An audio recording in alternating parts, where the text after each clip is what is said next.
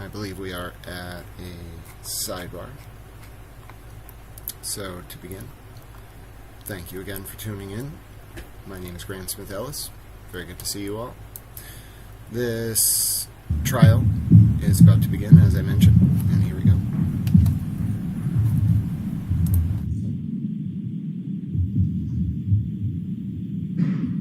Jurors, I know that you will try this case according to the oath that you took this morning.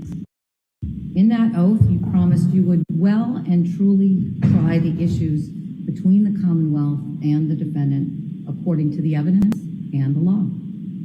If you follow that oath, approach this case with an open mind and make your decisions fairly and without prejudice or bias or sympathy for anyone, then you will arrive at a just and fair verdict. It's now time for the opening statements. And you will find that there are customs in the law, many customs in the law that dictate how the case plays out. And the first custom I'll alert you to is that the Commonwealth opens the case first. ADA Connor. Thank you, Your Honor. Your Honor, may it please the court? It does. On January 4th, 2023, Teresa Marchese returned to work after New Year's holiday. She works at Tishman Speyer, and she is the Director of Human Capital Management. That is to say that she's the Director of Human Resources. And Tishman Speyer is a real estate management company, but it's a global real estate management company. It has buildings all over the world. And this office that Ms. Marchese works in is in Washington, D.C. When she returned to her office in Washington, D.C. that morning, she was alerted that one of her coworkers' husbands was trying to find her coworker. The coworker was Anna Walshe, and her husband is Brian Walshe. Teresa Marchese knew Anna Walshe because she hired her. She hired her in February 2022 to work at the Washington, D.C. office of Tishman Speyer and to manage some of those buildings in Washington, D.C. She also knew that Anna Walshe commuted from Cohasset to Washington to work at Tishman Speyer, and that her husband, Brian, and her 3 children were still in Cohasset at this time. She also knew where Anna Walshe lived in Washington, D.C. Anna Walshe had bought a townhouse right near where Teresa Marchese lives in Washington. So when she heard that Brian Walshe was looking for Anna, she got concerned. And she spoke to her boss, Jeff Chubb. And the two of them went into a conference room and called Brian Walshe. Brian was calm, and he said that on January 1st, Anna left their Cohasset home for a work emergency and had to fly back to Washington, D.C. And he hasn't spoken to her since then. This is the longest they've ever gone without speaking. So, Teresa Marchese went and drove to Anna Walshe's townhouse. She took another employee with her, and on the way there, she had another conversation with Brian Walshe. Brian was calm, and he gave her the combination to the garage so Ms. Marchese could get into the building. Ms. Marchese got there. She was able to look in the windows. Nothing was broken. Nothing was out of order. She got into the garage, and she found some cardboard boxes that had yet to be unpacked, some car seats, no car, no Anna Walshe. Now the door from the garage to the home, that was locked, so she couldn't get inside. So Ms. Marchese called Mr. Walshe back again, and she told him that she was going to loop into this conversation Tishman Speyer's global head of security, who also works in Washington, D.C. His name is Hugh Dunleavy. He's a retired Secret Service agent. Mr. Walshe is calm. Mr. Dunleavy is looped into this conversation on the phone, and Mr. Walsh's demeanor changes. He becomes very upset. Mr. Dunleavy calms him down, asks him a series of questions, and Mr. Walsh repeats. Anna left the home in Cohasset on January 1st to come to Washington, D.C. for a work emergency. Mr. Dunleavy follows up. Have you called the police? What is the local police department in your town? You live in Cohasset. You need to call the police. The call ends. Mr. Dunleavy works with the Washington police and helps facilitate them getting into the home in Washington, D.C., and Anna is not there. He also calls the Cohasset police just before noon on January 4th. And he reports Anna missing. Hugh Dunleavy from Washington, D.C. calls the Cohasset police, and that is the first time Anna Walsh has been reported missing to the police. And it was done just before noon on January 4th, and no one has seen her since January 1st. Over the next few weeks, it'll be the honor of Ms. Cusick, Ms. Yaz, and myself to represent the Commonwealth. And in that time, we will prove the defendant guilty beyond a reasonable doubt of the premeditated murder of his wife, Anna Walsh. And we're going to do that by presenting evidence. And evidence will come to you, as Her Honor pointed out, in two different forms. One is kind of tangible. You'll see photos of the family home in Cohasset at 516 Chief Justice Cushing Highway. You'll see videos from different stores. You'll see Anna Walsh's banking records. You will also see objects, like a Tyvek suit, like a hatchet, like a hacksaw. Now, in addition to those objects, you will hear from witnesses. Witnesses like Teresa Marchese and Hugh Dunleavy, who I just mentioned. You'll also hear from a group of witnesses that are Anna Walsh's friends and colleagues. They will tell you that Anna was 39 years old in January 2003. She was married to the defendant. She had 3 children. They'll tell you that she was a Serbian immigrant, that she came to this country and began working in the hospitality industry by working in hotels in Washington and Massachusetts, and that she transitioned to real estate. She got the opportunity to work for Jem Mutlu, who had his own real estate company. She actually wound up running that company for him. That was until February 2022, where she got what Brian Walsh would refer to as a dream job, where she got to work for Tishman Speyer, and she would make more money than she had ever made before in her career. She had purchased a townhouse in Washington, D.C., and she was expecting to have her family come with her. However, Brian and the children had stayed in Massachusetts. And the reason is that Brian had previously pled guilty to a count of fraud in the Boston Federal District Courthouse. But he hadn't been sentenced yet. Now, he was accused of owing over $400,000 of restitution. At this point in time, Anna was the breadwinner for the family, and she had moved to D.C. She was still commuting back and forth, but looking to have the family join her in D.C. And Brian too. However, when she bought the townhouse, she did this with the aid of a person, by a real estate agent by the name of William Fastow. She was introduced to Mr. Fastow from her former boss, Jem Mutlu.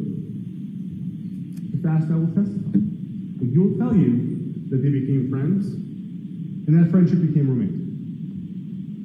And that carried on into November of 2022, when Anna needed to go visit her mother, who was sick back in Belgrade, Serbia.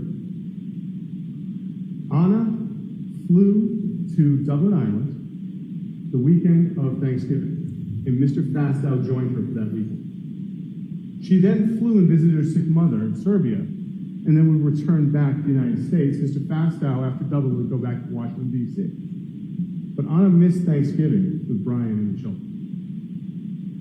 And then on Christmas Eve that same year, Anna went out to dinner with Mr. Baxter. They went out to dinner in Annapolis with another couple. And she stayed the night. And she was supposed to get a flight out on Christmas Day. But she couldn't get a flight.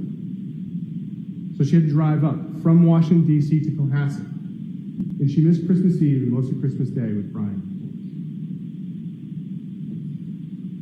She would fly back to Washington, D.C. And on December 29th, she would go to dinner with one of her friends who will testify before you. And that friend will say that she was uncharacteristically tired and emotional. You'll also hear from a series of witnesses that dealt with Anna Walshe right before New Year's. She returned back to Cohasset on December 30th, and she was going to stay with the family until January 3rd. You'll hear how she went to a bar class, B-A-R-R-E. It's an intensive ballet class. You'll hear from the instructor who will say that she did exceedingly well in that class. A person who was with her in a nail salon will testify. She got her nails done on New Year's Eve. And Mr. Mutlu will testify. He went over to the Walshe family residence on New Year's Eve for dinner. 3 adults were there. It was Mr. Mutlu, Brian, and Anna. He got there around 8:30. He brought some snacks for the kids. Actually got to play with the oldest child. And he spent the night talking to his friends. He'd characterize them as jovial. They shared champagne. They weren't drunk. They were enjoying the new year. They actually signed the champagne box. And you'll see that, where they were looking forward to the new year. Brian cooked. Brian was attentive. Brian also said to Mr. Mutlu that night that he had lost his phone, it had been misplaced, but he had felt free as a result of it.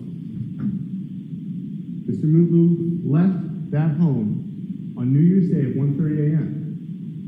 And there was no mention of a work emergency in Washington, D.C. that would require Anna to fly out or leave the family home at 6 or 7 a.m. that day. Now on January 4th, after Hugh Dunleavy had called the Cohasset Police Department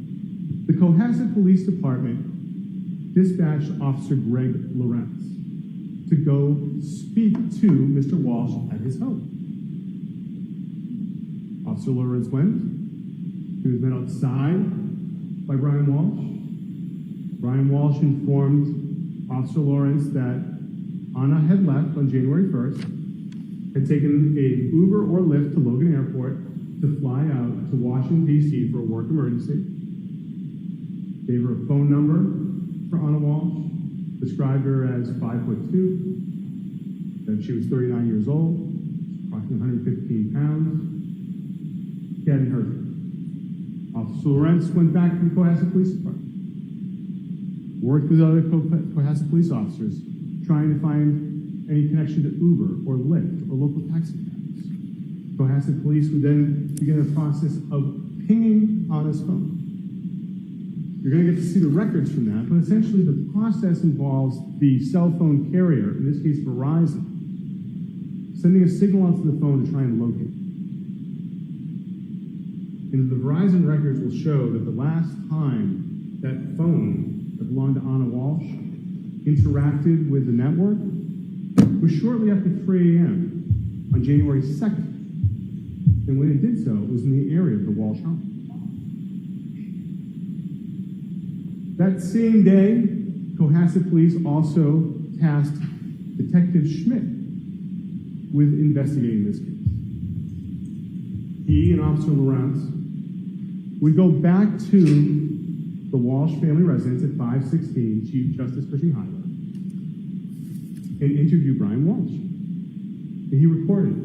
You'll get to hear the recording. And Brian will talk about how Anna was commuting back and forth from Cohasset to Washington for work, how there were some issues with his federal case, and how Mr. Mutlu had come over for dinner that night on New Year's Eve, and how Anna had to leave between 6 and 7 on January 1st. He also, in that interview, described what Anna was wearing when she left the home. Blue-gray hunter boots, a black jacket, and an Hermes watch. So Sergeant Smith will testify before you, and he will tell you that he worked on this missing person investigation and called in additional resources to help. On the 5th, he had his own department do a search of the woods near the family home. On the 6th, he called in a task force made of several different police departments to do further searching of the woods in and around the Walsh family home. Contacted the state police to use their resources. He also got the opportunity to speak to Mr. Walsh on January 5th, January 7th, and January 8th. And when he did those interviews, he was accompanied by detectives from the state police. And those interviews were recorded. You'll get to hear those interviews. And Mr. Walsh, during those interviews, will explain that he and Anna were happily married. He had no knowledge of any extramarital affair. That Anna had her dream job. That it was taking care of the family. And conversely, he didn't take a salary this year out of his company that was a consulting company. He told the police that he owed over $400,000 in restitution on his federal matter, that this case was causing stress on his marriage, that he might have to go to jail. He said that they were very happy and that the biggest problem was that they were apart. Brian also told the police that Anna's job had caused her to miss Christmas Eve and Christmas Day with the family. And that Anna traveling to visit her sick mom caused her to miss Thanksgiving with the family.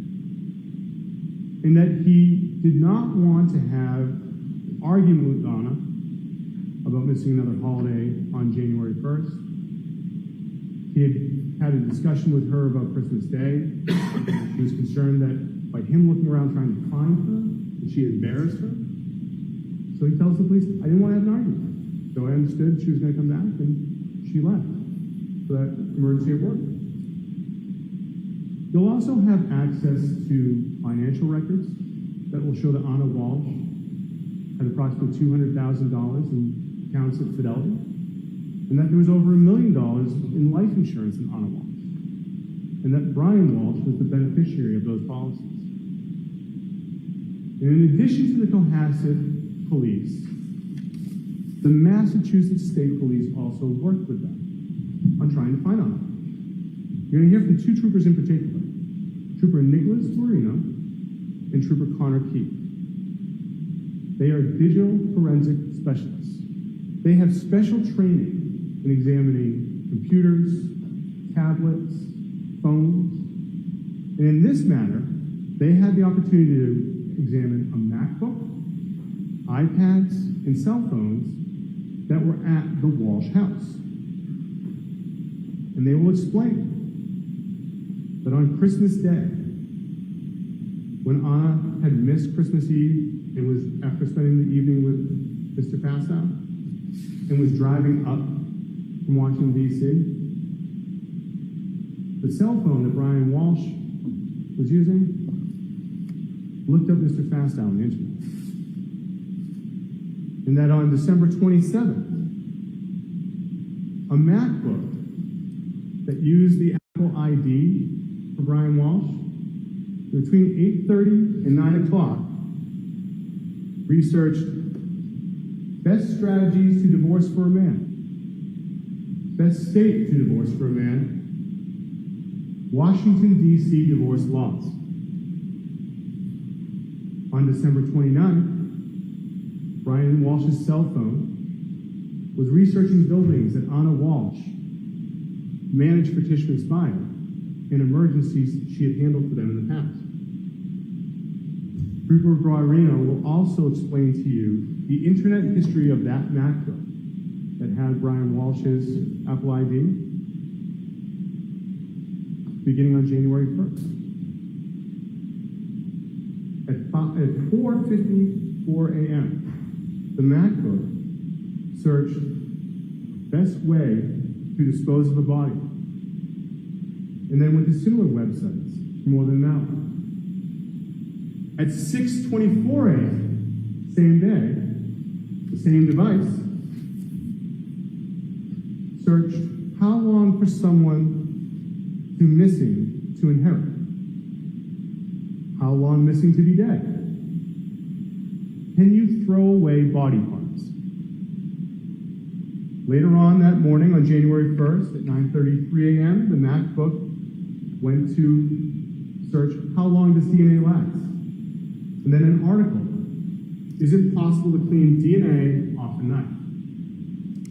30 minutes later, the MacBook researched disposal of a cell phone. At 10:28 a.m., the MacBook researched, I am the user of my wife's credit card. She is missing. And again, on January 1st, at 11:28 a.m., it searched best way to dispose of body parts after a murder. Trooper Guarino will explain the numerous websites and searches done by the MacBook in the morning and early afternoon on January 1st, and that these websites were about cleaning blood with ammonia, bleach, and hydrogen peroxide. Websites visited included those as whether it is better to throw away crime scene clothes or wash them. One site was entitled, You Want to Get Away with Murder? Use a special detergent. This type of activity on the MacBook continued into January 2nd, when it looked up, how long does Lowe's keep security footage? How to saw a body. How to dismember a body. Can you be charged with murder without a body? Can you identify a body with broken teeth? The MacBook also visited websites for apartment complexes in Brockton and Chelsea. One in particular, Chatham West in Brockton. Brian Walshe told investigators that his phone, which was an iPhone 13 mini, had been misplaced and not found until the afternoon of January 2nd, 2023. When investigators examined that phone, they learned that it had been connected to a power source. It had been unlocked 4 times by either using the face or the passcode. Investigators will also tell you that the location data from that phone showed that it remained in the Walshe residence until the afternoon of January 2nd, 2023. However, there was another phone in the Walshe residence, an iPhone SE, which belonged to one of the children. When investigators examined the location data from that phone, they found that on January 1st, the phone traveled to a Walgreens in Cohasset, then to a liquor store nearby the defendant's mother's home, an apartment complex in Swampscott, to a CVS in Danvers, to a Lowe's in Danvers, and to a Stop and Shop in Swampscott. You will see the surveillance video from those stores. You will see the video from Walgreens, where a white man with dark hair using a credit card buys Band-Aids and antibiotics. You will see on the surveillance video at the CVS in Danvers that a white man with dark hair, now wearing a mask, buys hydrogen peroxide using cash. You will see the surveillance video from the Stop and Shop in Swampscott, where a white man then goes buys ammonia with cash. And you'll see the surveillance video from the Lowe's in Danvers, where a white man wearing a mask and dark hair buys several items that cost more than $400 using cash, including a Tyvek suit and cutting instruments such as shears, snips, and a hacksaw. Investigators will explain how the cell phone location data from the iPhone SE shows that it went to a Home Goods in the morning of January 2nd, and that Brian's iPhone 13 mini went to a Home Depot in Rockland in the afternoon of January 2nd. You will see the surveillance videos from those stores. You'll see a white man with dark hair at Home Goods buying scented candles and area rugs. And you'll see a white man with dark hair at the Home Depot buying more cleaning supplies. 20 pounds of baking soda, mop, buckets, and a hatchet. The investigators will also explain to you that Brian Walsh's cell phone on January 3rd was located near apartment complexes in Brockton. You'll see the surveillance videos from some of those apartment complexes, including one of Chatham West. You'll see someone go into the dumpster and then leave. The investigators will also tell you that on January 5th, Brian Walsh's cell phone was in the area of dumpsters and a trash compactor by his mother's apartment complex in Swampscott, and that this was before he was interviewed by Detective Schmidt later that night. On January 9th, the police went to those dumpsters, and they took that trash compactor and that dumpster to a facility in Peabody, where they searched the contents of both. And they found an Air Mary's watch, blue-gray Hunter boots, a black coat, a COVID vaccination card with Anna Walsh's name on it, rugs, a Tyvek suit, a hammer, shears, snips, a hatchet, and a hacksaw. The police will tell you that these items were packaged and brought back to a laboratory, and they were brought there for examination. And how some of these items were examined for DNA. And the DNA was compared to samples they had from Anna and Ron. Scientists from the state DNA lab will identify DNA of Brian Walsh and Anna Walsh on the Tyvek suit. They will explain that Anna Walsh's DNA was found from items in the dumpster, including drugs, the hatchet, and the hacksaw. Jem Mutlu said goodbye to Anna Walsh about 1:30 a.m. on New Year's Day. When he left, she was home, she was alive, she was with her husband. No one has seen her since her husband said she left on January 1st. She has not accessed her finances, her email, her phone has made no calls, and no one has found her body. During this case, we ask two things. The first is that you keep an open mind. Do not rush to judgment, but instead, see how all the evidence fits together. Pay careful attention to the timing of certain events. And second, use your common sense. Don't leave it home. Bring it with you here as you make your examination of every piece of evidence. And at the end of this trial, we will speak to you one more time. And it is at that time we will ask that you find the defendant guilty of murdering his wife with deliberate premeditation. Thank you. Thank you, 88 Connor. Judge, why don't you take a break and stand up, shake a leg.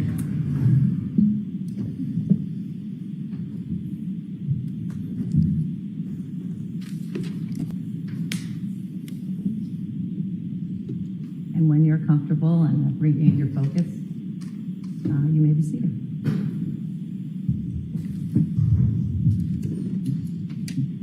Now we'll hear from the defense for the opening statements. Attorney Tipton. Thank you, Your Honor.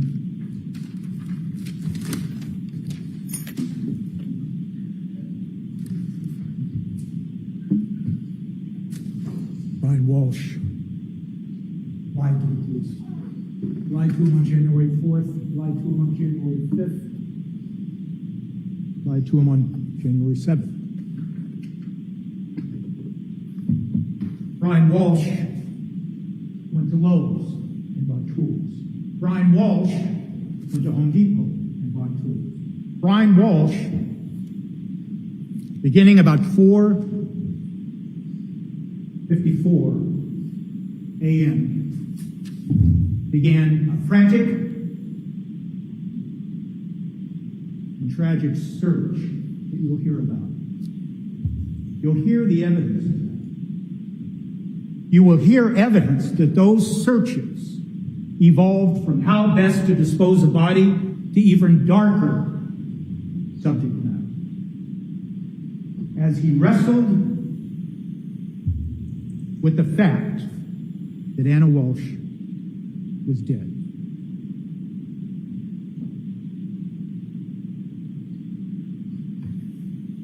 That evidence that you will hear will be hard to understand, but it is true.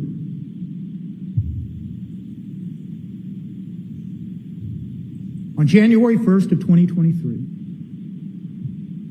Jim Mutlow left the family home of Brian and Anna Walsh sometime between 1 and 1:30 in the morning. Anna and Brian Walsh continued to celebrate the news. They went upstairs to the bedroom. About an hour later, you'll hear evidence that Mr. Walsh got up, went back downstairs to clean the kitchen. You'll see evidence that he looked at his email.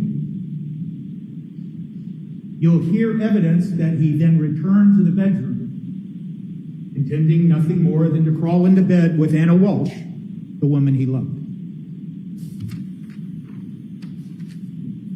When he entered the bedroom and began to get into the bed, he sensed something was wrong. You will hear evidence that it made no sense to him. But he nudged Anna, his wife. She didn't respond. He nudged her again, a little harder. She didn't respond. He nudged her now in a frantic and panic reaction to where she actually rolled off the bed. You'll hear evidence that now he is panicking and he doesn't understand what has happened and what is happening. It didn't make any sense to him. It didn't make sense that somebody that he had just been with and enjoyed New Year's Eve into New Year's Day would suddenly be dead. Not him. You will hear evidence in this case of sudden, unexplained death. You will hear evidence that it is rare. You will hear evidence that it happens in young people and old people. You will hear evidence it happens in male and female. You will hear evidence it happens during the day and during the night, that it happens to trained athletes. You will hear evidence that it can be the result of both mechanical and or electrical problems within the body. You will hear evidence that it might be cardiovascular, pulmonary, neurological, or other reasons. You will hear evidence that it occurs in people who have never manifested a symptom that something might be wrong. And in fact, you will hear evidence that sometimes the first manifestation that something is or was wrong with someone is the sudden, unexplained death. That's the evidence you will hear in this case. Sudden, unexplained death is known within the medical community and the forensic community. But it is to this day not well understood, and that is the evidence you will hear. And it is not well known to non-medical professionals. And you will hear evidence Brian Walshe never imagined somebody suddenly died. 1 hour he's with her, he cleans the kitchen, he comes back up, and she is dead. You will hear evidence in this case that Brian Walshe and Anna Walshe loved each other. Yes, there was stress in the marriage. Stress born out of a simple problem that took its toll. And that's the pending federal case that had begun in 2018 and was still going forward. And what happened was, over time, Anna Walshe got a job in D.C. with the support of Brian Walshe. It was a huge stepping stone in her career. It paid twice the salary. And they talked about it. And you will hear evidence that they had to make a decision. Brian could not leave Cohasset because of the pending federal case. So who would take care of the children? Well, Anna worked in D.C. Brian would. And he did. There was stress in commuting back and forth between D.C. and Cohasset.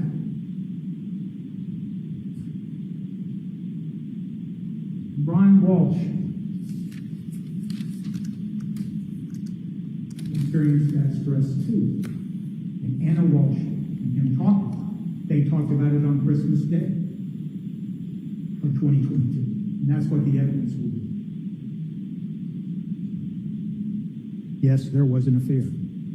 You will hear evidence of an affair. An affair does not make someone a bad person, does not make someone a bad mother. Make no mistake about that. But yes, there was an affair, not between Brian Walshe and anyone, but between Anna Walshe and William Castor.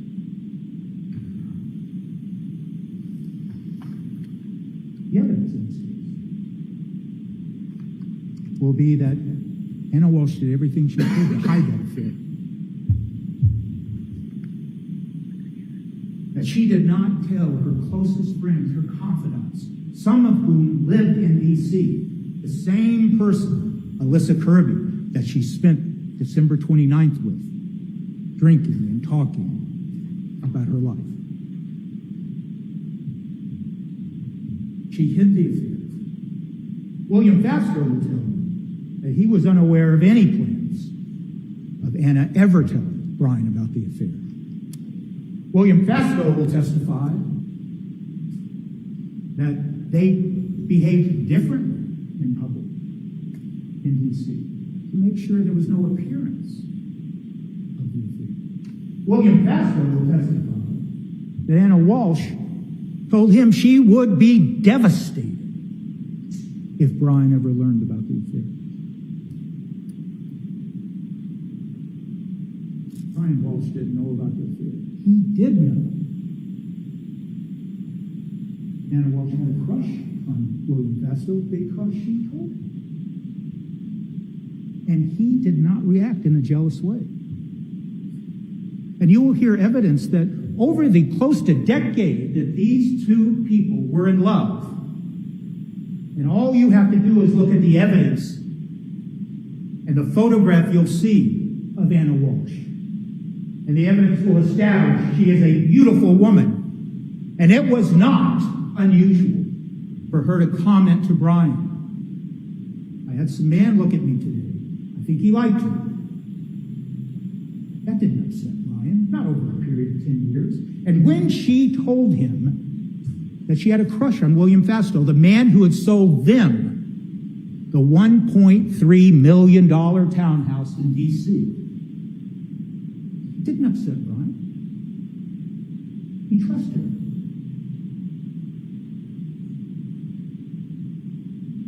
In fact, you will hear evidence from Melissa Kirby that Anna Walshe told her, I wish he would be jealous.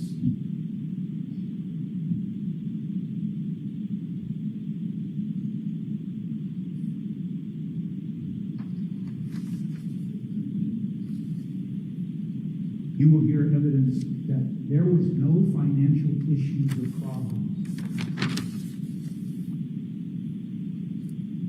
Anna Walshe just got that job in the early part of 2022 that paid close to $300,000 a year. They own that townhouse in D.C. It was worth over $1 million. They owned whole life insurance policies on their sons in the amount of $1 million each. Whole life that you will hear you can borrow against if you need cash. You will hear evidence that Brian Walsh's mother gifted them money, and actually you'll hear from the landlord of the home that they were living in at the time, that Brian was living in, taking care of the 3 boys, while Anna worked in D.C., that it was his mother who was paying the rent, because that's what grandmothers do.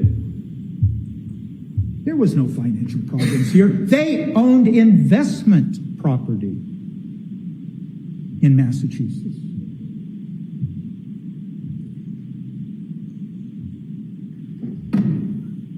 The evidence in this case is that Brian Walshe loved Anna Walshe. You will hear that she spoke of him in glowing terms to William Fester. That she said, I want people to see the Brian that I know.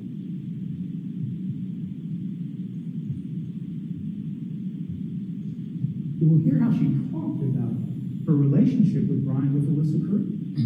And notwithstanding the fact that Anna Walshe was having an affair, she described their relationship as open and honest. He believed their marriage was open and honest because he loved her.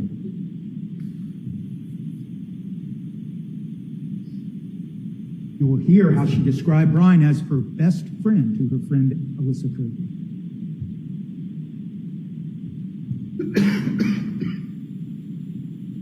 You will also see evidence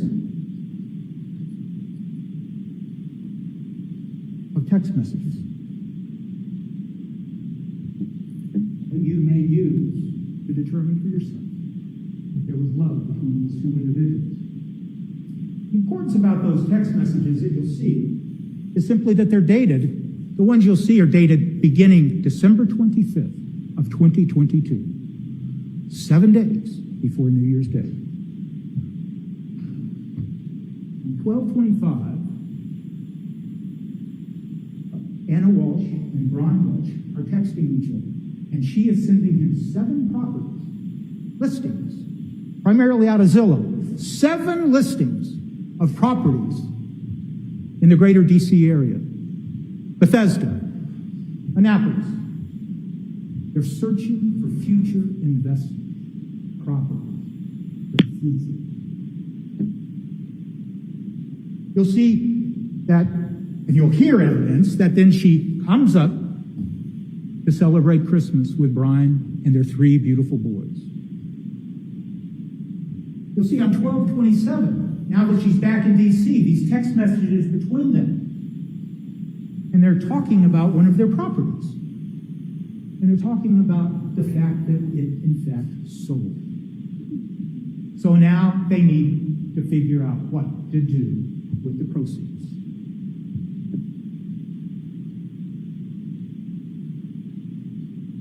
You'll see on 12/28, text exchange between Brian Walshe and Anna Walshe.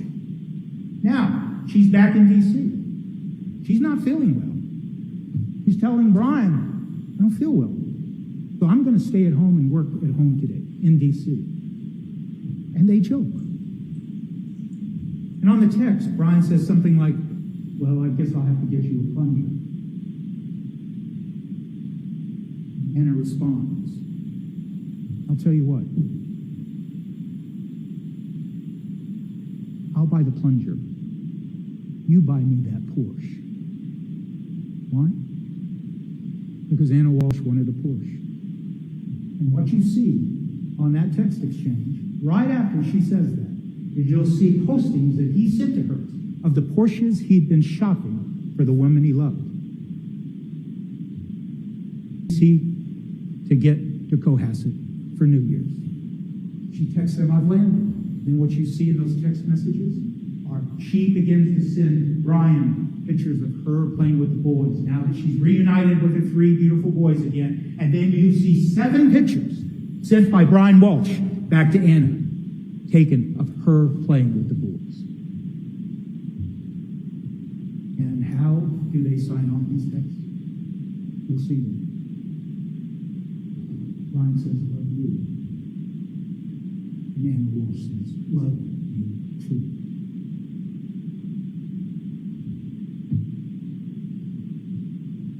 We've come full circle in this opening, and now we're back to New Year's Eve. And Jim Mutlow, the family friend, is invited by Anna to come to the house to celebrate New Year's Eve. You'll hear evidence that he was thrilled. He was thrilled to be with 2 people he'd known for years, but he hadn't seen in some time. He knew their kids, 3 beautiful boys.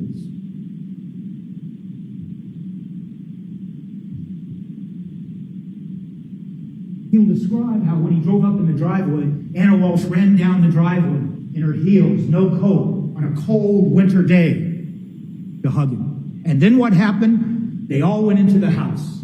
And what was occurring in the house? Brian was cooking New Year's. He was feeding them as they all talked for 4 to 5 hours. And what were they talking about? They were talking about the future. They were talking about investments. Anna Walshe told a story about how Brian had found a ring for her and the whole adventure of finding the ring and buying the ring. And she talked about it in glowing terms when she talked about how Brian did that.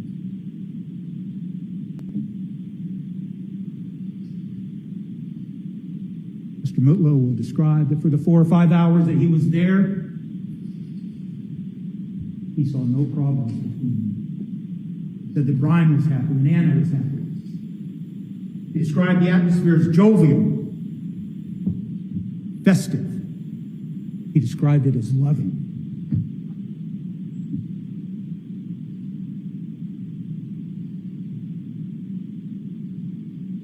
As adults do for New Year's Eve, they celebrated with wine and champagne. You will have that box, or at least photographs of that champagne box, where they signed it. And what Anna signed on that box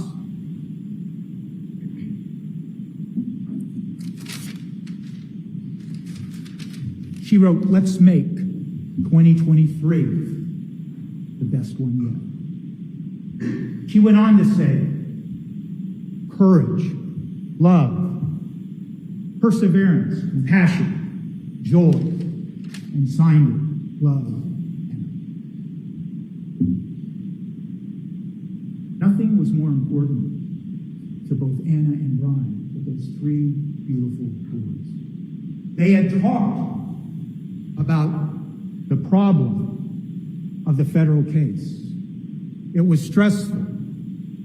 When you heard in the Commonwealth's opening the reference to a divorce search, please understand that the other evidence will be that that singular search occurred between conversations between Anna and Brian about the sale of their property.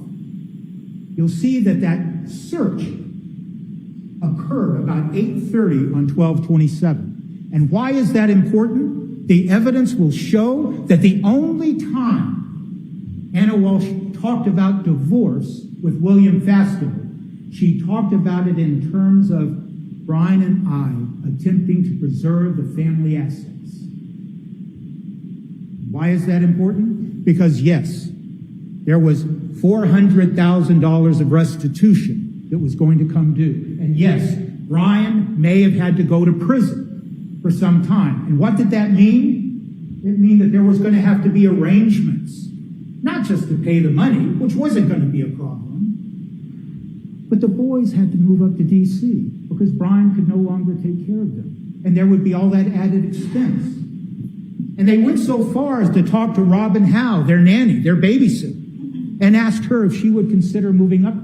So there were expenses. So when you talk about preserving the family assets, you have to decide, how is it that I make sure, how is it, as Brian Walshe will tell you, how is it that I make sure that my wife and my 3 sons are financially secure if I have to go to prison for a day, for a week, for a month, or for years. That's what they were talking about. And in all of the other digital data that the Commonwealth has been poring over for 2 years, you will not hear evidence of any other conversation about divorce. And you won't hear it from William Fastow. In fact, William Fastow will tell you he had resigned himself to think Anna Walsh was never going to be the bride, father of their children.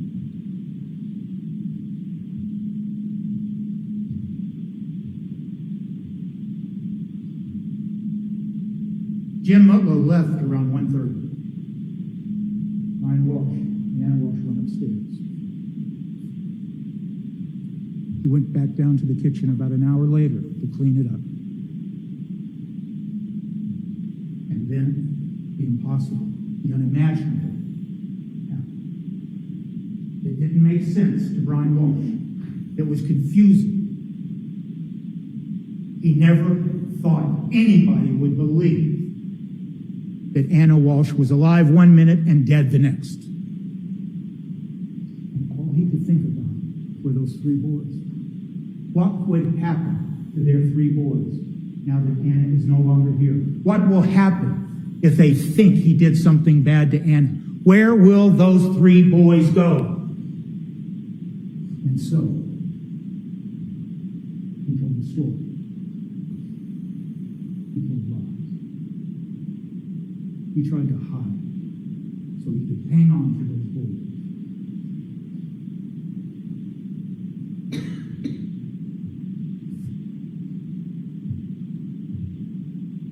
Brian Walsh never killed him. Brian Walsh never thought about killing him. Never. Think about that. Brian Walsh is not guilty.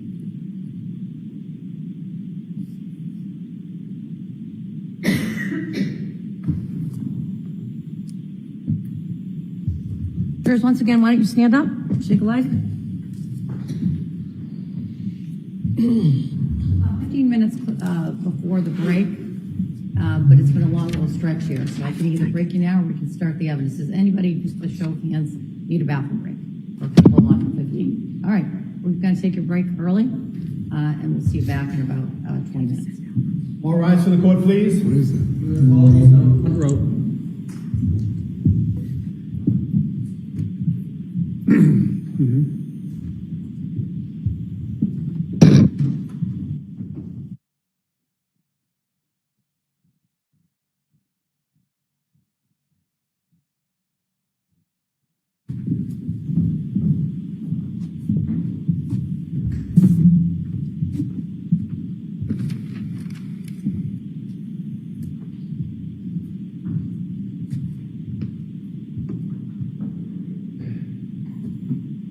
Please be seated. Does anyone need to address anything with me? No, Your Honor. Anything from the defense? No, Your Honor. All right, we'll take about a 20-minute break. And Commonwealth, what's the lineup today? It's going to be Sergeant Harrison Schmidt for the entirety of the day. The intention is to try and get through the audio interviews today, Your Honor. And everything went well with the editing, so to speak, of the... Yes, we've made all the edits that we encouraged and the ones that the court told us to make. All right. And the defense is all set with that? Have you watched it yet? Or Yes. We have. all right. Let me know if you need me. Yes, Your Honor. Maybe Judge.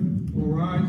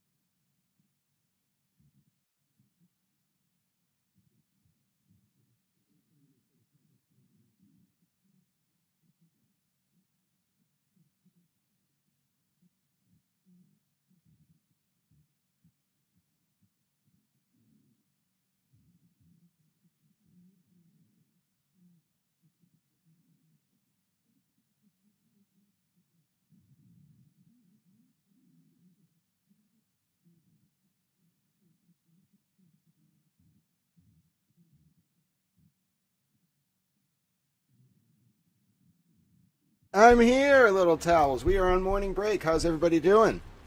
That is disturbing, all right? Brian Walshe is disturbing. Like, the fact that he wanted to do this for money, I mean, it's so grotesque, all right?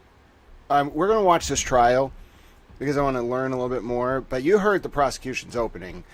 It was pretty obvious, and the life insurance policy obviously is going to play a big role. My name is Grant Smith Ellis. We're on morning break till 11, at which point we'll be starting up with witness testimony. Right, exact. Oh no, the fan is back.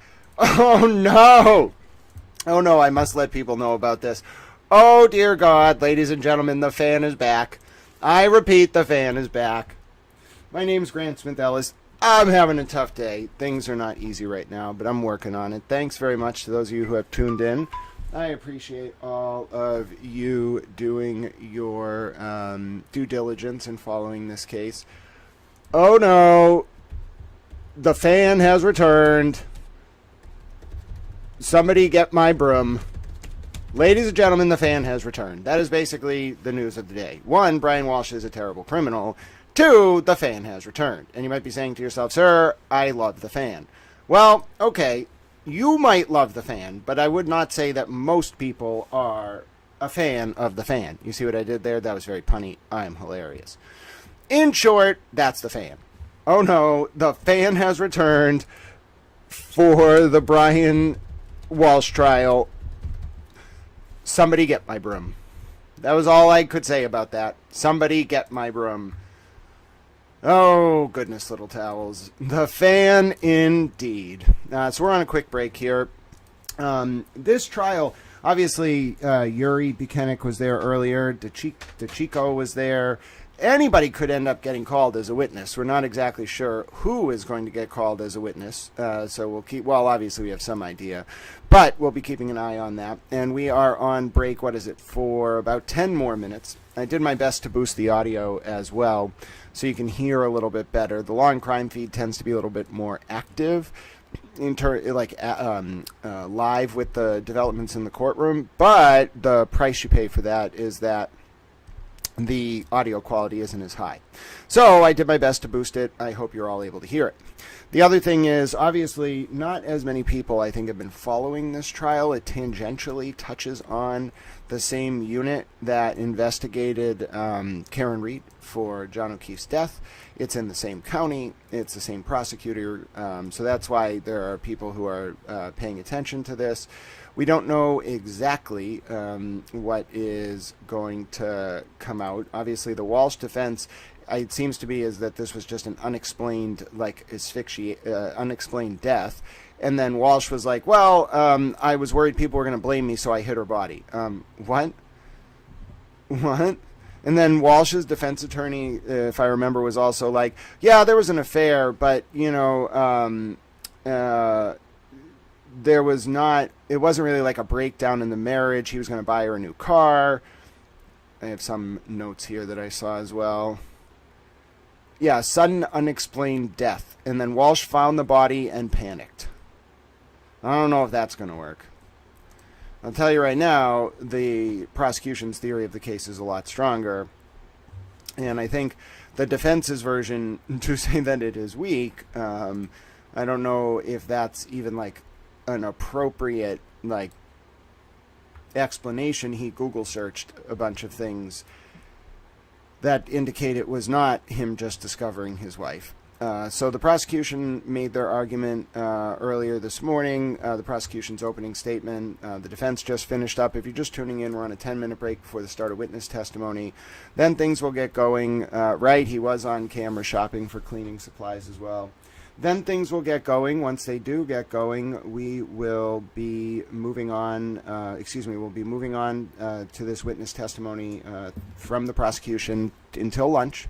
Trial's going to run 9 to 4, Monday through Friday. They will be ending early on Fridays unless they have a reason not to, and that explains why the Aiden Turtle Boy Kearney hearing is going to be on Zoom on Friday at 2:15 p.m. because although they plan to end the Walshe trial at 1 on Friday, if they go past that for whatever reason, then it would just be chaos, not to mention people getting there early, whatever. So clearly that's why they did it on Zoom. It's because of the Walshe trial.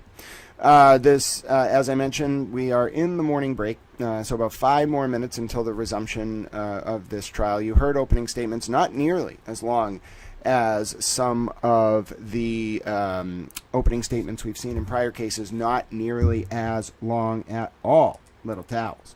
And Nancy says, if BS was music,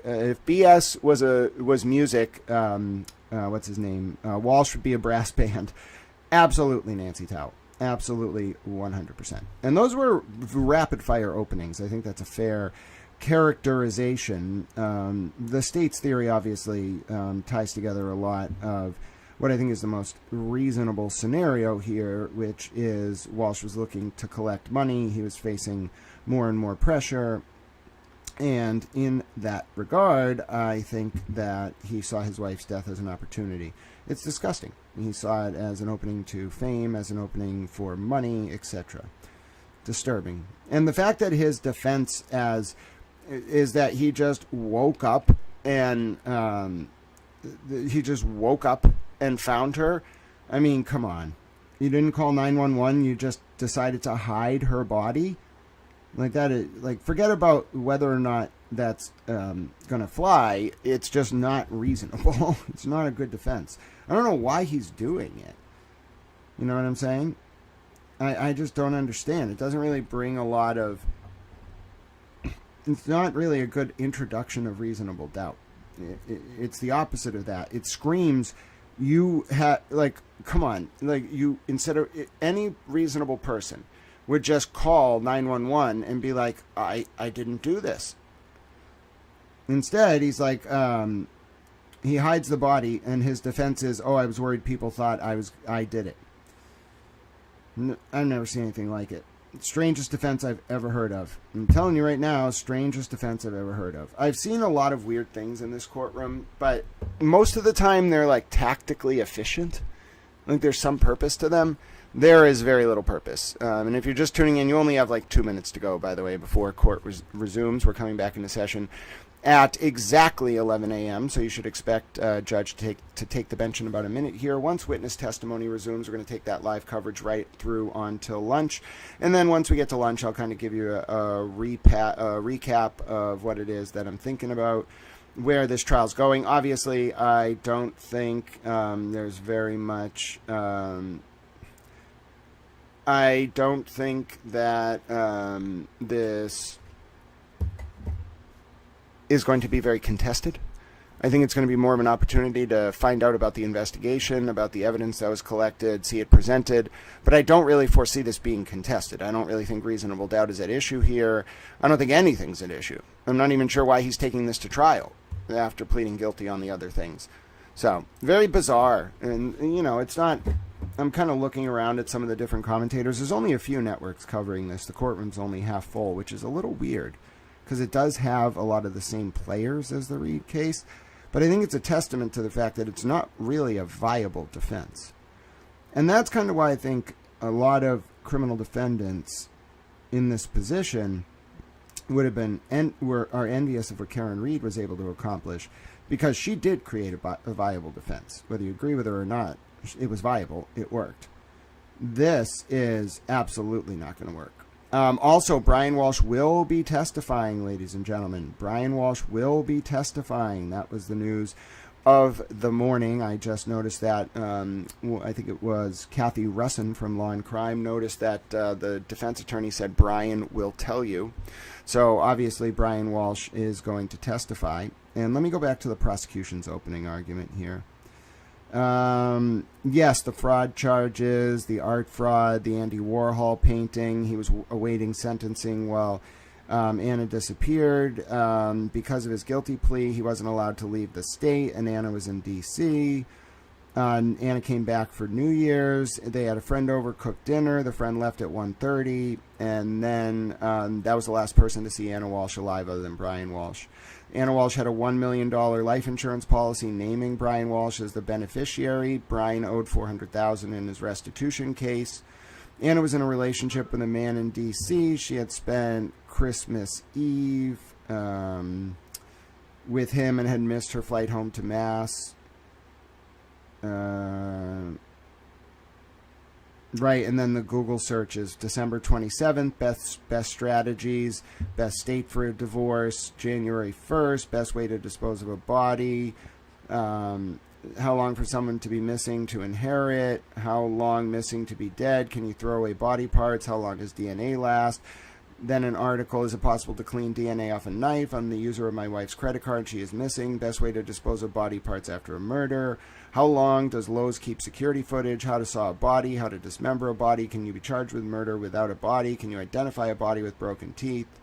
So, folks, it's a very, very, very tightly wound case against Brian Walshe. And his defense is, I found my wife in the bed. And despite all these benefits to me of her dying, I hid her body because I thought people were going to blame it on me. Therefore, making it very clear it was him. So, quizzical, I think is the word. The $1 million+ life insurance was the motive, and the defense is claiming natural cause of death for that life insurance policy. Yeah, it's a horrible case. Horrible, horrible case. And the fact that he's still trying to get the life insurance, I mean, I don't know, man. It's disturbing in a lot of ways. Like, a lot of ways. And obviously, the commentary I'm seeing, I'm just kind of like reading online. A lot of people are like, this is the most cringe defense opening. Who is going to believe this? That's the general sentiment of the commentators online. And there's only a few people actually like following this, but the fact that that's their general sentiment, well, that tells you. I don't think there's a single person I see out there being like, oh, yes, Brian Walshe is doing a good job. So I'm a little bit baffled here. I am a little bit baffled.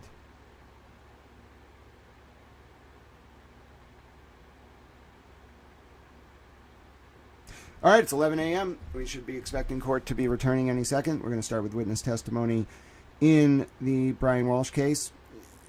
I mean, I already knew this wasn't going to go well. Right.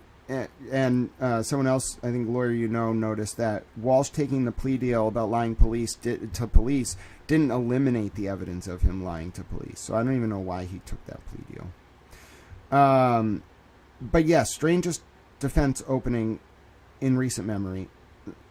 I found my wife in the bed dead, and therefore I hid her body because I thought people would blame me for it.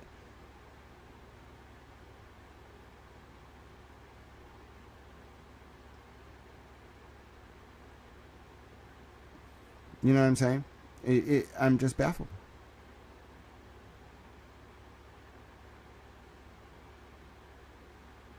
I'm just baffled. I'm just trying to understand what they're like. I'm kind of looking at the reaction to see if there's like someone saying, no, you don't understand. This is the overarching strategy here. I don't see the strategy. Maybe it's just me, but I don't know where they're going with this. If the defense was, I just didn't know she was gone. Okay, but like the best you could come up with was, I thought people would blame me, so I hid her body. I mean, he's getting convicted. Yeah, it's not exactly. It's not only going to not fly. The defense itself sets him up to be a monster. Like the argument, like think about what that means. Like you find your wife, ostensibly the person whose relationship, the relationship you're still in. You're telling the jury it wasn't breaking down. You find her dead. And you don't call the police. Okay, that's a pretty big sign you probably, at a bare minimum didn't love her. And then instead of, like, first of all, regardless of how, like, overwhelmed you are, you go in, you take the body and dismember it? I mean, there's just no plausible way that any reasonable human is going to be like, oh, yeah. In those moments, that's clearly how someone would react, No, absolutely not. There's no rationale to it. There's no reason. This is one of the weaker. Yeah, he's going to be convicted 100%. We're going to watch the presentation of the evidence. We're going to listen. We're going to learn. We're going to use it as a Crim Pro kind of procedural study. But he's getting convicted. I mean, this isn't even Some other cases, there was a lot of debate about the facts, about the law. This is neither of those. Unless there's not even, I can't even find one like thread that would build enough blocks of reasonable doubt where that defense is going to fly. Because he has to get up there on the stand and basically tell the jury, any defendant who takes the stand is probably getting convicted. I mean, it's just like it's like Charlie Adelson at this point. I don't even know what to say. I don't know what I was expecting. I guess that's kind of why I'm not shocked, because I was like, what are they even going to get up there and say? But this is actually exactly what I was expecting. I'm not actually shocked. I'm just baffled. Because I was thinking about it last night. And I was like, what defense are they going to make for Brian Walshe? What are they possibly going to say to this man where, like, anyone is going to buy it? You know, I'm not going to buy it. First of all, I read some of his pretrial filings, and I was like, this man is cooked.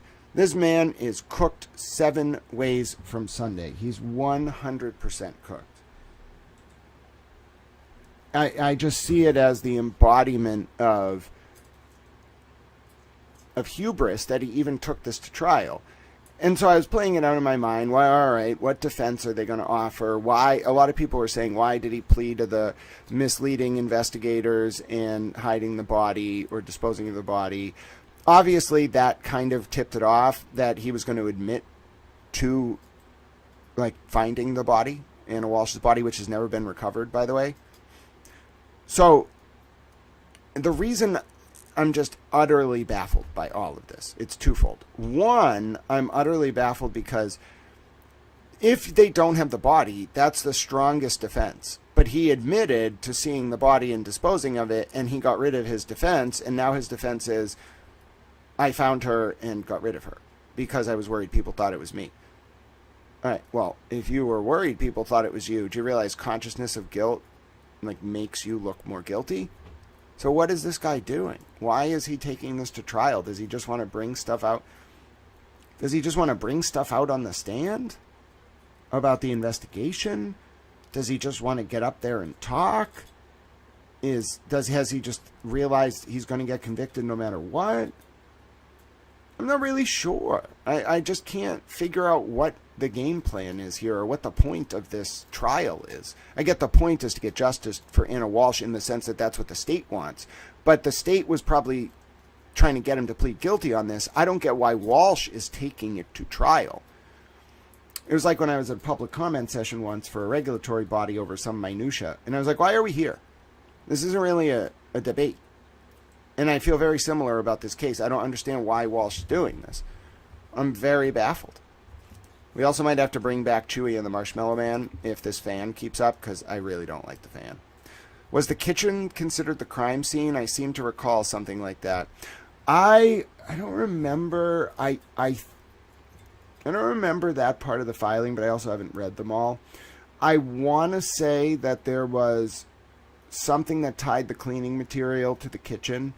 And it's really, as much as it is the fact that he killed Anna Walshe and moved her body, it's the fact that he was so brazen about like getting the cleaning material and all that. That's how they really got him, from the Lowe's security cam, from his Google searches. So I don't know. Maybe he just wants the moment of attention. Maybe this is like the Karen Reed effect or something. I don't know. I cannot get inside the mind of him. Or most people, and he's a crazy person. So, all right, we're late. As expected, as you're used to with Norfolk Superior Court, we are late. We're late. We are late. But you always have to give it 10 to 15 minutes. Nobody's ever on time anywhere in the court system. Like, they're on time for the start of the day, but once the day gets going, forget about it. My name's Grant Smith Ellis, though. Great to be with you. And as much as I would love to keep talking, I'm also hungry, and I would really like for the court to come back into session any minute now. I'm just, the more I read people reacting to that opening from the defense, the more I'm like, this shouldn't have gone to trial. Why are we going to trial? Shouldn't have gone to trial in the sense that Walshe should have just pled. Doesn't even make sense.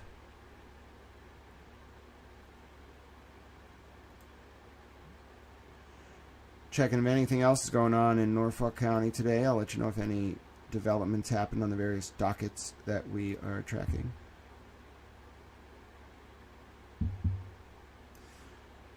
I am a towel. This is so weird. It really is. And I'm not over-exaggerating in any sense of the term. It's just a weird defense. All right, there we go. We're coming back into session, I believe. Should be happening right about now.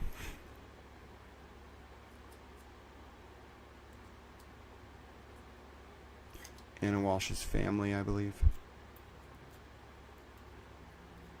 Very empty courtroom. Very empty courtroom. Stark contrast to the Karen Reed case. Looks like we're just awaiting Walsh being brought in from the lockup.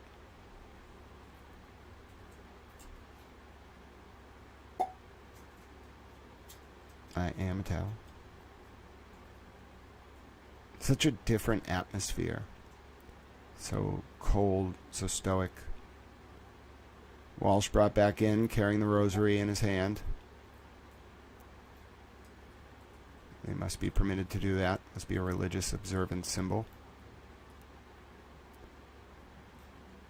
Walsh gets escorted in. Handcuffs removed. This is a signal we're about to come back into session. Once the witnesses take it away, as you know, I will be with you, but I will be monitoring, and then I'll come back with you at lunch. We'll do some Crim Pro review. If I get some energy and some food in me, maybe I'll get some going. I feel all out of whack today. But that's all right. Got to get ready to start studying. The final for me is in a little bit, so not this week, but I got to get ready for it, and we're going to do that during lunch. So if you've been waiting, we ran about 10 minutes behind, but the Walsh case is coming back into session. Witness testimony is about to begin now, and Walsh is literally I don't even know how to explain this. He's going with the "I found my wife in the bed dead" defense and hit her body because I thought people would blame it on me defense. Okay, we are about to start witness testimony in the Brian Walsh case. Walsh's defense is that he found his wife Anna dead in bed and then tried to hide the body because he worried people would blame him. He also had life insurance on her. Just gross. Just gross, ladies and gentlemen. In so many ways, this whole case is gross. Alright. So, witness testimony about to start. And I think we're going to hear a lot from the state because they have the most evidence. I think Walsh testifying is probably going to be the most ridiculous moment of this trial. We're going to watch it. I don't expect it to be substantive, but that's the part we're going to be looking for. It's going to be a compact trial. Based on the length of the openings, this is going to be a pretty compact trial. All right, they're going to have to do a decent amount of forensic evidence. I could see a week or two, but yeah, the reality is that this is pretty open and shut. And Walsh, oh, that's gross. What a creepy smile. Walsh put on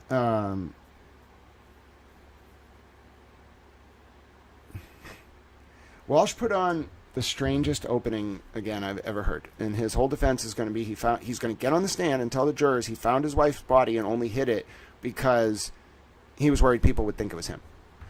2646 says, I agree with you, Grant. The case should not have gone to trial. He should have pleaded. Those poor children, when they're grown, will grow up and see this. Yeah, the Walsh children, I forgot about them and the impact. And just have to see him smirking and oh, it's gross. It is gross, ladies and gentlemen. It's gross in a way that's hard to explain.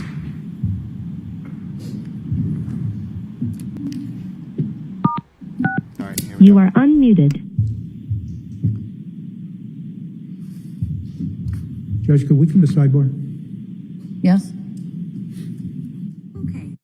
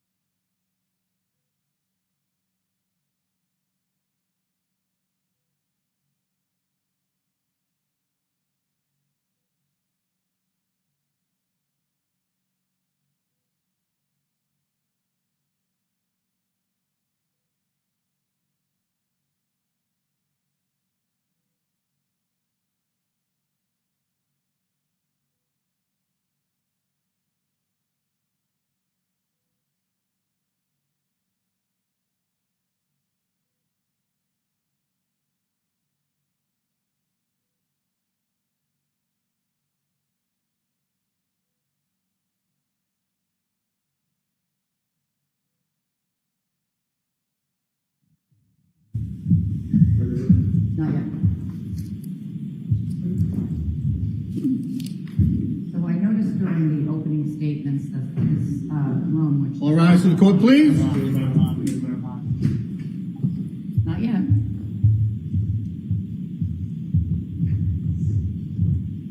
This room, which has terrible acoustics, is being made even more intolerable, I will say, by the typing that's going on in the front row. So I'm going to ask, the press is welcome here at all times. It sounds like you're taking a transcript of what's going on. That's fine. But I'm going to ask all three people in the front row to move it back.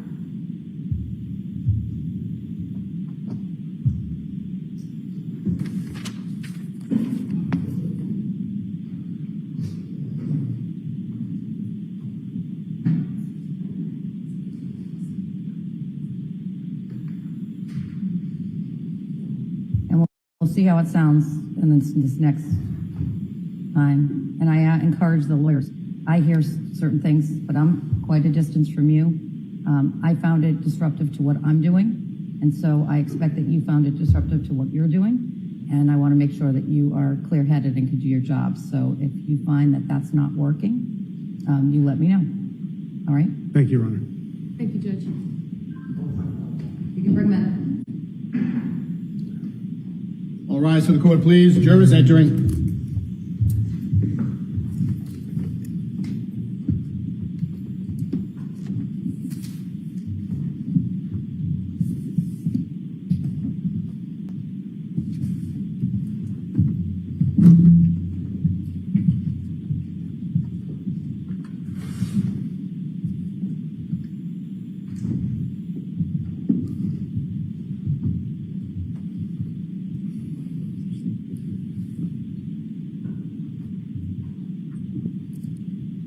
Court is back in session. You may be seated.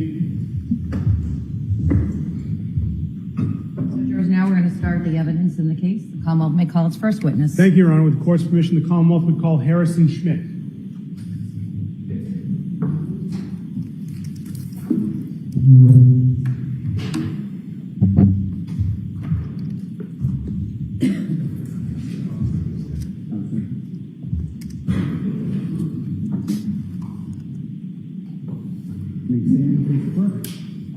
So do you solemnly swear or affirm the testimony you should give in the powers now in hearing shall be the truth, the whole truth, and nothing but the truth, so help you God? Yes, I do. Thank you, sir. You can be seated.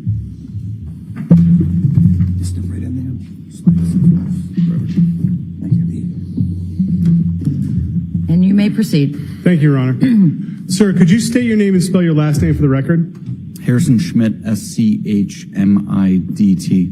And sir, I'm going to ask if you can keep that microphone a little bit closer to you so it will help amplify. Now, sir, where do you work? Cohasset Police Department. And what is your rank at the Cohasset Police Department? Sergeant. And how long have you been with the Cohasset Police Department? Full-time since 2012. And how long have you been a sergeant? Since January 2023. Before January of 2023, what was your rank within the police department? Detective. And how long have you been a detective? Since 2014. And what were your responsibilities in January of 2023? General investigations.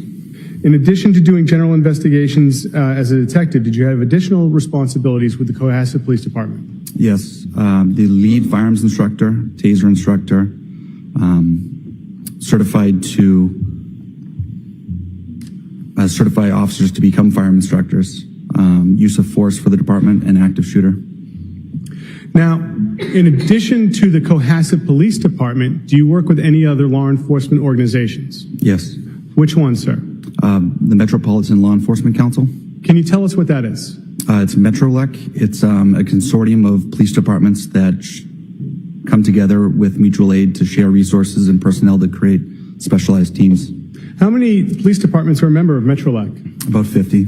And how long have you been a member of MetroLEC? Since 2015. And what is your responsibilities within MetroLEC? I'm on the SWAT team, and I'm the lead firearms instructor for the SWAT team. And does MetroLEC have a search and rescue team? They do. Can you tell us about the SWAT team's interplay with search and rescue? The Metro SAR team, search and rescue, if they need physical searchers, they will pull from the SWAT pool. Now, as a result of working with Metrolec and Cohasset Police Department, how many fatal investigations have you been involved in? Dozens. And how many missing person cases have you been involved in? Between both, about a dozen. And, sir, with your missing person cases, have you been able to recover each individual? No. What are some of the reasons why not? Medical issues, exposure to the elements, suicide. Now, are you familiar with the investigation into the disappearance of Anna Walsh? Yes. How are you familiar with that investigation, sir? I'm the lead investigator. And when did you become involved in that investigation, sir? January 4th, 2023.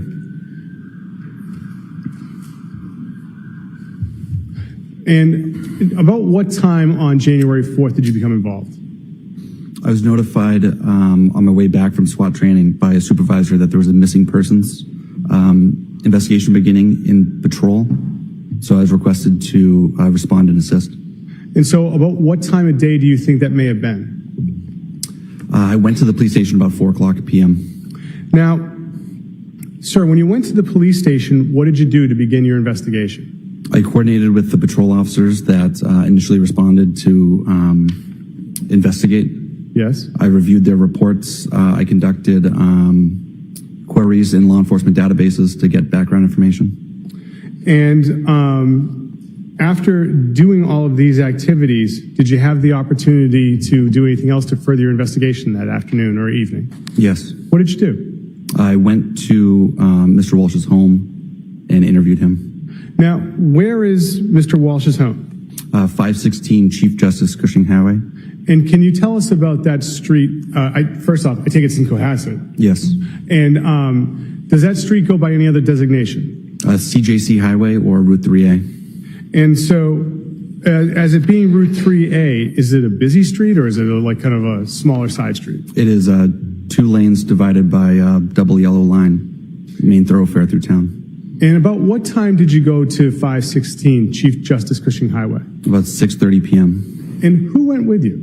Officer Lawrence. And why did you bring Officer Lawrence? He was the initial patrol responding officer.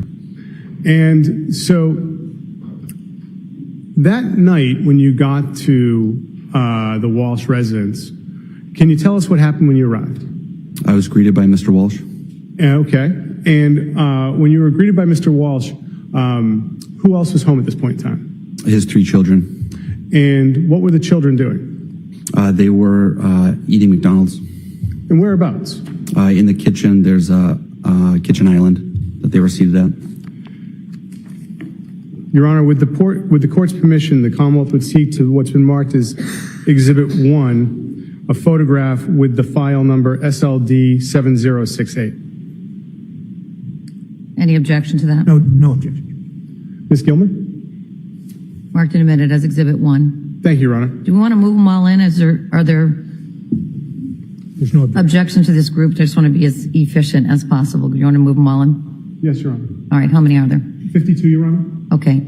And do you have an index of what their designation is, or can you get that to the court just so that we have a record of that?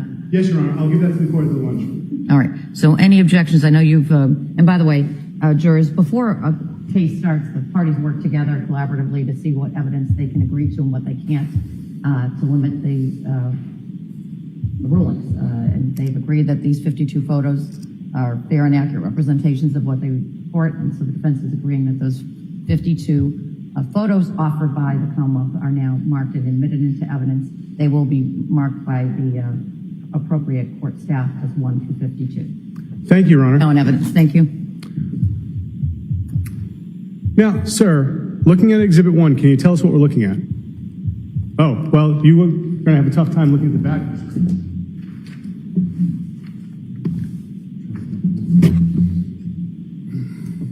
If I could, sir, I'm going to ask that you could put that as close to the judge's bench as possible. Oh, sorry. So it's not blocking any view. Sure, sorry. Thank you.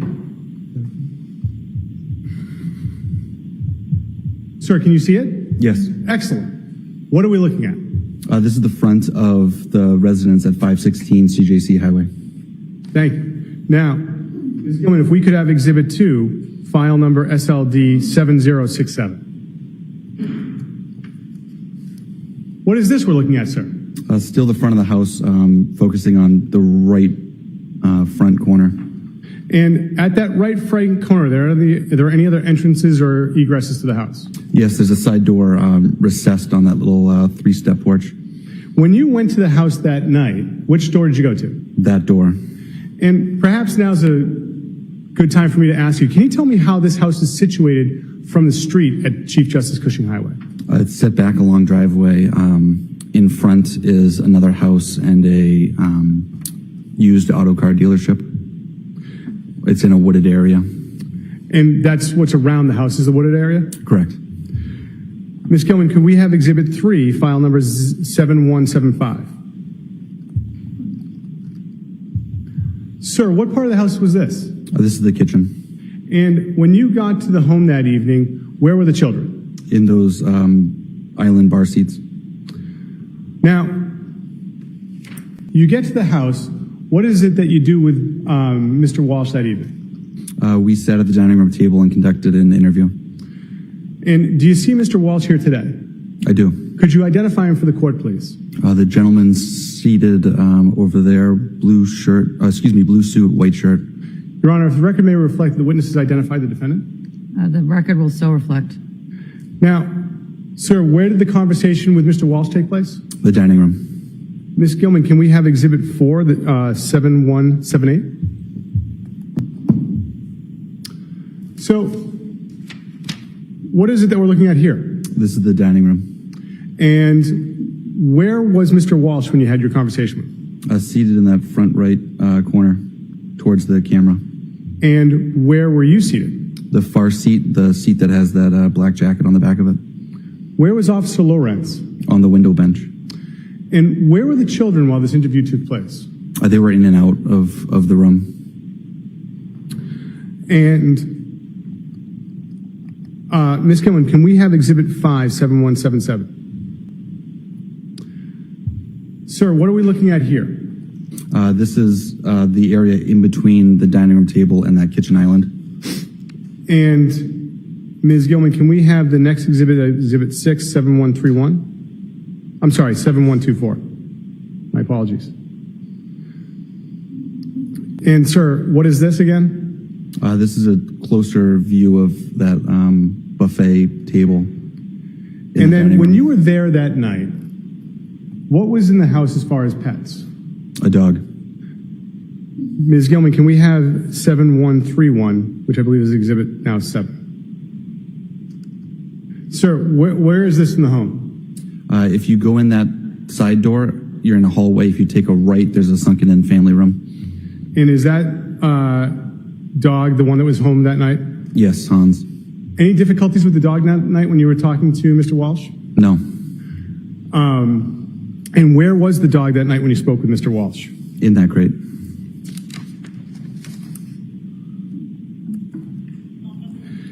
Your Honor, at this point in time, the Commonwealth would seek to play the interview of January 4th. I have not marked this as an exhibit yet, but I have it on the individual drive. All right. Subject to the objections that have been preserved.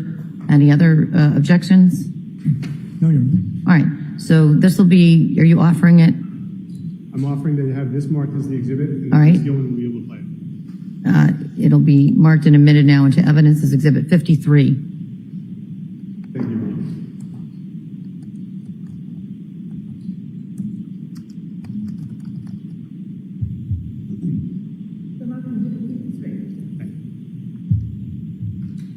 Your Honor. Now, Exhibit 53, you've had the opportunity to review that, correct? Yes, And does that fairly and accurately reflect the conversation you had with Mr. Walsh that night? it does. Thank you. At this point in time, Ms. Gilman, I'd ask if you could press play on Exhibit 53, the interview from January 4th.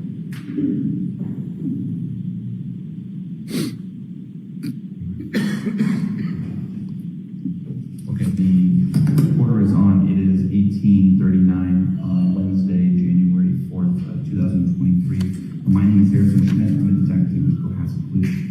Present here is Officer Lawrence and Sir Brian. Could you state your name for me? Yeah, Brian Walsh, Brian Walsh. Okay. Brian, what's your date of birth? 13175. Okay. And we're at your home, 57175. 516 CJC Highway. Yes, it's right now. Perfect. So could you do me a favor? I know you've explained a lot of this today. Could you just do me a favor and just start at the beginning? So I understand your wife, Anna, she travels a lot for work. She's in DC for this brand new job she got. Okay. And we're to follow shortly, but it's taking longer. Awesome. So starting most recently, she was at work. One second. Yep. It's okay. Can you please let me finish this and I'm going to get you whatever you need, please? Yeah.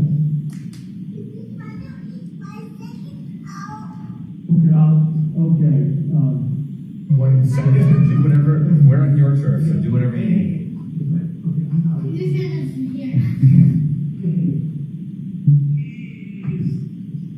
Thomas, you guys will behave. Thank you. All right. Yes, go ahead. So most recently, so Anna, it's my understanding that Anna came home on, was it Friday? Friday morning she arrived. Yes. Friday morning she came home. Okay. And she flew from DC to. Yes. I can show you she sent me that information. Sure. I would love to.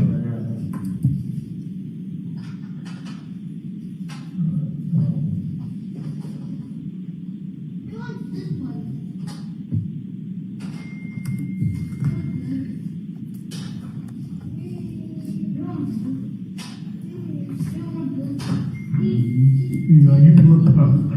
Yeah, you can look through all of them, but that was the last one she sent me. This is That's word text. no. She texted me so I would know when she was coming in. I'd Yeah. asked. So this is your text. Yeah, my text chain was on it, so you can look. You can take a look at that. Whatever you want to do with that. All right. So it looks like on last Thursday at 7:36 p.m. There's a screenshot of the JetBlue app, and it's a travel itinerary. It's a flight B6254, dated December 30th, from DCA, Terminal 2, gate C28, to Boston, Terminal C, gate C33. So it departs at 6:30 a.m. Arrives at Boston 7:57 a.m. And then do you mind if I just look at? Please look at anything that's going to help you. Please look at anything. She sent me some. She had a day with Thomas, and she sent me some videos of that. And then you'll get into the area where I start texting them to me. And if you want to look at it, there's probably a year's worth of text there. If any of that is supportive, please. Sure. No, I'm not looking to pry. I'm just really. I'm open. Trust me. That's. No, I appreciate it. So Friday around 6:01 a.m. you text flight on time. Right. She responds amongst other things, yes, boarding now.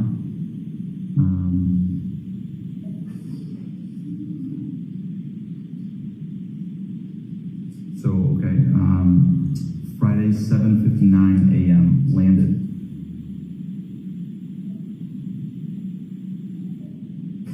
And then it looks like Friday 12:07 p.m. Photos of Anna and the oldest Thomas. Yeah. 6 years old, my man.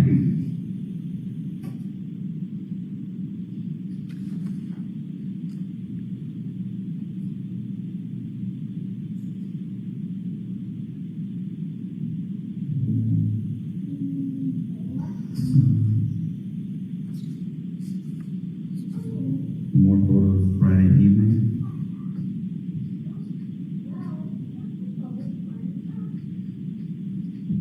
Did you take these photos? I took that photo. You took these and sent them to Anna? She usually would just send them to herself. Okay. Yeah. Oh, so She'd take my phone and send them to herself. Okay. The ones that she liked. Very good. Okay, I know it's exciting for you guys.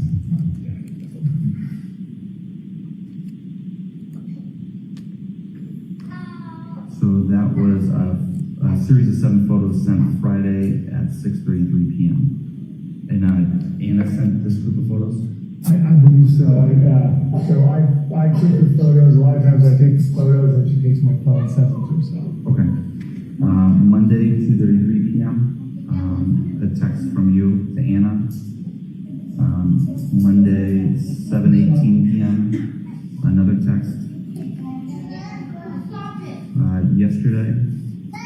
a text. 6:39 a.m. Continuing to 8:30 a.m. Usually she'd be back in touch with me at this point. Okay. What's Viber? Calling you in Viber now? Viber is what her sister uses. That's how it's like a WhatsApp or something. Oh, okay. So Viber is from a long time ago. She would use that to communicate with Europe and stuff like that. So when her SIM card died last week, she called me on Viber. So I thought I'd call Viber. Okay. Sister uses it. So I tried every sort of situation I could to get in touch Okay. before blowing the whistle or ringing the bell. Or whatever. Sure. Did the SIM card issue ever get resolved? I believe so. Her phone was working when she came here. Okay. It's my understanding that it's a company phone. Yes, yes. Okay. So, And it's on Verizon, if you know. no, so we're on Verizon. I don't know what the company is on, but I know that she was part of our family plan, and then she just ported the phone over. She brought the number over to their system. Well, she took the phone over. Okay. So like that was canceled and was moved over. Okay. But I think she took the number as well because we didn't change numbers. Right. Okay. So she took the family plan number And the phone. to work, and then work to start paying for it. Yeah, basically. Okay. Yeah. Excellent. I guess they call it porting it over. Important. Yep. When one carrier picks up the other carrier. Yeah, but I think they don't use Verizon. Okay. T-Mobile maybe. Okay. Okay. So she flies in. I see the text around 7 a.m. How does she get from the airport to home? Yeah, Here? she always Uber or Lyft. Uber or Lyft, Yeah, okay. and Uber was one of the two. Okay. And then so she gets dropped off here. Yeah, she, usually they drop her off further down because no one can find the place. So, Okay. but that's pretty much it. Sure. So That's why I was in contact. When she's arriving, there's more contact than when she's going to DC. Normally, like, she's off pretty quick. So, yeah, work, right. work, So if it had this been reversed, it would have been a totally different situation. But I heard from her, I would know what's going on now. Sure. She's supposed to be here, so. sure. Okay. So she comes home Friday morning. Yes. Do you guys do anything together, or what are you doing? What, Yeah, so run me through the weekend if you don't mind. Yeah, with pleasure. I had some when she was running late, so I took William and Brian to kinder care. That's where the daycare is where we picked them up from. Yep. And Thomas was off, so I said, would you like to have a day with Thomas? I was going to go, okay, Thomas. I just am going to do a few errands that I've already scheduled for. And then she was having a good time, and I came back, and then we spent the rest of the day with the evening with the kids, and then we hung out. And Okay. then, she was a bit tired when she came. She wasn't feeling well.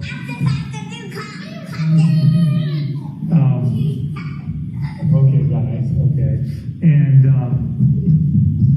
so Saturday was December 31st. She went to work out in the morning, and What's the gym? yeah, it's bar method in here. Bar method? Yeah.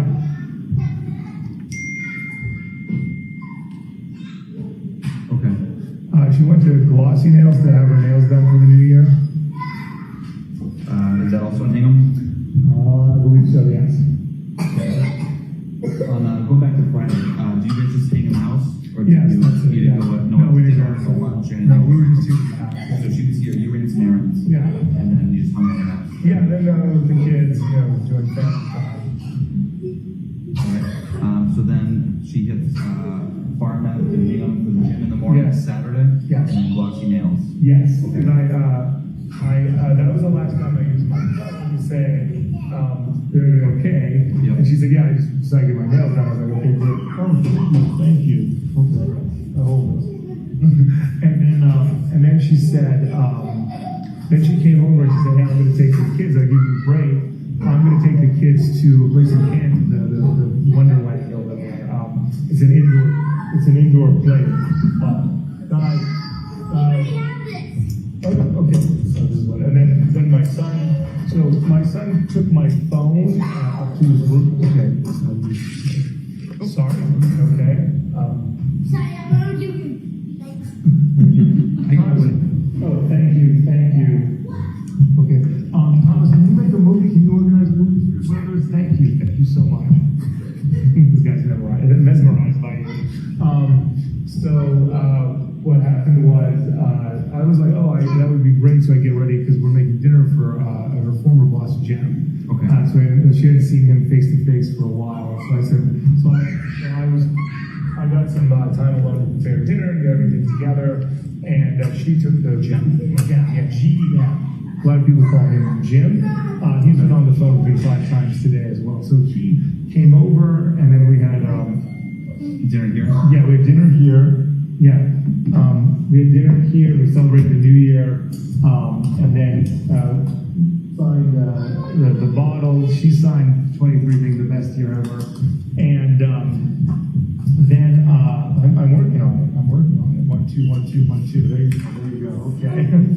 Okay. See, that's how it happens. At that time, I didn't have access to my phone. Okay. So, sorry, he does that a lot. I apologize. He's not supposed to. I think the kids had the phone, right? Yeah.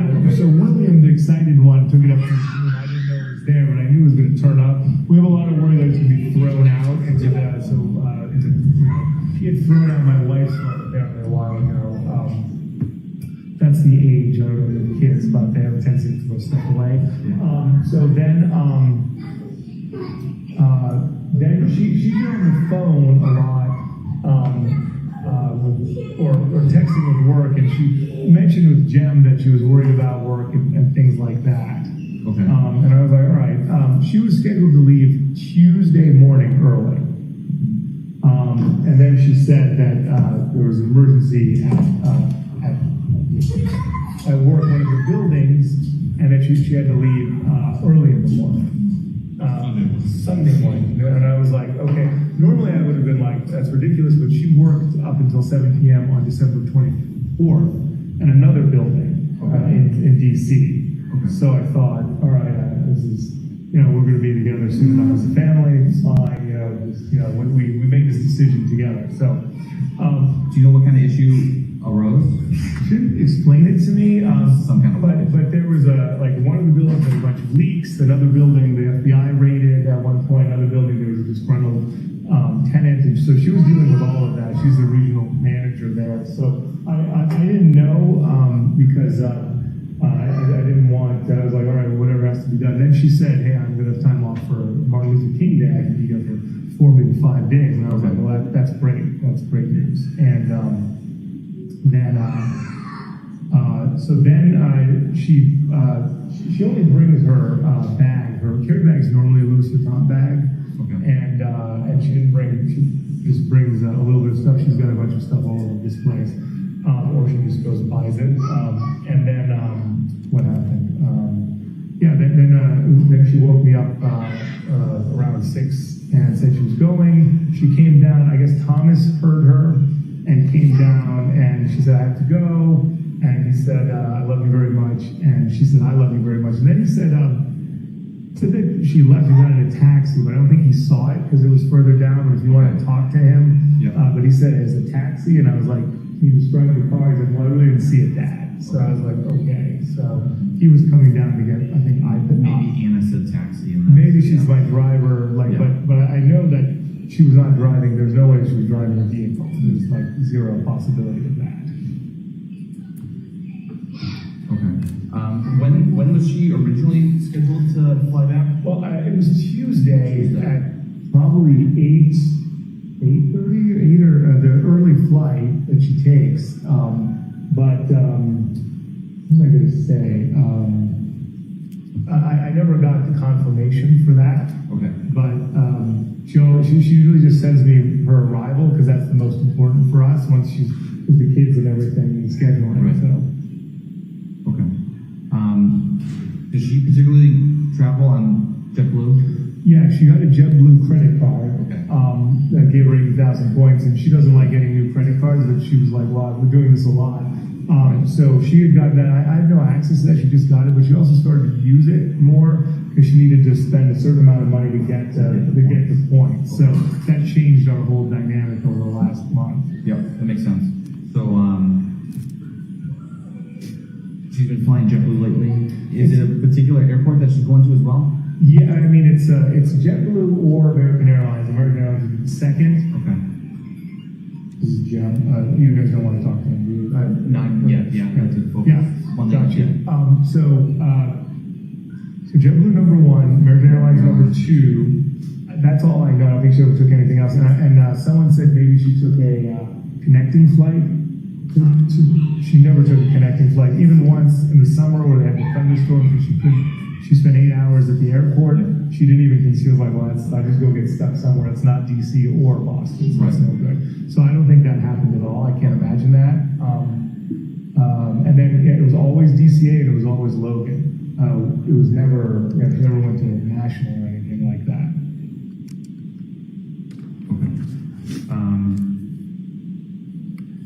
So what, you heard this from William as to the whole taxi mention? Thomas, it was my Oh, sorry, 6-year-old, Thomas. yeah. Thomas. Yeah, William doesn't have it. Yeah, well, that was time. Yeah, William's story would be much more fantastical. Why do you think Thomas was up? He gets up early, and he's always watching. I let him sleep with his iPad, so he wakes up and starts doing that. And then I guess anytime he hears action downstairs, like during when we were having the dinner and celebrating, he came down to say hello to Jem. So anytime he hears something, he comes down. So he must have heard his mother, and he was like, "Oh, great, I'm awake," so he came down. Okay. Because when he was on the couch, I came down and said, "I'm sorry, mommy had to leave early." Yep. And he said, "I already know that, Daddy." I said goodbye to her. Okay. Okay, that makes sense. Yeah. Because I was like, okay, because he was on the couch earlier than normal but he had been off the whole week, so he did a lot of rest. So. Okay. So going back to New Year's Eve. Yeah. So it's you, Anna, And the Jem. boys, and Jem. Yeah. Well, the boys were we put them to bed. Jem didn't get here till 8. Okay. And Anna They're all in bed. Yeah, Anna took them to that indoor play. So totally. Is it Wonderland? I call it Wonderland. It's probably indoor play Canton. It's in Canton. It's an indoor play. But I don't have the exact name. Anna was on top of that. Okay. So it's you, Jem, and Anna. And then doing the dinner. Yeah, and then Thomas came Okay. and hung out, and we heard it was going, and then finally went to bed. Okay. So how did the night progress?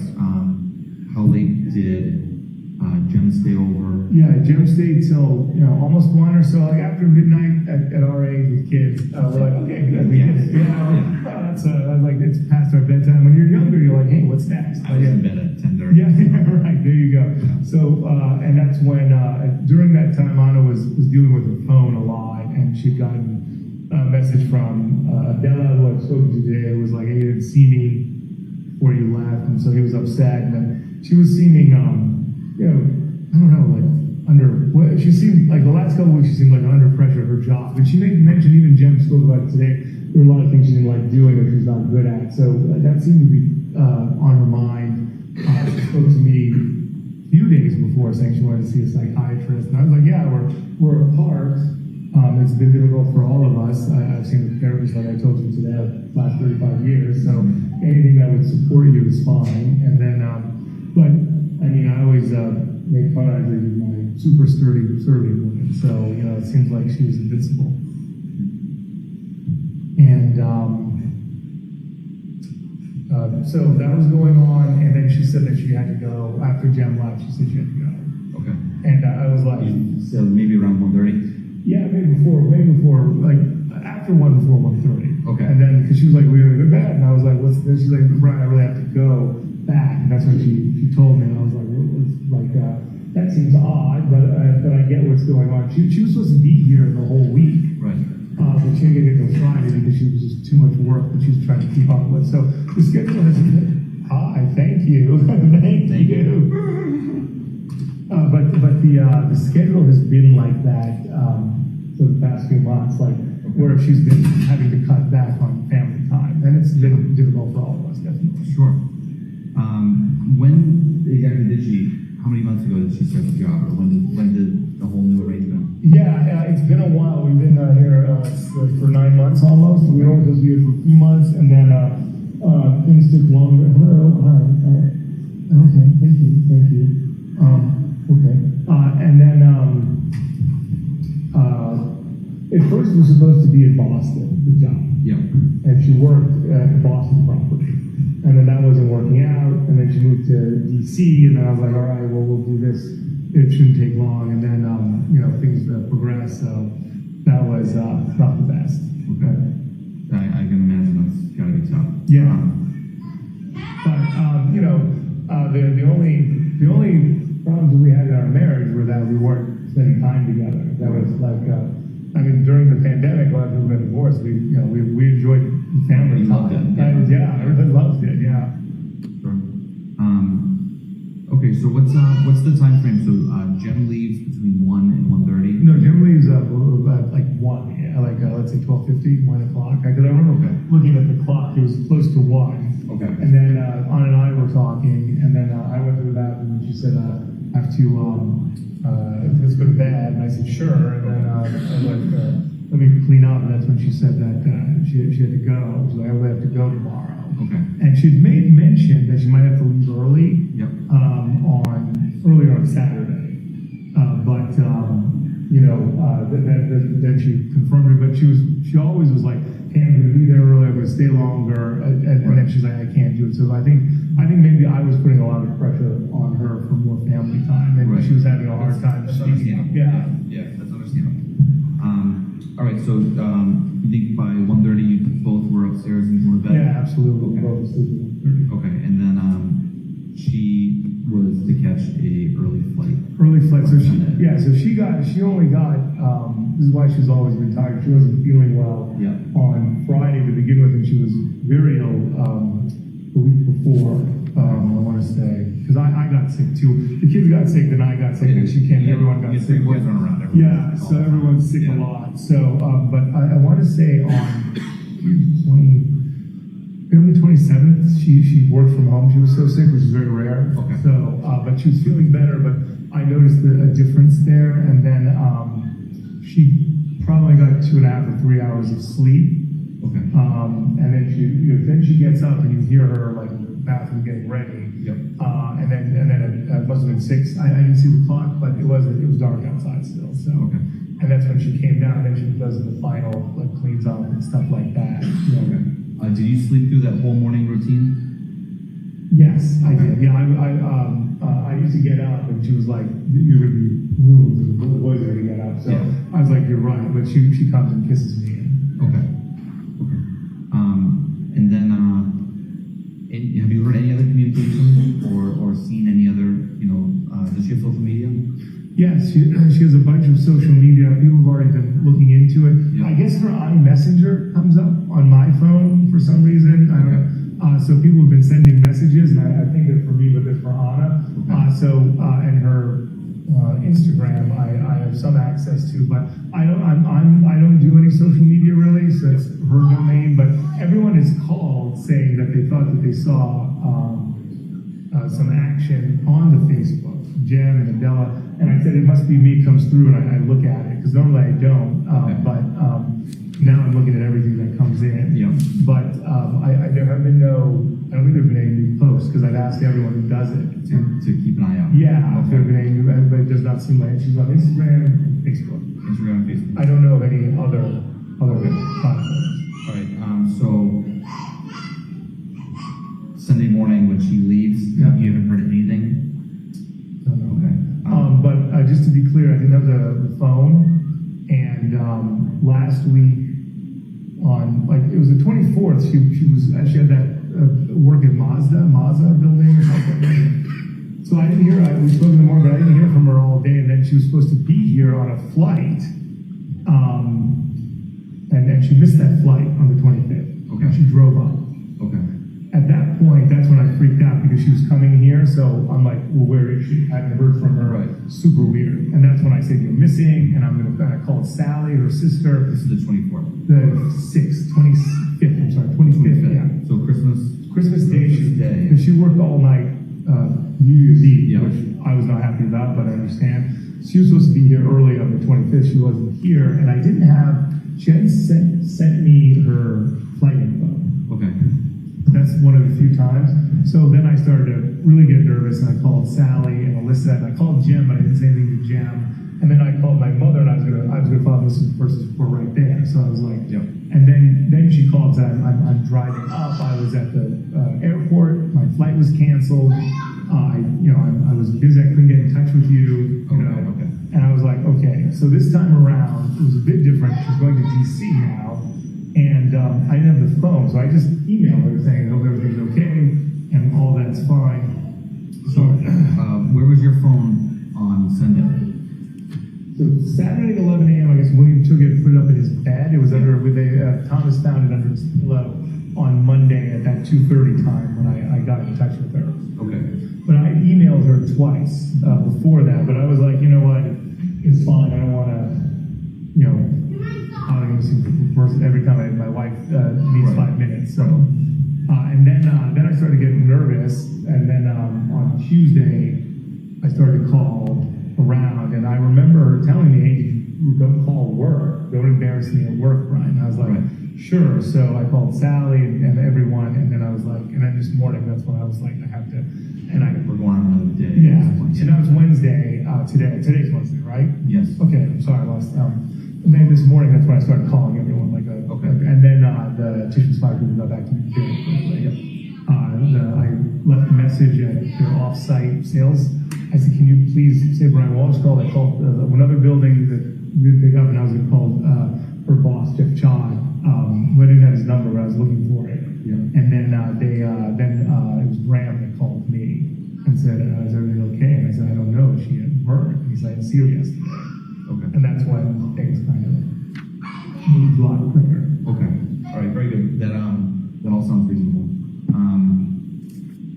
Has she ever forgotten her phone or left her phone here before? She's never left her phone here. I mean, she's pretty good at it. It has happened. Yeah. It has happened, but I don't think she's ever left her phone here. Okay. Does she ever turn the phone off or put it on vibrate or anything like that, or does she always keep the ringer on? No, she definitely turns it on. In the evening we have to. So. Is she on call at times where she would always keep her phone on, or is she okay to just shut it off at night? She would turn on the side. She never turns the phone off though. Okay. So the phone is almost always on. I mean, a lot of times she's running out of battery. That would be my next Yeah. question. Is she one of the types that's always looking for a phone charger? Yeah, no, we have also the kids are destroying them all the time, and so here at the house, she's always looking for juice for her phone. Okay. Does anything else come to mind that we should be aware of? I mean, I talked to my wife. Even though that we've been doing this for a while and we haven't had it, I talk to her a lot, and even if she can't talk, she sends me a text saying I'll call you right back or something. I mean, it's very rare. It's one or two times that I didn't hear from her, and then I freaked out, and then she's like, "You need to take it easy. I mean, it's too much pressure, Brian." I said, "Sure, of course, I understand." Right. And now this time, I feel like I was not high pressure enough. I should have done something more. So my mother is calling and she's like, "What's going on?" She wants to hire private investigators and stuff like that. So I was like, so the detectives class, they're coming. Global, the gentleman at Tissue Spire is head of global security. So Okay. I think we have a good shot here. Yeah. Do you have shared or access to her Uber or Lyft accounts? Or No. does she run her own? Yeah, I don't use any of that stuff. Yeah, I'm driving around, and I never did. It worked out when I was single. My friends would pay for all the Ubers, but Anna was always ahead with the tech and things like that. And since she was, I never did anything to learn about it because I didn't have to. So I was Right. Does she have any family here stateside, or do they live? me and the boys. That's it. Okay. And then her sister is in Toronto. I told her sister you guys were coming, and that she's available to talk. Everyone's available to talk, whatever you want to ask. Okay, anytime. perfect. Appreciate that.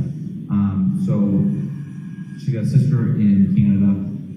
Where's Anna's mother? Okay, so Anna's mother's in Belgrade, and Anna was just there. Her mother has been sick. She was here, and then when she got back to Belgrade, so she went up. She was going to the hospital to do some work. So she and her sister were both there to support her mother at the end of November, beginning of December. Okay, so not too long ago. No. And that's Serbia? Yes, sorry, Okay. yes, Serbia. Okay. And Sally, her sister, called and let her mother know what was happening. Okay. So Any other siblings? it's basically just the three of them. It's her and Sally and Malaka as her mother. Okay. No brother or anything? No, no. Okay. Any like half siblings or anything on the father's side? There is a someone. His name is Milan. He is a cousin Okay. that they share land with, that they've been in a dispute with for, 30 years or 20 years. Okay. And that's been going back and forth for our entire marriage. They had a deal. It just fell apart. They went up to deal with that as well. Okay. Yes, but Sally and Anna do not get along with Milan at all. Okay. But he's that's kind of a tumultuous relationship. Very. And there was activity related to that as recent as early December. Yeah, they had to go deal with the lawyers and they had a contract that was signed 5 years ago, but they had to, cancel it. Okay. It didn't work out. And it's like a land dispute. It's a huge land dispute, yeah. Okay.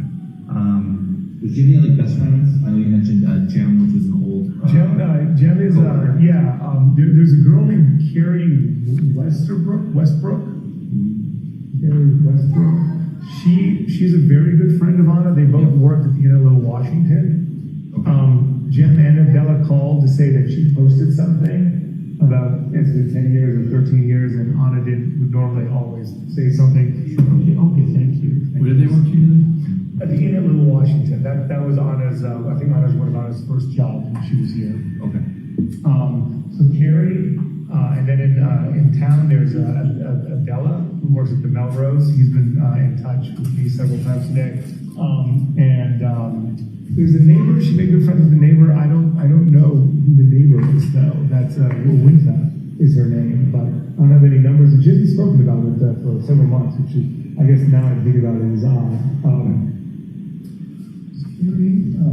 There's Alyssa Kirby. Peter Kirby lives in Marshfield, that's her brother, and Alyssa Kirby lives very nearby. When I called on Christmas Day, Alyssa was going to go over and check on the house. Okay. And that's an Anna call, and then Anna's like, settled down. But Alyssa has, she's like, I can go over to the house. Well, I said, everyone's already been to the house. Alyssa, thank you. And these are DC contacts? Alyssa is a DC contact, Adela is a DC contact, Carrie's in DC. The gentleman who sold us our townhouse, William Fasto, is in DC. And his office is very close by. When I called him, he's like, "Oh, I just got back in from Idaho," but he immediately went over to take a look at the house. Okay. And Bella did too. Okay. Just so I have the dynamic right, you guys started in DC and you came up here. Yeah. The Boston opportunity, and then that kind of brought you back down. Or brought you back down to DC. She was in DC. I was always involved. Like you're going back like from the beginning of our relationship. Yeah. So how long? Like when did you guys meet and when did you guys get married? Oh right, yeah. So we met years ago at a place called the Wheatley. Okay. And then she went to DC for a job, and I was traveling, and then I called her in November 2011 to say, I'll be in DC, and then we met up, and we started going out again, and then in 2013 we lived together in DC, and then that wasn't working out, and I came up to Boston, and she quickly came back after. Okay. And then we were in Boston since then, and then she got this job in DC, and she said, I'm going to go back to DC now as it works out. And I said, sure. And then but we were in Boston for 7 or 8 years together. Okay. Do you have any, does she have any other phones, or is it just that one work phone, or like an Apple Watch, or anything? She wanted to get an Apple Watch, and we were actually getting one. I don't know. I didn't see, she would have told me, we talked a lot, so I don't think she was talking about getting another phone and an Apple Watch. I don't know if she got the Apple, the extra phone, but I was wondering if she had a second device as well. Okay. But she normally likes to just have one device. There have been times over our marriage where she's had two devices though. Okay. Is it who's typically in charge of either the finances or the accounts? Anna's very good at that. I like we do it together, but when it comes to being on time paying the bills, she's much better. Yeah, much better at that stuff. So okay, great. With me, like more broader advisory, like let's do this, let's spend money on Sure. But no, she is an operations expert. That's like Perfect. Logistics, that's her thing. Perfect, yeah. Okay. How about, if you don't mind me asking, like overall, like financially, is everything good and in order, or Yes. are there any stressors, or you know? Yes, yes, definitely. Okay. Well, financially, in some ways, better than ever. This job was 3 times what she was making with Jen. Oh wow. That's why I think she did 315 this year. Oh, wow. So that was huge for us. Sure. And then, yeah, definitely. So that's why we decided to do the deal. But I've been having legal problems for many years now. It's one of the reasons why I couldn't leave, because I'm dealing with that now. And it was supposed to be done a long time ago, and it wasn't. So we've been really depressed about that. And there is restitution that I get to pay, but we have the money, and we're just waiting to get a final resolution. So the stress was being a part and not being the authors of our own lives. I couldn't move when we had to, and then our mothers have both of their health is a bit difficult, so she had to go to Belgrade instead of coming here for 2 weeks. Right, and that was a hard hit. And then my mother, she needs a lot of assistance. She recently had cataracts, and she's had 3 cancer surgeries. So I'm sorry. she's doing well. So thank you, knock on wood. Yeah. But those were everything okay, Thomas? Okay. This is the whole time. But yes, the biggest stress was not being together. Before, when I was dealing with it, we were together. It was fine. It just it was one of those, we were a magnificent team. We were able to get through anything together. Right. I was reading her a love note just the other day from 4 years ago about how we're able to blossom under such difficult circumstances. So Perfect. I appreciate you being so open. yeah, Is it okay if I ask about? please ask any questions you'd like. The legal stress? Absolutely, yeah. So, do you have a specific question, or would you like Just a rundown of, what? Yeah, I misrepresented a Warhol piece. You could read about it in the papers. Are you an attorney? Or what's your representation? No, I was. I don't even know what you do, I'm sorry. Oh, sorry. Yeah. Well, we have a chocolate.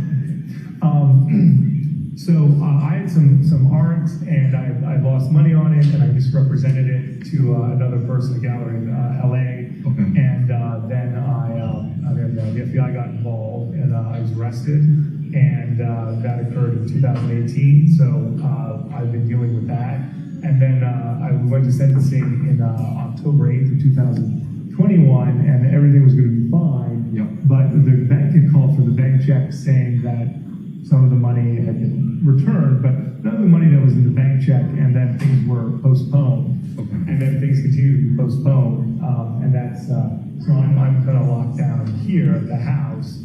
Part of my sentence was home confinement, but it's gone over the 12 months because of things have not been resolved yet. Okay. And that's why I've been able to be in Massachusetts with, I'm sorry, in DC with my wife, and she's been doing this. So, but we were just the other day there was possible resolution for the whole thing. Perfect. Obviously, let it be the time. That's what we're looking. But the prosecutor definitely. We can make nails. I will. Give me one moment. I'm going to make the note for you. But the prosecutor definitely was interested in more, and we saw a second opportunity at the Apple. So that's why things have taken a lot longer. And but that's where we're at. And if there's any other information, you can I'll give you my attorney's number. She can also tell you about it. She can probably explain the law better than I can. But I was I acknowledge I was out of integrity, and I'm thank you. And I'm dealing with the whole family. Unfortunately, is dealing with it because of my actions. So, we're not here to catch judgment. No, it's but I just I know. I was. No, I want to get a whole picture. I don't want to hide anything from you, because if that could lead to finding my wife sooner, that's the most important thing. Right. Yeah. So I just. But it's I do want to acknowledge extremely stress or anything like that. But it's extremely embarrassing for me to talk about. But I'm under these circumstances, it's worth it. We're not here to judge anyone. Thank you for that. Thank you. Is there any, but please, if you have any other questions, please ask me. This is, don't hold back. She obviously has a passport, right? Yes, yes. Is her passport still here? No. Is that something she normally carries with her for traveling, or? Yeah, I would say yes, because what happened was she lost her ID at one point. Yep. And now she had to start carrying her passport. using that as- Yeah, but now she always carries her passport. She brought, William does not have a passport. Thomas and Brian do. Okay. And when I got nervous about, not seeing her and stuff, I was like, hey, whoever is with the kids should have their passports. It's the only form of ID. Also, my mother wanted to open an account for Thomas, and so the only way to identify him properly. Sure. So she brought those passports here, and they're here now. Okay. Is she on any medications? Not that I know of. She just so for health, I'm out of shape, but she's in great shape. But she we had a bit of a cancer scare last year, but they biopsied and said it was fine On her side? On her side, and but she kept saying that she felt that she was pale recently, and I said it's because she hasn't had a lot of rest. She'd be working hard and flying. Okay, and flying in, and then when she gets here, it's not restful. The kids are like, so I would give her some weekends off and say, hey, stay in DC. I'll take care of the kids. You've got to get, because she's here the whole weekend and leaves early in the morning for work, and then now her work schedule really, when she got back, the work schedule really got very tight because she'd taken 2 weeks off. Okay. So we really didn't have any time for the holidays or anniversary, so it's Sure. sad. So, you're not aware of any medications, any other health issues or anything coming up? The one biopsy? No, nothing. I mean, it's very unlikely that she would hide something from me. Right. We really talk about everything, and no, I can't think of that there'd be anything else. Okay. Luggage wise, she probably has a full set of clothes in DC. Oh yeah, and most of my clothing's in DC too. So the idea, she thought it was going to take a month or two to get there. Yeah. It's taking a lot longer. So, we had to buy stuff just to like everything. We keep having to buy new stuff. Up here. Okay. So, I assume she travels light. Very light. Okay. Yeah. So one time she just brought her purse. Yep. And then this time she brought up my heavier coat because I was getting cold. She said, so she brought her little carry-on. Okay. And But you had a coat in DC, so she brought your coat up here? Yeah, because I was wearing this light coat, and she said, "Come on, I'll bring it up." And I was like, "All right." That makes sense, sure. But that means she has to bring more luggage, and I felt bad. She's like, "Don't buy a new coat, don't get cold and get sick." So. Right. So, you described the carry-on? Absolutely, it's a Louis Vuitton carry-on. It's like a big purse, like. Well, I know it's the duffel bag, the Louis Vuitton duffel bag. Yeah. My mother actually, she wanted me to ask the Washington police if they saw that bag at the house, because if that bag was there, I think she's definitely at that. She'd been at that house. What color is it? It's the brown, the classic, yeah. With all the shades. Yeah, On with the the first guy. I mean, I had to become what my wife is. Yeah. Yeah. Any like memory issues?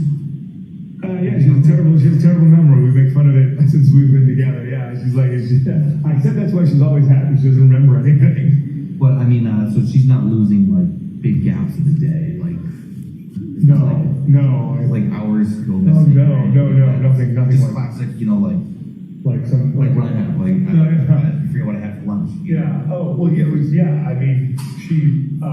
But that's the joke it always made. It's like, well, I don't know. She was always. That was always the thing. Or even, further back, I was the one who had the memory of everything. Okay. But I told her it was good. I could repeat stories, so it'd be a fresh marriage forever. It was good. I like that.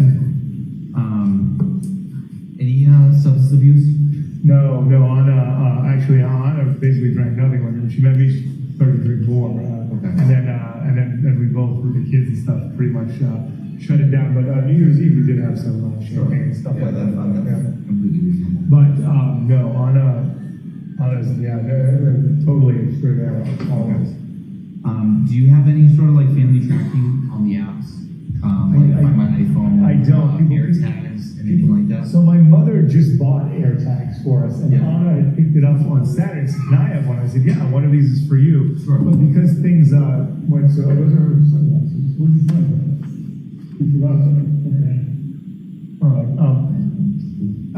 But because she left early, we're going to do a lot of work for the new year and stuff, and she was going to be having an AirTag with her. Okay. My mother was like, I'm going to have to have an AirTag, you know. And, Yeah.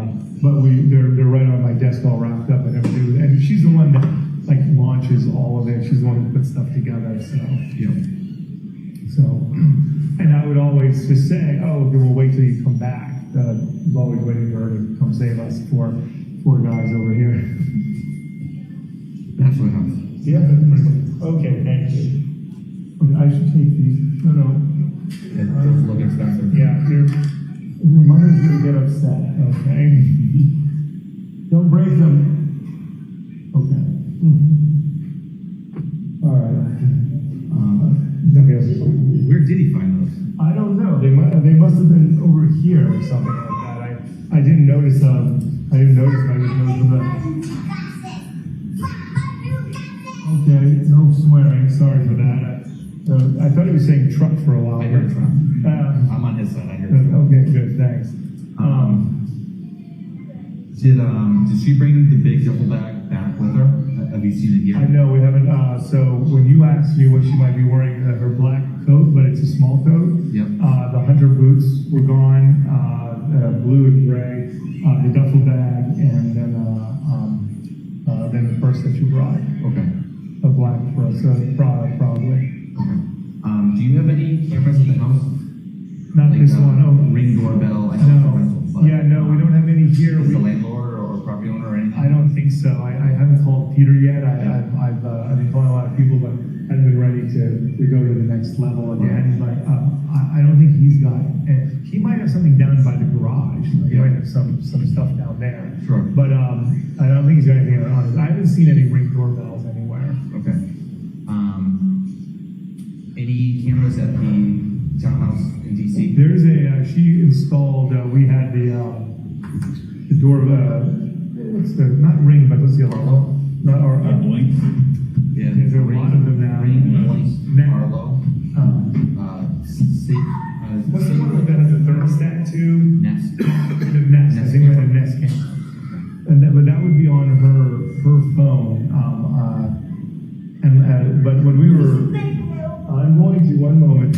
When we were at Jerusalem Road, we had three. So I'd be out playing with the boys, and she'd call or she'd talk through it and stuff like that. So she's very good with that. Yeah. But no, I just not here. I'm sorry. Okay.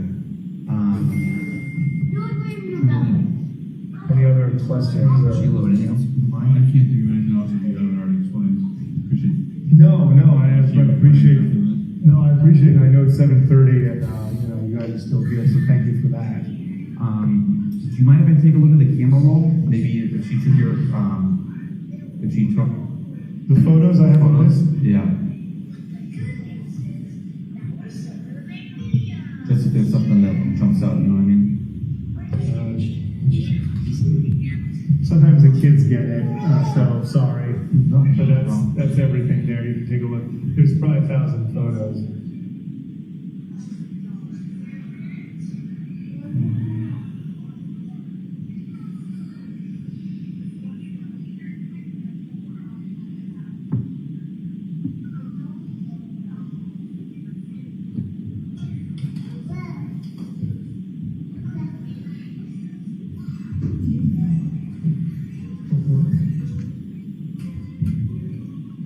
Glasses back, please.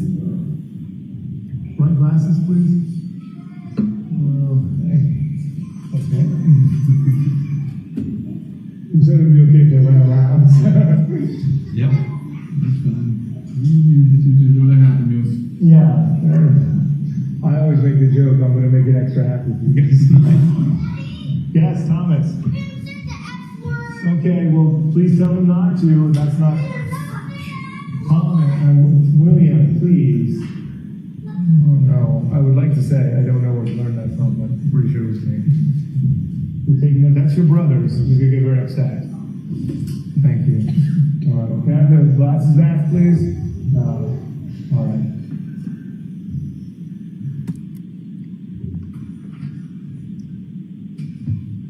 If you don't mind me asking, what kind of errands did you run on? On Friday. Yeah, basically I just went down to see a friend of mine, Paul Fleming. We hadn't seen each other in a while. Yeah. And then, brought back some of the stuff for New Year's meal and things like that. And trying to think what else. Where was that? Where did you meet him? It was in Boston. Oh, nice. Yeah, in Kimball Square. What?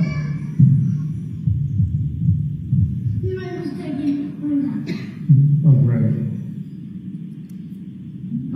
Thank you. Yeah, and if you, anytime you want to go through this, feel free. Sure. It's so No, weird, like my was- whole life is like on this thing. I'd be like, here's my life, go enjoy it. Yeah, I just looked. I saw the photos from the area. Oh, great. Yeah, of your wife and the boys, Oh, okay, yeah, the same, yeah. and that was a Friday. I'm trying to think, I also went to, I had some interview banking stuff to do, so that was the other thing. Sure. Okay, thank you. Do you mind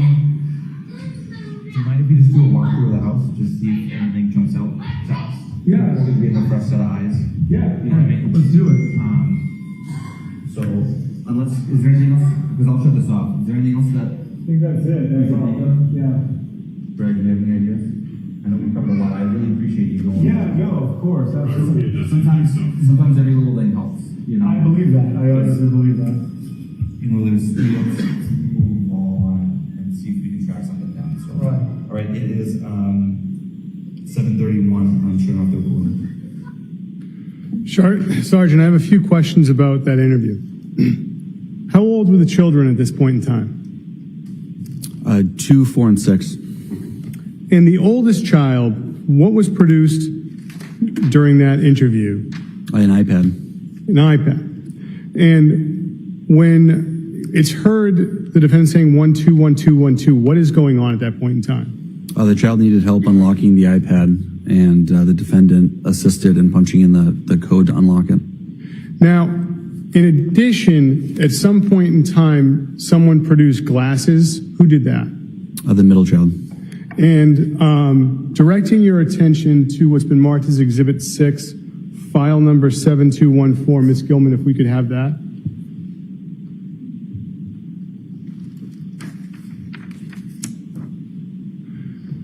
Sergeant, did you see the glasses there in that photograph? Yes, there were ladies' glasses there in the black case underneath the mirror on the counter. Now, after or during the interview, he showed you his phone. What did you look at on his phone? Text message thread between him and Anna, and the camera roll. And what did you see as far as travel arrangements? There were screenshots of the JetBlue app that Anna had sent him for the flight from DC to Boston. So at the end of the interview, there's mention of doing a walkthrough. What did you do next? We concluded the interview and began the walkthrough. Okay, and so what is a walkthrough, sir? We just went throughout the house to see if anything jumped out or seemed important. Ms. Gilman, can we have Exhibit 8, 7115? So, sir, what part of the house was this? This is the front of the house that it's not the front door, but it's like the primary access door to the right. Ms. Gilman, can we have Exhibit 9, 7120? Now, where are you in the house at this point in time, sir? If you go into that door from the last photo, you're in a hallway. If you look left in that hallway, this is the entryway into the kitchen and dining room, that open floor concept. And Ms. Gilman, if we can have Exhibit 10, 7122. Where is this in the house, sir? If you go in from that outside door and you look straight from the hallway, that's the first floor bathroom. And what is inside the first floor bathroom besides the bathroom? Washer and dryer. Ms. Gilman, Exhibit 11, please, 7169. And I take it this is the washer and dryer inside that first floor bathroom? Correct. Could we have Exhibit 12, file number 7137? Where is this, sir? If you come in that same door, that hallway, if you look right, there's a sunken-in family room. And what is at the back end of this sunken-in family room? There's a staircase that leads up to a single bedroom. Could we have Exhibit 13, 7138? Where is this, sir, in the house? Those are the stairs leading up to that single bedroom. Exhibit 14, please, 7140. Now, where is this in the house, sir? This is that single bedroom on that right side of the house. What access does this bedroom have to the rest of the house besides going down those stairs to the sunken living room? None. Could we have the next exhibit, which is Exhibit 15, 7141? And where is this, sir? This is the same bedroom. Could we have Exhibit 16, 7152? What part of the home is this? This is that sunken-in living room. This is the closet door beneath the staircase leading up to that single bedroom. Did you have the opportunity to look inside that closet? I did. Could we have the next exhibit, Exhibit 17, 7153? Is this how the closet appeared, sir? Yes. Now, can we have Exhibit 18, 7165? Where is this, sir? This is the hallway as you enter through that door. So that door would be to the left, bathrooms to the right, and then the kitchen dining room straight. Could we have Exhibit 20, file number 7235?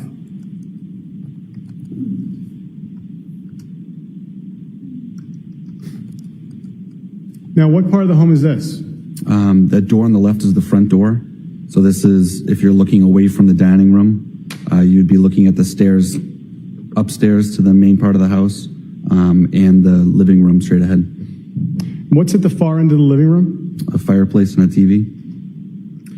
And if we could have the next exhibit 21, 7236. Where is this, sir? That's a close-up look of the living room with the TV, the fireplace, and the bureau. Exhibit 22, please, Ms. Gilman, file number 7237. What part of the home is this now? Still right in the living room. It's the stairs leading upstairs to the main part of the second floor of the house, a view into the kitchen and the backyard. Now, are there any other rooms by the kitchen? To the left edge of this frame is a small office. Could we have Exhibit 23, file number 7246? What is this, sir? That's the small office.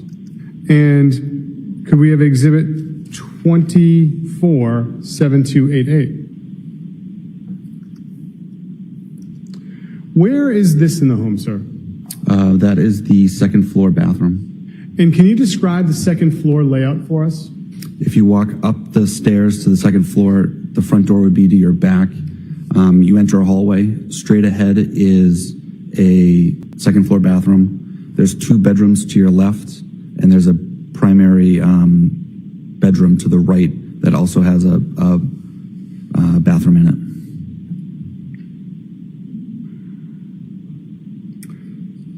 Could we have Exhibit 25, which is file number 7298?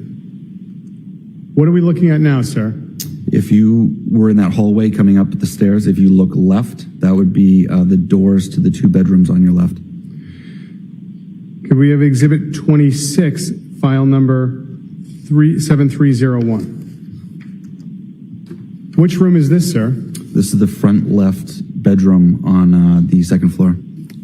And who is residing in this bedroom? The defendant. And, sir, what is in the drawer next to the bed? Some sheetrock or drywall from the ceiling. Could we have the next exhibit 28?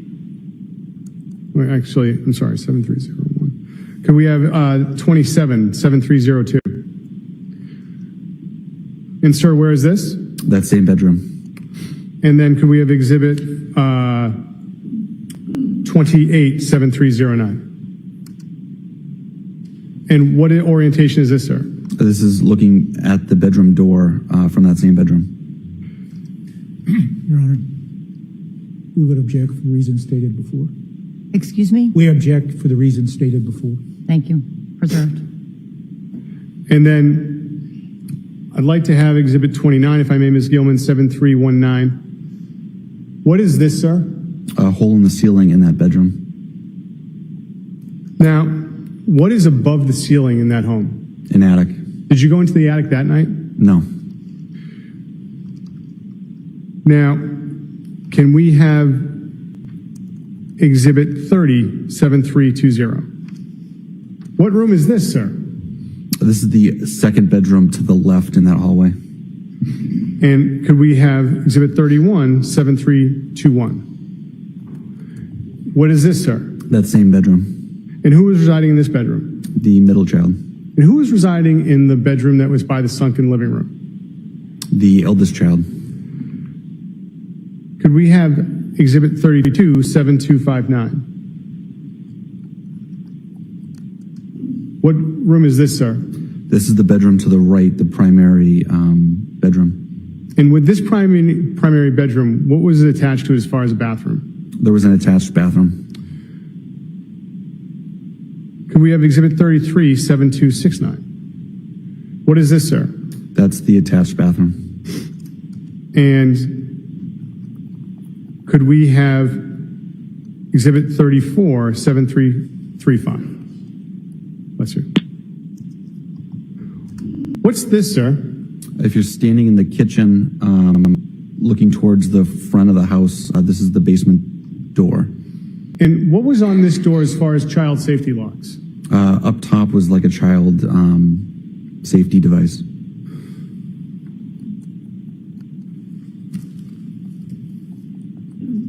Could we have exhibit 357336? Where is this, sir? That's the doorway from the last photo looking down into the basement. Could we have exhibit 367340? Where is this, sir? If you go down those steps and you look right, this is the view of the basement. And could we have exhibit 37, which is file 7343? And where is this? If you go down those steps and look left, this is the view of the basement. And then could we have exhibit 387557? Where is this? Those are the basement steps. Now, what access did the basement have as far as to the outside of the home? If you come down those stairs and look right, there's a outside door that leads to the left side of the house. Did you have the opportunity on January 4th to do any examination outside the home? Yes. Could we have exhibit 39, file number 7077? Where's this in relation to the house, sir? This is the left side of the house, so that basement door would be just off frame to the right. And there's a fence there, sir. What's the fence around? That's leading into the backyard and the in-ground pool. Could we have exhibit 40, 7080? And what is this? View looking into the backyard. What condition was the pool that night when you were there on January 4th? It was full of water. The water was dark green and cloudy. It was unseasonably warm that night, and so no ice or anything. And there was no pool cover on it. I'm sorry, I couldn't hear you. There's no pool cover on it. Could we have exhibit 41, 7084? Now, where are we in the house, sir? You're within the fenced-in portion of the backyard, looking at the pool. And how is the pool different in this photograph than when you were there that night? It's drained in this photo. What is, sir, in the left-hand corner, what is that part of the house? Shed. Could we have exhibit 42, 7091? And where is this? This is in the backyard, a view of the back of the house. And exhibit 43, 7092? What about this part, sir? This is the back left corner, if you're looking at the back of the house. And, sir, did you have the opportunity to look at that shed as well? I did.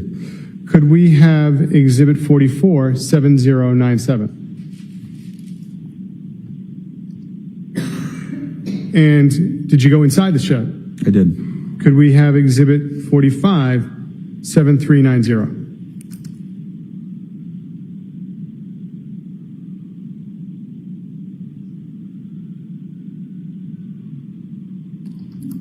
And where is this, sir? That's a view inside the shed. Got a siren going by, sir. I'm gonna let it go.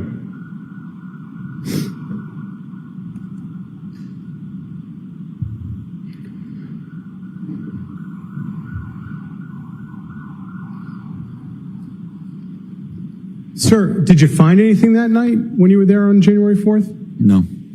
And did you have the opportunity to look at any vehicles that night while you were there on January 4th? Yes. What vehicle did you look at? Volvo XC90. Could we have Exhibit 46, file number 7057? What is this, sir? That's the Volvo XC90. And sir, if I can just ask if you can keep your voice up, did you have the opportunity to look inside the Volvo? I did. What did you see inside the Volvo that night? I noticed the trunk portion of the SUV was lined with plastic sheeting that was folded. And anything else inside the Volvo? In the trunk, I noticed like a maple seedling, looks like a V they spin when they fall from the trees. Now, how long did it take to do this walk around?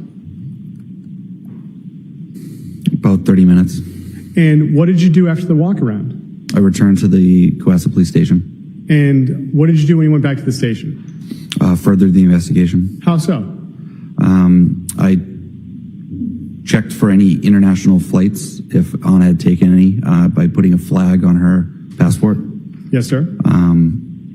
I reached out to the Metro DC Police to do a walkthrough of the townhouse down in DC. Yes, sir.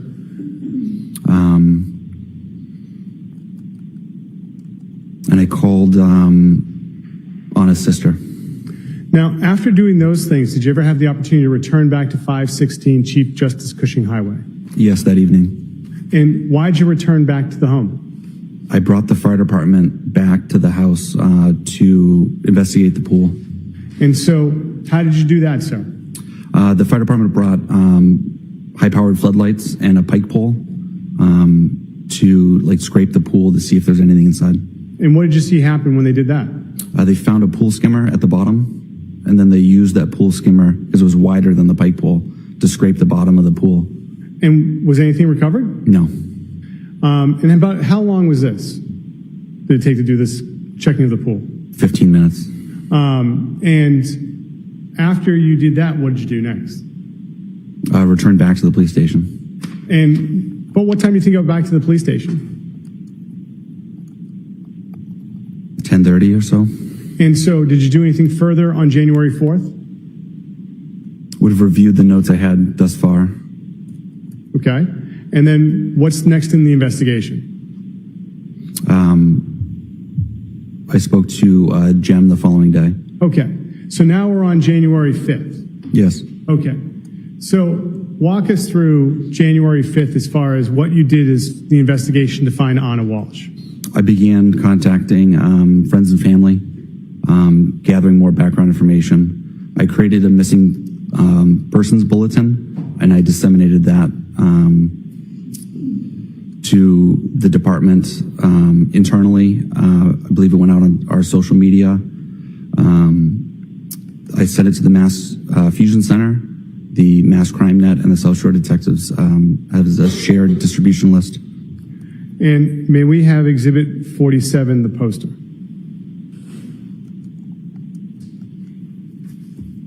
So, sir, this is the poster that you circulated? Yes.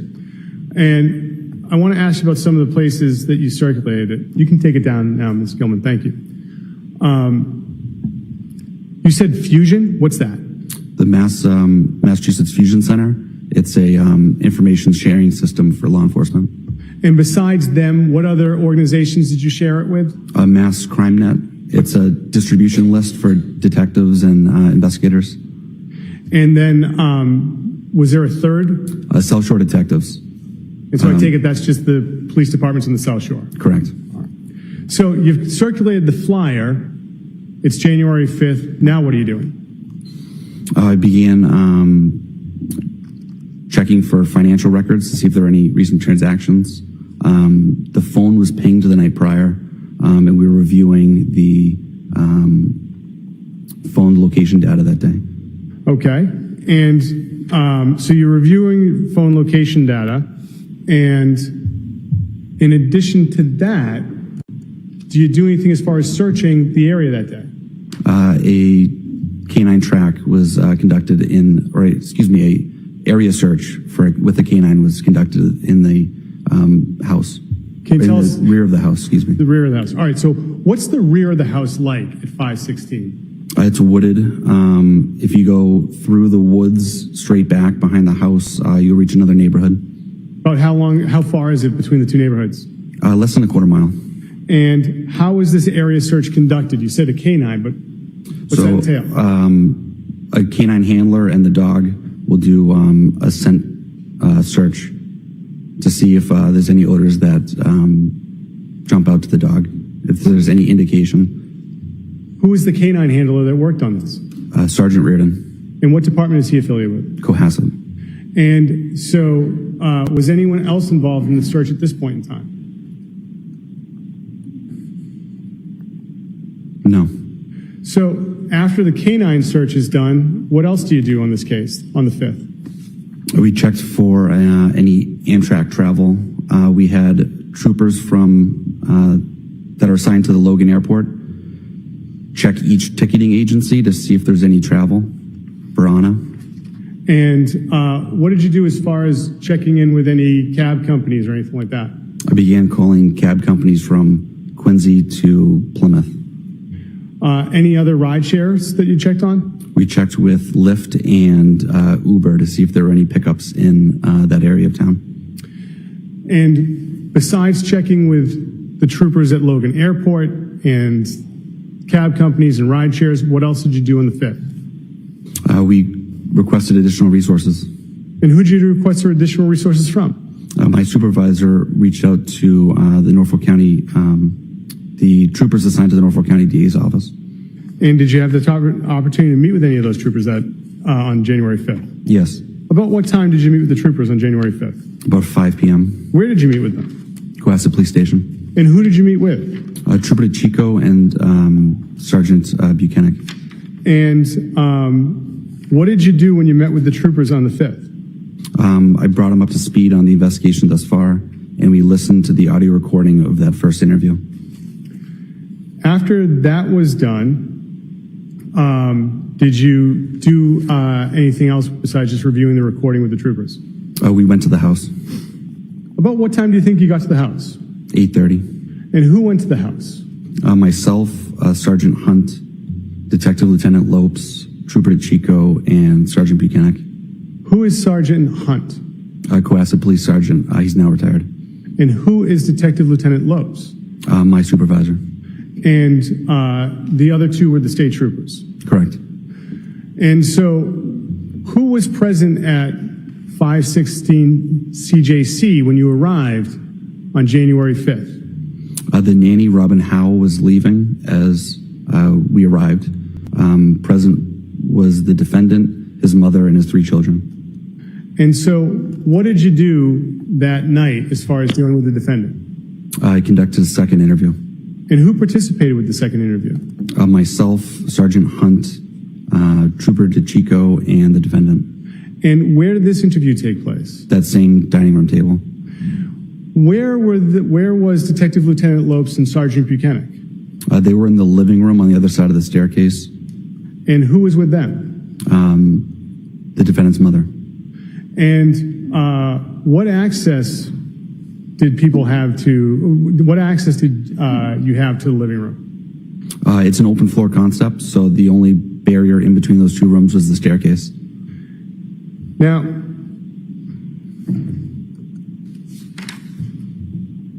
Your Honor, may I have a moment? You may. Thank you, Your Honor.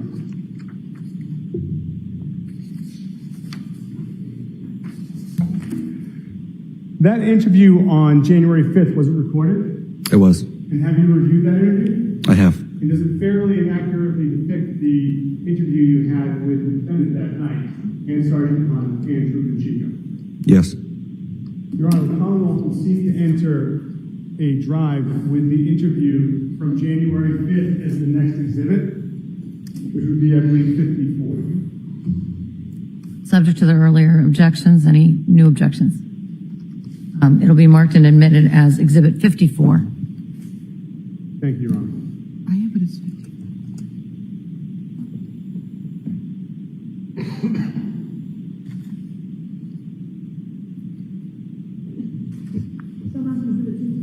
Thank you.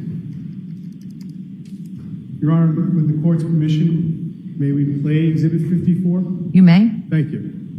Ms. Gilman, could you play the interview from January 5th? Thank you.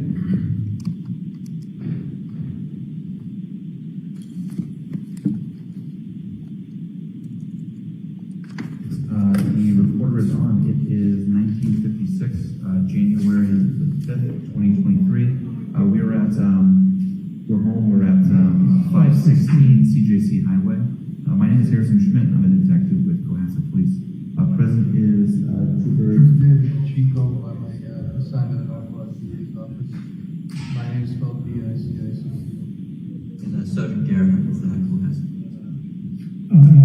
Brian. Beautiful.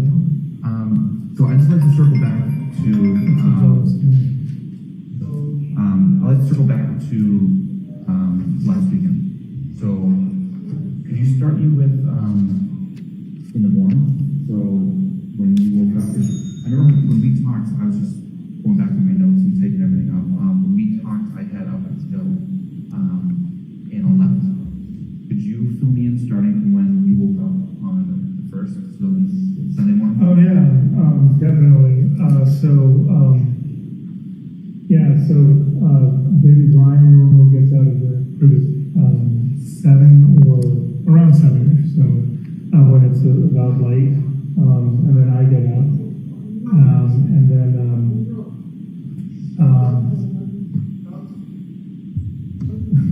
sorry. No. And then I get the day going. I'm supposed to change William and Brian in the morning. I didn't. I'm 50-50 on 100%.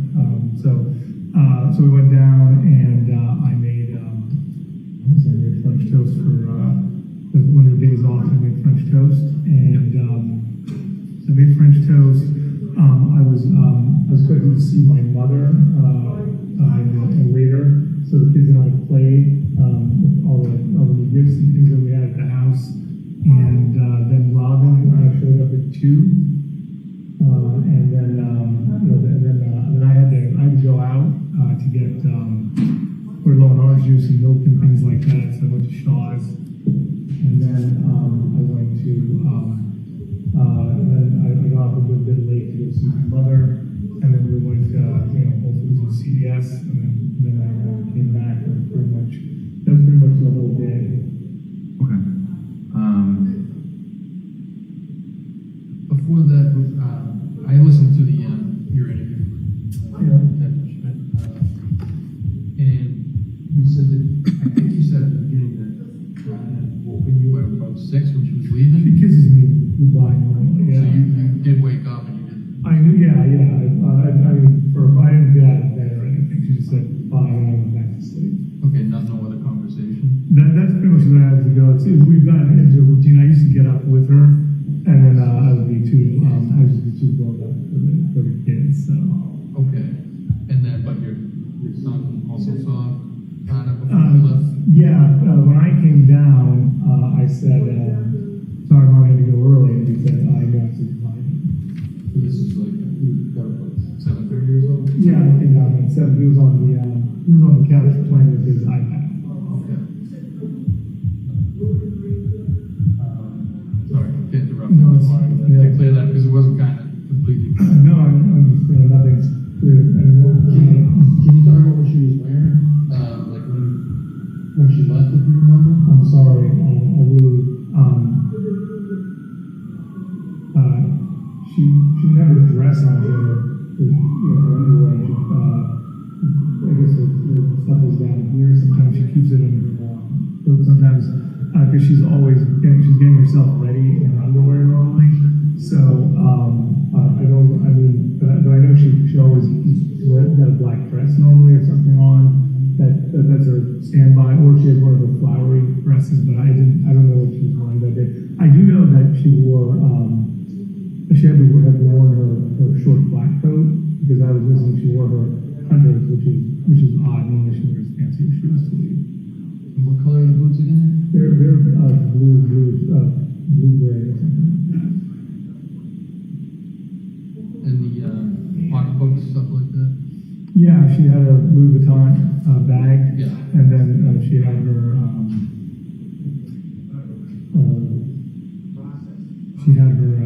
black bag. I think it was Prada this one, but she has like 5 or 6 Prada bags. You're confident that she took that with her, like that hasn't turned up and No, I was here? the only thing that turned up was when you were here last night at Tiffany sunglasses. Sunglasses. Yeah, she did not take that. And were you able to track down where she left those, or where She left her sunglasses. Thomas that found them, right? No, William? Brian had gone. Brian was playing with them. Maybe Thomas found them. I think they were right there because they go in there and start like taking stuff. So. Okay. Okay. Sorry if I sidetracked there. Has anything like this ever happened before? You know, no, it's totally this is not a normal thing at all. And the reason why I didn't call sooner, one was that when she leaves, if she was coming here and she was 5 minutes late, I would freak out. And the week before, she was late for Christmas because she, as I said, she worked late for December 24th. Yeah. So I was like, "Are you coming? You're missing." I emailed her and I called people, and she's like, "Hey, I missed the flight. I was canceled. I'm driving up." So I didn't have the phone, and she wasn't coming, so I held off. And then I should have called work on Tuesday and on Wednesday. I don't know. Go ahead. Sorry. So going back to Sunday, you didn't have your phone for the duration of Sunday, is that correct? I didn't have the phone was with I think it was in bed the whole time. Okay. Because Thomas found it. Robin took the day that you just met was up there, and then Thomas, I guess they went in the garbage to look for it because I guess they brought his phone on his phone away a while ago in the garbage. So they were out in the garbage, and then they came back, and Thomas went upstairs to play with Williams, and then brought the phone down. And I think Robin was there, so and then he got a journal for my mother. So and that's when I called. When I got my phone back, and that's when things I got. Normally now you can call. It's been a while. You've had some rest. I don't know what's going on. Right. So I didn't give you the exact what was going on with the emergency. Normally she updates me. She's had several emergencies with the FBI storm crossing at one point. That was her building. Huge leaks in Mazda or TJ Maxx was going to leave, and then there was a disgruntled resident that she was dealing with. So anytime she had one of these big, she debriefs me on it pretty quick. Yeah. Okay. So then, when was it that you got your phone back? I called on at like 2:30 or 3:30 on Monday. Okay. So it was a Monday. You said about 2:30 to 3:30? So yeah, I think it was 2:33 because at the moment I got it, I called. 2:33. Yeah.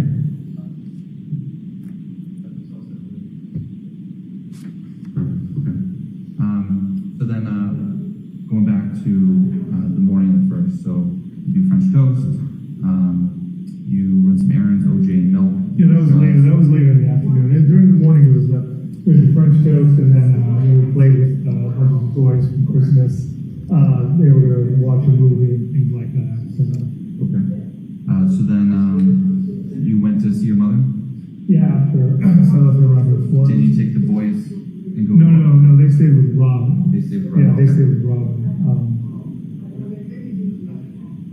But I was considering if Ivana was here, maybe we were all gone, and I was gone, and then some of the things changed, switched up. But we had Robin scheduled for. Okay. So, what vehicle did you drive up? Did I drive up? Yeah. No, I Oh, okay. Where's that now, if you don't mind me asking? It's, so a bunch of people have come to, visit and support, so I couldn't get in, so I parked right out there, yeah. Okay, all right. Yeah. And then, so, the pickup truck, who's that then? That belongs to, Rob. Okay, and then so, That belongs to my mother. oh, okay. Yeah, and then we have other cars in here, and then the press, so. Okay, very good.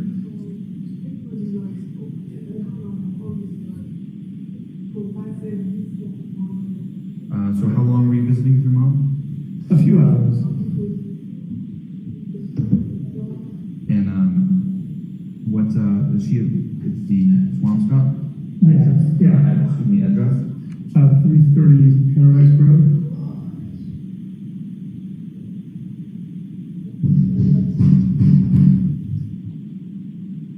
What was that?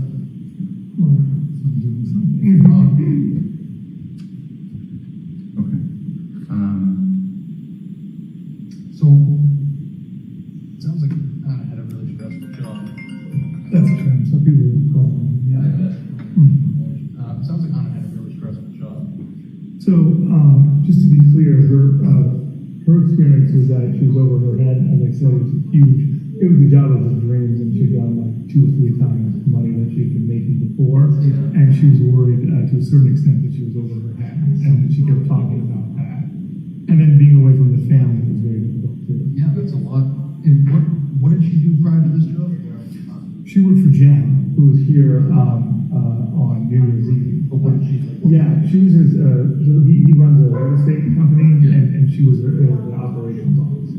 So it's just a similar job, just larger scale, more money. Yeah, I mean, like, it's a way larger scale. It's Yeah. like multi-billion-dollar company, and, it was a lot. It was overwhelming. It was unbelievably overwhelming. I know that in the previous conversation we had with Detective Spence last night, you mentioned that the distance, the issues that you were having on your end, Yeah. this job, you caused some depression between you guys. Absolutely, yeah. I mean, I'm just gonna ask, pointed question here, has she ever talked about suicide? Never, no. She never ever said that. She talked to Jem for an hour and a half. I know you spoke to her about how the year has been and how she was really unhappy about the trial and things taking, or the court case taking longer and us not being able to be together. And she kept saying I could come back, and then she's like, well, I can only have 100,000, a smaller job. And I was like, no, we've made these huge sacrifices for you to be there at the townhouse. We'll stick it out. She was going to see a psychiatrist, was the first time she brought that up. But I spoke to Jim about it today.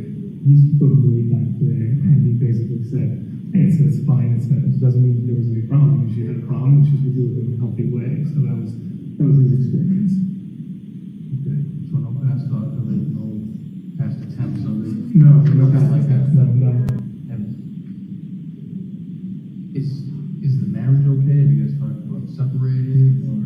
No, not at all. I mean, we've been separate, so it's been sad for us. We love spending time together, and think about when kids grow up, what time we have together. So during the pandemic, with all the family time, was best for us. It just wasn't like that. We really enjoyed each other's company. So our friend, my mother was like, what do you think about Anna? And Richard, who's the friend, said, it looks like they really enjoy each other's company.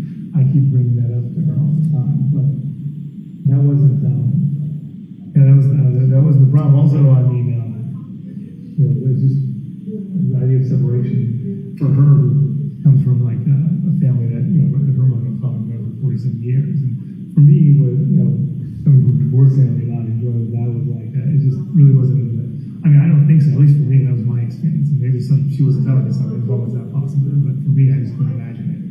You mentioned that in the past, years ago, you would live together in DC, right? We lived together, yeah, for a year. And then there was some problems, like you said, I think 2013, and you came here. Yeah, I came back to Boston. I was like, DC's not working. And then she, a few months later, she basically said, okay, she came to Boston. So that was just in like DC? Yeah, I mean, it was, I guess, no, that's not a fair statement. But I didn't like DC, just, it was, maybe I wasn't ready for such a serious relationship at the time, and I was uncomfortable in a new town. So So obviously there was more layers to it, and I wasn't used to what a relationship meant, and I was just a solo operator, and now I wasn't, and that was difficult for me. I struggled with that, so I think that was it. And then Anna realized that she wanted to be with me, and then being lost, and it was fine. So, and then things. Ms. Gilman, could you pause, please? And for the record, Your Honor, this has been paused at 14 minutes and 33 seconds on the media player. All right, great. Jurors, we're going to take our lunch break, and we'll be back at 2 o'clock. Thank you very much. All right, please. Close your notebooks. On the chair.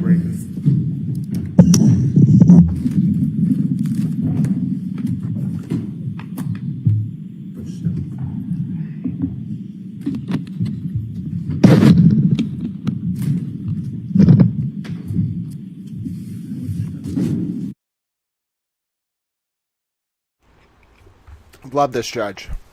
Love this judge. We'll watch until they go to recess, but I love this judge. She is incredible. She takes no nonsense from anyone. All right, so there you go. We are at lunch. Hello. Good to see you all. You haven't had towel all day. I know. I was at the doctor. Now I'm here. I'm under a lot of stress, but we all are. Yeah, very different atmosphere than the Karen Reed trial. The very different sort of stakes, very different defense, very different everything. Now, I will say that I think it's very clear, in my opinion. Hold on one second. Let's see if we're going to do something without the jurors. It is very clear, in my opinion, that this... No, we're not. He's just being taken out. That this whole process is very different, as you are all seeing. The court process is very different when there's less spectacle. And I think that's something the courts have to think about. Right? But what we're going to think about on lunch is a number of different things. It really depends on what we want to do during lunch. Do we want to do a little Crim Pro review? Maybe, I know Allie's here. We'll see if folks want to play a little bit of trivia between the 1 and 2 o'clock hour. But if you're just tuning in, the court is going on lunch. I'm not going to make you watch The Fan. I promise you, I'm not going to make you watch The Fan. Oh, dear God, it's The Fan. Oh, no, they're trolling us. The cameraman is trolling us, ladies and gentlemen. Yes, it is the return of The Fan. But yes, during our lunch, we're going to do a few different things. We're going to get ready. I got to set out my whole Crim Pro review. All right, I'm going to do it with you. And I'm going to show you, I know I talked about this, so when we do this trial this week, we're going to, a lot of people are just like playing the trial and then leaving it like with nothing on air during the breaks. Instead of that, I'm going to be productive. I've been studying today. I have a final coming up. We're going to study together, all right? And it ties into the trial because it will give us the opportunity to learn about criminal procedure, all right? So here's how we're going to do it. I'm going to show you generally how I think about this, all right? So if you've ever kind of wanted to learn about this, if you're interested in the criminal court process, I'm not a lawyer, I'm a towel, but I'm going to show you a little bit of my studying process. Now, if you've just been tuning in, we got all caught up yesterday on the 10-hour stream going into Friday's Turtle Boy hearing, so if you need to get caught up on that, by all means do. I have a lot of theories about why a lot of what's going on right now, I think Laura on X, who just got her wrench today, I think Laura's got it, which is that there's this like weird Kate Peter and Jason Broyles centered axis that seems to be trying to fracture the Free Karen Reed movement along Aidan Kearney versus Karen lines. I think it's artificial. I don't exactly know what's going on, but I think it's artificial. All right? I think Laura very correctly pointed it out. So the first thing I want to do, though, is let's get working on this. I'm looking forward to this. Obviously, not everyone is going to be interested in learning this process, but I want to learn it a little bit. And if we end up being able to play a little trivia before court resumes at 2, that's great. But we're in trial all week, so prepare for a week of me talking about this. Okay, so We're going to watch this trial. We're going to study Crim Pro, and then I'm going to yell about random developments that happen inevitably because that's what I do. All right, things happen, Towel yells. All right, so here's what I got to do. I got to do a few things to get this going. I have to go get the syllabus. I don't really want to get the syllabus, though. I have no desire to get the syllabus, but I will do it. So the first thing you're going to want to do, and I am not a lawyer, this is not legal advice, I'm studying with you. The first thing you're going to want to do when studying for a final is get the syllabus. All right, you need to know what you are studying for. Ideally, this is a very ideal situation. All right, so I'm going to go ahead and I'm going to grab that syllabus. And I'm going to download it. And then what I'm going to do is I'm going to populate. I have the syllabus already, but I need to get the updated syllabus. All right, I need to get like the most current one, which I think is this one. No, it might actually be the updated one. All right, so then I'm going to take a big list of cases. And for some of you, you're going to be like, oh, goodness, this is my first time experiencing this. I'm a little bit overwhelmed. Well, don't get too overwhelmed. I'm going to talk you through it. It's just going to be a list of cases that I'm going to show you. So don't get too overwhelmed by that. And then I'm going to take you through my process. Now, imagine how I'm feeling. I have to know all of this by next week. All right? And I'm going to show you how I compartmentalize it. All right, I'm going to show you how I learn it, and then we're going to learn it this next week. All right, you and I together are going to sit here and we're going to learn this. Now, hold on one sec. I am here, but I'm pausing my camera because I'm going to load up a PDF. Then I'm going to take all the text from the PDF, and then I'm going to get the list of cases. All right, so let's go ahead and be studious, little towels. All right, I have the whole PDF here. Now I got to get all the cases. Every single one of them. All right, hold on one second. All right, I got them. All right, no, I don't need that. I just need these cases. All right, so I'm going to grab all these cases. I'm going to amalgamate them, and then we're going to talk about them, okay? That was very frustrating. PDFs are generally frustrating, though. All right. So, my name is Grant Smith Ellis. Thank you very much for being with me. We're on lunch anyway for the Brian Walshe trial. That doesn't come back until 2 p.m. Eastern, so we got about an hour together.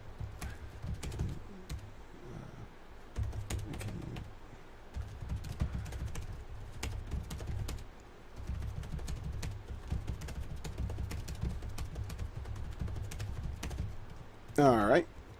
So, I got what I needed. I know it is a little bit more difficult than I wanted to because what I have to do is I have to get the whole list and then I have to format it and then I got to make IRACs. And I have my outline, but it's not really what I want for this, okay?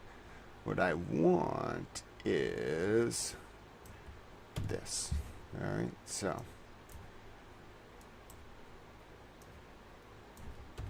All right. You're going to be very interested by this. And this is a long process, by the way. We are not completing this today by any means. We are starting this today. Right? So, this is a very, very basic overview of what we're going to talk about. All right? Very basic. I'm going to open up a Word document here. If you're tuning in, Brian Walshe, if you missed the morning session, his defense is in shambles. His defense is that he found his wife's body, thought that people were going to blame it on him, so he got rid of her body, and then he's never told the cops where the body is. All right, so good luck with that defense. That is my response to that. All right, so here's what we're doing. I had this thing formatted all. This is my outline here. Everybody ready? All right, so we're going to go through each case. We're going to IRAC them. Going to put my IRAC into the document I'm building, and then we're going to talk about them, okay? Are you ready to see criminal procedure in a document? All right, let me save this. Crim Pro final review. So I grouped them. No, hold on. 2. I grouped them. I have them in a way that I like, and I'm going to show them to you. All right. Feel free to ask questions if you want to learn, if you're interested, etc., etc., etc. We're on lunch, by the way, as I mentioned, so that's why we're doing this. All right, let me make it a single page. I guess we can have 2 pages out at once. Let me just double check. Yeah, I don't see why not. Okay, everybody ready? Everybody ready to learn? I'm ready to learn. Are you ready to learn? Yes, you are. All right, here we go. So there's our study document. Okay, we'll take it 1 page at a time here. Well, I guess we'll do it 2 pages at a time. Now, don't feel overwhelmed. When you see all this material, your first instinct is going to be to feel very overwhelmed. You don't need to do that, okay? That is not helpful. It will only make it more difficult for you to study. What you want to do is you want to get comfortable, all right? You want to get comfortable with the material. You want to get comfortable with the scope of what we're talking about. So let's take a look at everything we're going to be talking about. We're going to be talking about everything, ladies and gentlemen, over the next week, from search and seizure under the 4th Amendment, new technologies in the 4th Amendment, third parties, what is a seizure, probable cause, issuing and executing warrants, exceptions to the warrant requirement, search incident to arrest, plain view, automobile, consent, exigent circumstances, and special needs searches. We're then going to learn about Terry stops. I know someone was excited about that. We're also going to learn about a Terry stop of a house. We're going to learn about standing. We're going to learn about remedies. Standing in particular, I think, has to do like if you're a passenger in a car, etc. Remedies for 4th Amendment violations. We're going to talk about MAP v. Ohio. We're going to talk about voluntariness under interrogations and the standard under the 5th Amendment. We're going to talk about interrogations in the 6th Amendment context as well. That's a very exciting section. And then we're going to do a little bit on IDs, and then we're going to wrap it up with right to counsel and a small section, very small, on IAC, the Strickland 2-prong test as to what is ineffective assistance of counsel. So you got to have like an objective failure to meet reasonable standards of the profession, and then there has to be a prejudicial impact on the proceedings that impacted the result under Strickland. But we're not even going to get there. We're also going to get to talk to Gideon, or talk to Gideon. We're going to get to talk about Gideon, the 6th Amendment right to counsel, where that came from. We're going to have a fun time. Now, that's what we have to do in the next week. This document is going to turn, I already have a working outline, but what I'm going to do to reinforce my learning is I'm going to build an outline with you all live. You've never seen anything like it. It's going to be really fun. So over the next week, you are going to see my progress in real time. You're going to see us go from this bare bones skeletal document to a full-on outline. Now, this is nothing that anyone else can't do, all right? It's not like doing the test. It is just outlining materials for study purposes, which I think is wonderful. So that's what we're going to do, and I am excited. So what do you want to start with? Well, we have to start with the order upon which the syllabus functions. So if you are watching these trials, maybe learning about this will help you understand some of it. I don't know. So we're going to start with search and seizure under the 4th Amendment. And we really need to figure out what is a search under the 4th Amendment. So what we're going to do is we want to figure out about U.S. v. Katz. Now, are we going to go reread U.S. v. Katz? No, absolutely not. We're going to go find U.S. v. Katz. We're going to look at the decision, and we're going to read the summary of it in the head note, okay? So that's the quickest way to do it, just to go get the decision, get the summary of it from the head note, and then use the summary for your own purposes, and it's not an assignment, and you're just reading the summary, and then you're figuring out what rule are we trying to take from Katz. Now, Katz had to do with a phone booth. All right, now you remember Katz's phone booth analysis? I'm going to grab a quick sample to show you what the format of this is going to look like. So when you're doing this, you want to grab the IRAC, okay? So you want to, as an example, I'm just going to grab the sample IRAC on Justicia. So you want to grab the IRAC, all right? Let me show you how this works. I don't know if this is going to copy in the way I want it to, so give me 1 second. So we're going to start with Katz, and you kind of got to know the case, all right? Like, it's not helpful to just, like, IRAC it. You need to know what the IRAC is. So I'm going to use this IRAC as a way to teach you how you would do this, all right? And I'm not a lawyer. This is not legal advice. I'm a Tal. So what I like to do is I like to take the case, and you got to memorize it, by the way. This is a closed note exam. You get no help in this. You have to have everything memorized. The name of the case, what context it falls into, and then you got to be able to apply it to a novel fact pattern. All right, so let's start with cats. This is what I put together from the sample IRAC. And an IRACs are everywhere. You can find IRACs on every website on the internet. Okay, IRACs are a study tool. They're never something you should like submit. They're not like an answer to anything. They're a study tool to understand a case. So here's an IRAC for cats. Got this from Justicia, I think. Does the warrantless electronic surveillance of a person's conversation in a public phone booth violate the Fourth Amendment's protection against unreasonable search and seizure? What's the rule?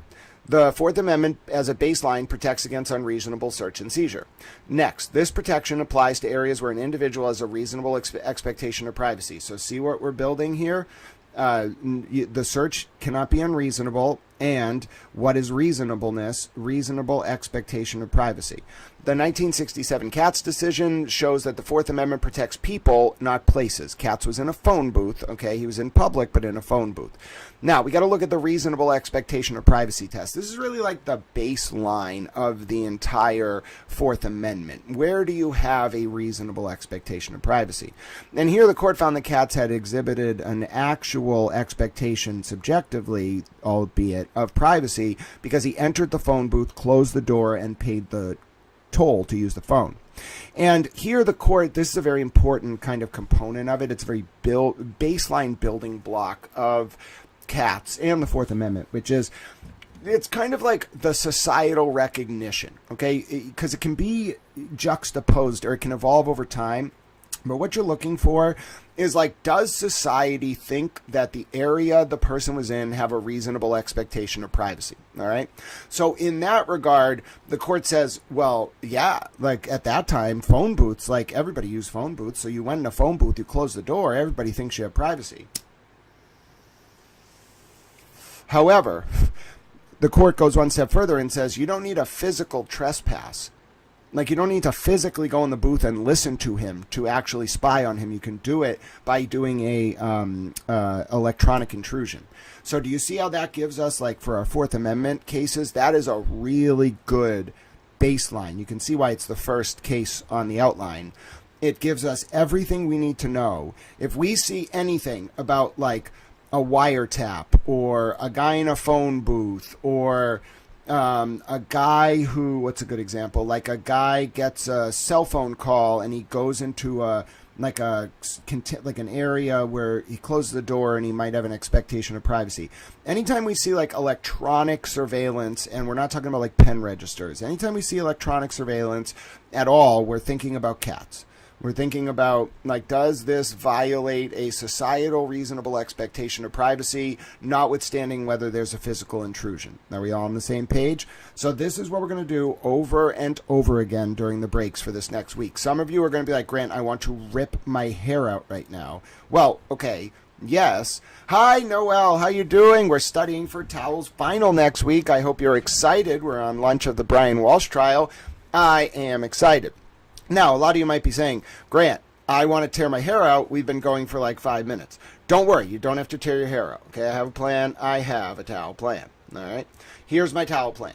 We're going to do this very methodically, and I'm going to teach you at each stage of the process where I'm at, where my brain's at, what I'm thinking, how I am feeling about it. All right. And I think that that will give you all sort of a better sense of how to process this. Now, some of you are going to be like, Grant, I couldn't do this.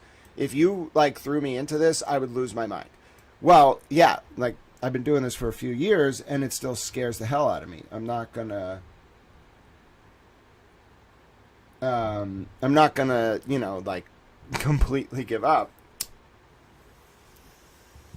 Just because it's a momentous amount of material. And that stress, I promise you, is normal. Now, you all don't even have to take a test on this.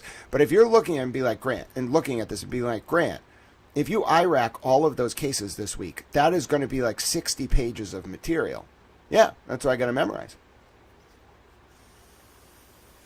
And rote memorization is not the way to do it. What you want to do is teach it. You'll remember way more if you teach it. Now you see why I'm teaching you? One, because I want to show you all that I do think I'm capable of doing this. I'm not well physically. My autism makes it hard to like manage my day-to-day life. I'm going to need some support, but like this I can do.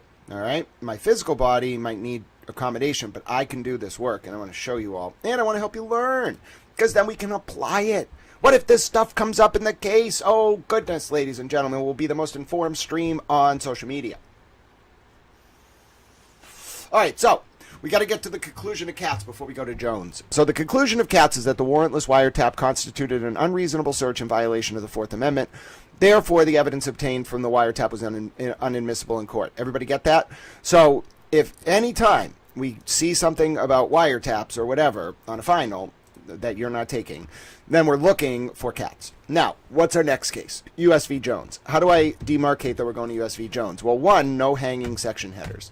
So we bring that to the next page. Two, as you can see, US v. Jones does not have an IRAC. Okay, so I got to make one. Now, I want to go find the IRAC. Give me 1 second. I'm going to find the IRAC, and I am in turn going to pick the best one. There's like 50 different That's the other thing. Part of this is researching and amalgamating and putting together IRACs is not just looking at sample IRACs. It's can you understand which IRAC is best, and can you at the same time understand it and then internalize it? You know, so when you're looking for IRACs, that's actually part of the studying process as well. You're not just looking for an IRAC, you're looking for some combination of material, however you get it, that helps you understand the case. And that's the most important part. It's for you, it's an outline. That's the most important thing to remember. So what's the case we're moving on to now? It's US v. Jones. Let's get that one. I don't remember the Jones case. I thought we were going to Kylo v. US next. But let's look at the Jones case. Oh, the GPS monitoring case. That's a good one.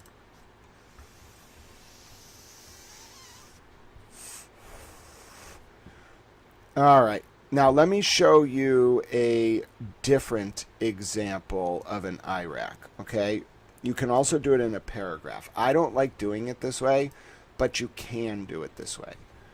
I have some classmates who like doing it this way. So they'll write a paragraph like this, or they'll get a paragraph together like this, however they summarize it, for Jones, okay?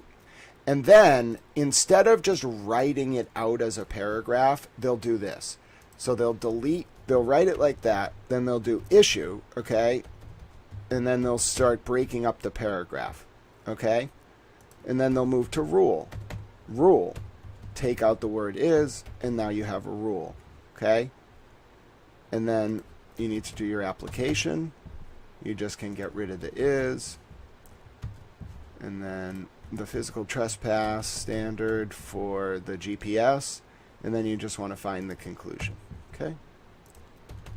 So that's how that's another way to do it. I don't really like doing it that way. I really prefer doing the way that I did it on the other side. I prefer more just like a straightforward IRAC, but either way, however you want to do it, whatever helps you learn.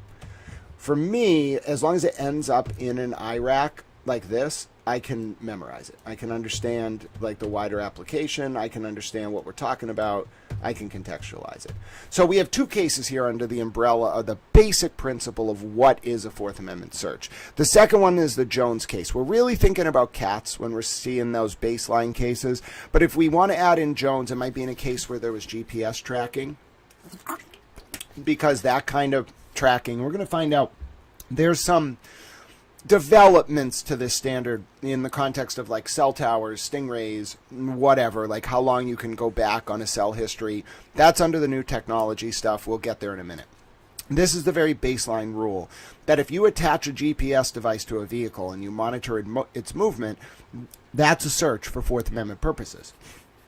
Now, we already know, see how we're building here? From Katz, the Fourth Amendment protects against unreasonable searches and seizures. We also know from Katz that trespass for the purposes of establishing an unreasonable search and seizure does not have to be physical. It can be through electronic means.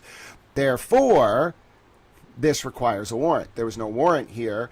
The government's actions violated the Fourth Amendment because they conducted a search without a warrant, and the judgment of the court was affirmed as to the dismissal or whatever, the suppression of the evidence, because of the fact that they put the GPS tracker on the car without a warrant. So you see a situation where there's a GPS tracker on a car, you're automatically asking, was there a warrant? Now, I know a lot of you are thinking, wait a minute, couldn't they just get a warrant? What happens if they get a warrant? All right, you're getting ahead of yourselves here. We're looking at cases where they didn't get a warrant, and therefore rules got established for when there was an unreasonable search. Everybody on the same page? Excellent. We're doing our Towel Crim Pro review. We got about half an hour left in the lunch hour. So, those are the first two cases in the outline. You can see it comes together pretty quickly, but it's not amalgamating the information. I already have all this in my outline 4 times over. I have different IRACs for every case. I've thought about all of the cases. The synthesis of it into one document is really what you need to do. You have to map everything in a cohesive schematic whole based on section, and then let it build so that anything that might come up on the exam, you know. Okay, if there's like a random fact where like some guy's in a house and the house has a phone and they're using the phone and the phone is tapped, you should immediately be recognizing that as a cat situation. Now, it gets way more complicated. There's no way anything's going to be that simple, let me tell you right now. So the next thing we're going to do, we're going to take a look at the Fourth Amendment and new technologies. All right. Oh, we got a Super Towel Super Chat. Let me check in over. Hold on. Who did it? Laura, God bless you, my friend. It is a wrench celebration. Oh, goodness, ladies and gentlemen. It is a wrench celebration. Hello, Nicola. It's so good to see you. God bless you, Laura. Thank you so much for your support of Towel Channel. I am eternally grateful. It is a wrench celebration. Hold on, I want to type a thank you to Laura. God bless you, Laura, and thank you for your support. It is a wrench celebration. God bless Canada and America. Friends and towel allies for life. There you go, ladies and gentlemen. The Canadians and, I think that's Canadian, yes, the Canadians and the Americans have reunited. And in celebration, if you didn't know, I only get 10 of them per month, but I'm able to give out towel gift memberships. I get 10 free per month to give out. Thank you to YouTube for that. In honor of Laura getting her wrench, I am giving out 5 more memberships right now. Here we go. I only get 5 of them. There they go. Who knows? I don't pick them. The bot does. God bless anyone who just got lucky. Congratulations. Congratulations. Yes, enjoy your new towel emojis. It's always interesting when the bot gives them out because a lot of people watch but don't chat. Like they pop in and out throughout the day, and the bot will just give them memberships. I'm like, oh, thanks for watching.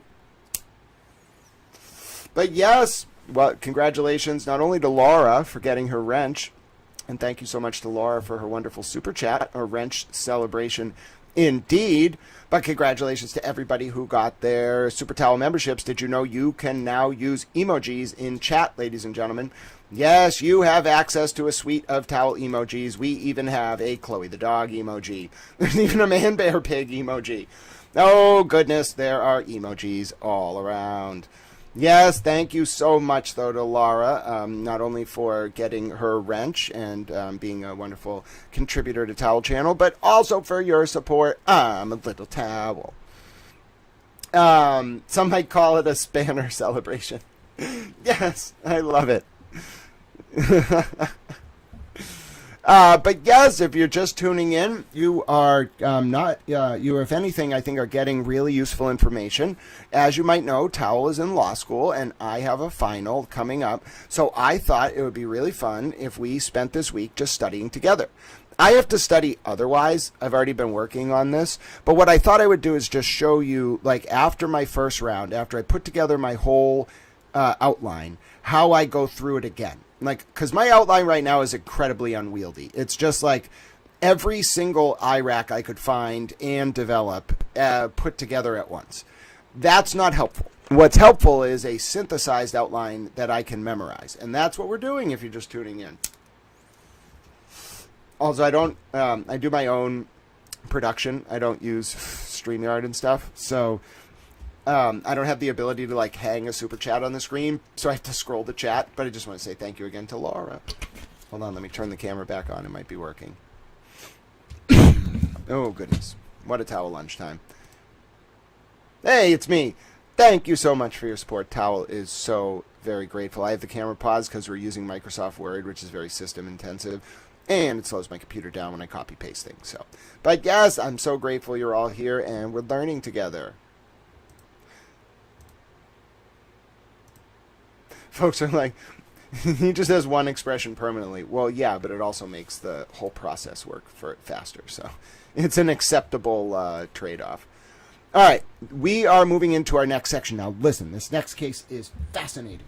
Okay, I love Kylo v. U.S. You don't understand, ladies and gentlemen. I love it almost as much as Georgia v. Randolph, all right? Kylo v. U.S. is about marijuana. Some dude was growing the marijuana up in his house. You can't be growing marijuana in your house if it's not legal. And this dude was growing a lot of marijuana. You know how the cops figured out he was growing a lot of marijuana? They used heat detection technology to determine if he was growing marijuana. Now, what do you think the court said about that? You think the court was amiable to the police using heat detection technology to spy on this guy? Preview, spoiler alert, no, they were not. They were not at all. All right, so I'm going to get you a nice IRAC here. I want to find the best one. Finding a good one isn't as easy as it sounds, like, because a lot of sites have them, like Quimby, whatever, but to actually get one that's like useful for your own understanding, you have to know kind of what you're looking for. So I'm looking for an IRAC here. Oh, all right. That one was not as easy to find, huh? Not as easy at all. They don't want to give us an IRAC for Kylo. I know Kylo really well, but they don't want to give us an IRAC for it, so I have to go to one of my other databases. Yes, all right, I have a good one. Okay, this was, I went a little overboard here, but yes, this is correct. Oh, Justice Scalia wrote this opinion. All right, give me 1 second. Let me pause this. All right, copying it in. Now, Kylo's a great case. So if you spend a lot of time watching trials and things like that, you're quickly going to see that a lot of these cases, you might be saying to yourself, wait a minute, like, they don't reference that directly, but I feel like I've heard something like that before, Grant. Well, yeah, I mean, for good reason. All right, so I think this Kylo IRAC is probably the form I like the best. You're going to notice that, like, as we do this, you're going to be like, wait a minute, I want to go back to cats. Please let us go back to cats. No, it gets way more complicated, and it all builds on itself. So we don't actually stop. Okay, there is no point in time when we're going to stop. It just builds and builds and builds. And the base IRACs that we learned, I mean, I'm glad they're helpful, and they will be. But once you see what a real IRAC looks like when you start applying like 4 different rules at once, okay, then it gets a little then it gets very confusing. All right. So this is the case about the marijuana. And the guy, I think I actually wrote out, or at least wherever I got this, wrote out a decent amount of the facts. So let me just find the conclusion.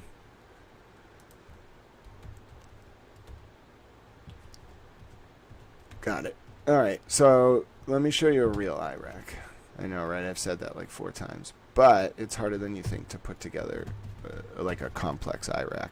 And this is all really the discipline is, all right? If you can figure out how to do this, you can do it. Like a lot of you, I think, were asking about law school and things like that.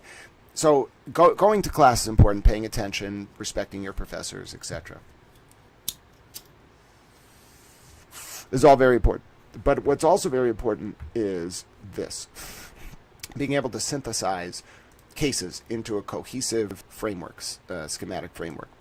So take a look at Kylo. Does the use, remember I told you it from memory, I think I'm actually going to do pretty well on this. Does the use of a thermal imaging device, not in general public use, And remember, you got to think about sense enhancing versus sense replacing technology here. Like, does the technology enhance a basic human sense, or does it like replace a human sense? If it's like a superpower, then it's probably gonna like be too much, whether it's in public use or not. Aimed at a private home from a public street to detect the relative amount of heat emanating from the home constitute a search. The rule, as we know, the home and the curtilage of curtilage of a home is also protected, is protected from unreasonable searches. A search occurs when the government invades a constitutionally protected area in which a person has a reasonable expectation of privacy, which is the Katz test. You see how it refers back? And let me just italicize this. When the government uses sense-augmenting technology to obtain information regarding the interior of the home that could not otherwise have been obtained without physical intrusion into a constitutionally protected area, the surveillance is a Fourth Amendment search, at least where the technology is not in general public use. Okay, that's Justice Scalia from Kylo. So they apply it to the Kylo case involving the triplex and the use of thermal vision 210 scanner and the scan conducting at 320 and the garage being hotter than the rest of the house. Then you got to go down here for the conclusion, which is the use of the thermal imager was a Fourth Amendment search because the agents conducted the search without a warrant. The evidence, the marijuana plants, should be suppressed, and the conviction was reversed and remanded. All right. So General Justice Scalia says, whereas here the government uses a device that is not in general public use to explore details of the home that would previously have been unknowable without physical intrusion, the surveillance is a search and presumptively unreasonable without a warrant. So that's why I like that style of IRAC. I don't exactly know when I found this, but that style is my favorite. What I did for you in the first three cases, Katz up here on the left, Jones on the right, and then Kylo on the right into the third page.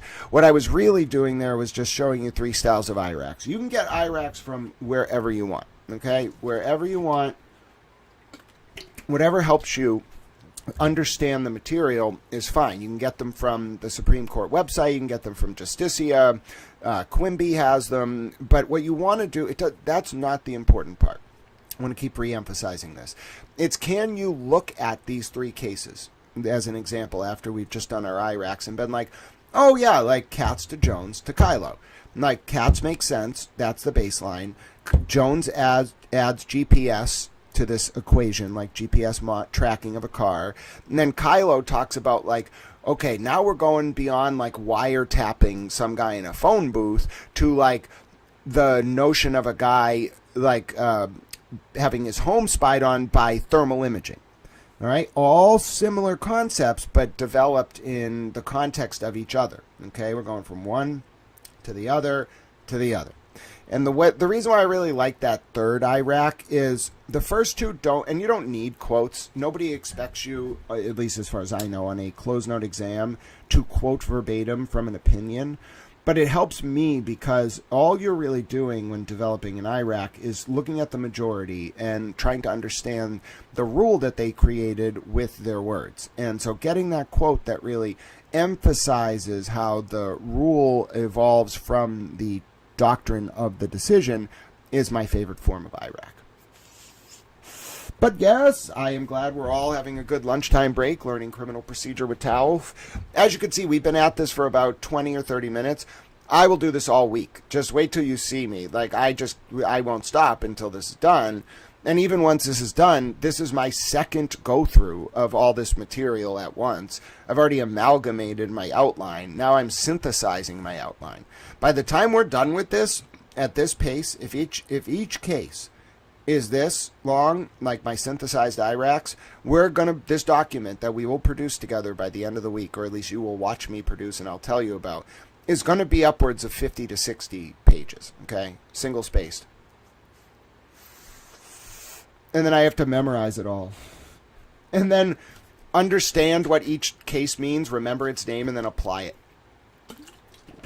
And I'll be able to do it. You can see I'm already doing it. I have some functional fluidity or some functional sort of fluency in the whole discipline. I'm not a lawyer. But I just think about these cases a lot. They come up a lot in things that we watch, in things that we read. I wouldn't say like people are like quoting cats very often, but like the notion of the Fourth Amendment comes up like all the time. Due process, the 14th Amendment, et cetera, et cetera. We talk about that 6 times a month. So the foundations of it all is a very important part of this to me. So that's what we're doing. Now let me look for the Cabales. I don't remember this case. This is one of those that kind of slipped my mind. Oh, you guys are going to like this one, you little towels. This is about drug-sniffing dogs. Now, drug-sniffing dogs are on the whole pretty unreliable because of the methodology, but we still got to actually go through and get the rule. And we end up finding that it's not a violation, but like they're very unreliable. But just remember, we are not at reliability. I want to tell you right now, don't think that just because the Supreme Court allowed the drug dogs to like alert that it's not susceptible to collateral attack. And we're the dog search. All right, we're going to talk about that a little bit later. Okay, I'm not going to talk about that quite yet because the first thing I want to do is go back and bold the case names because I can't tell which case is which.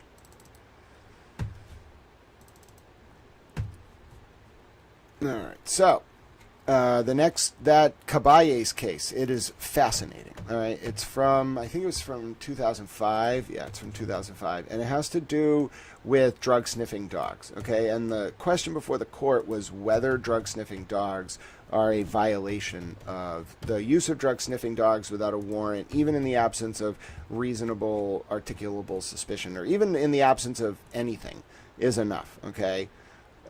Even if there was like very little reason to do the search. All right, so let me show you how I have it laid out. Which one is the best? I'm just looking for my favorite. I like this one.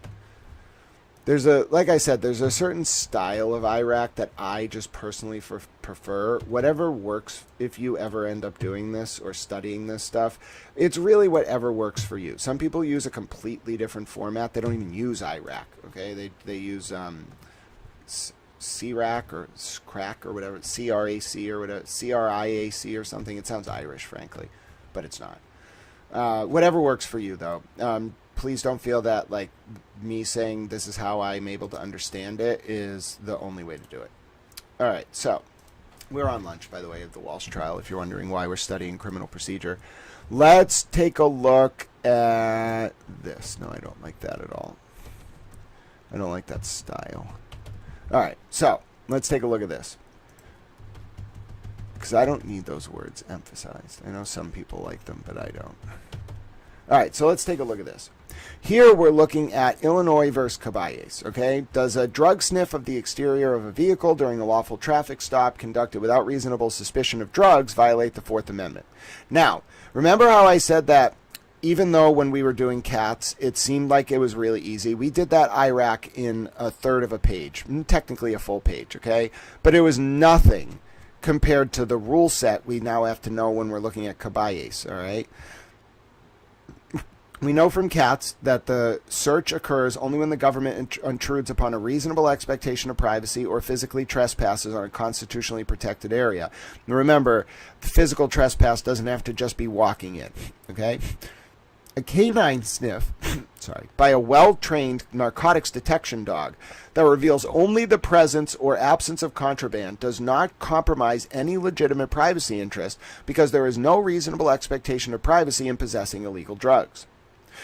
Governmental conduct that only reveals contraband and nothing else does not implicate the Fourth Amendment. And we got to remember that although we can cite Caballes for that, it's actually an internal cite to US v. Place, which I think also comes up, and the Edmund decision from the city of Indianapolis. Now, for me, I think we did touch Edmund because it was mentioned in Caballes, but I'm just going to stick with Caballes as the cite that if the government conduct only reveals contraband and nothing else, it doesn't implicate the Fourth Amendment. Here, the lawful seizure of the vehicle, let's remember here, we're talking about the vehicle being seized, justified by probable cause, can be prolonged only minimally beyond the time necessary to accomplish its original purpose unless there is an independent reasonable suspicion or consent. However, if an action does not constitute a search, it does not matter that it extends the stop significantly. So they're saying, like, it doesn't matter that the people were pulled over. As long as there was a valid traffic stop justified by probable cause, they can just hold them there, wait for the dog, because it's not a search, so there's no temporal issue with the dog coming whenever. So we got to look at the facts. The trooper stopped him for speeding. The guy was while the trooper was writing a warning ticket. The drug dog walked up. The dog alerted. This was within 10 minutes of the initial stop. There was marijuana in the trunk. The court held that because a dog sniff discloses only the presence or absence of narcotics, I don't like this at all, which has no legitimate privacy interest, it's not a Fourth Amendment search because you don't have a privacy interest in possessing drugs.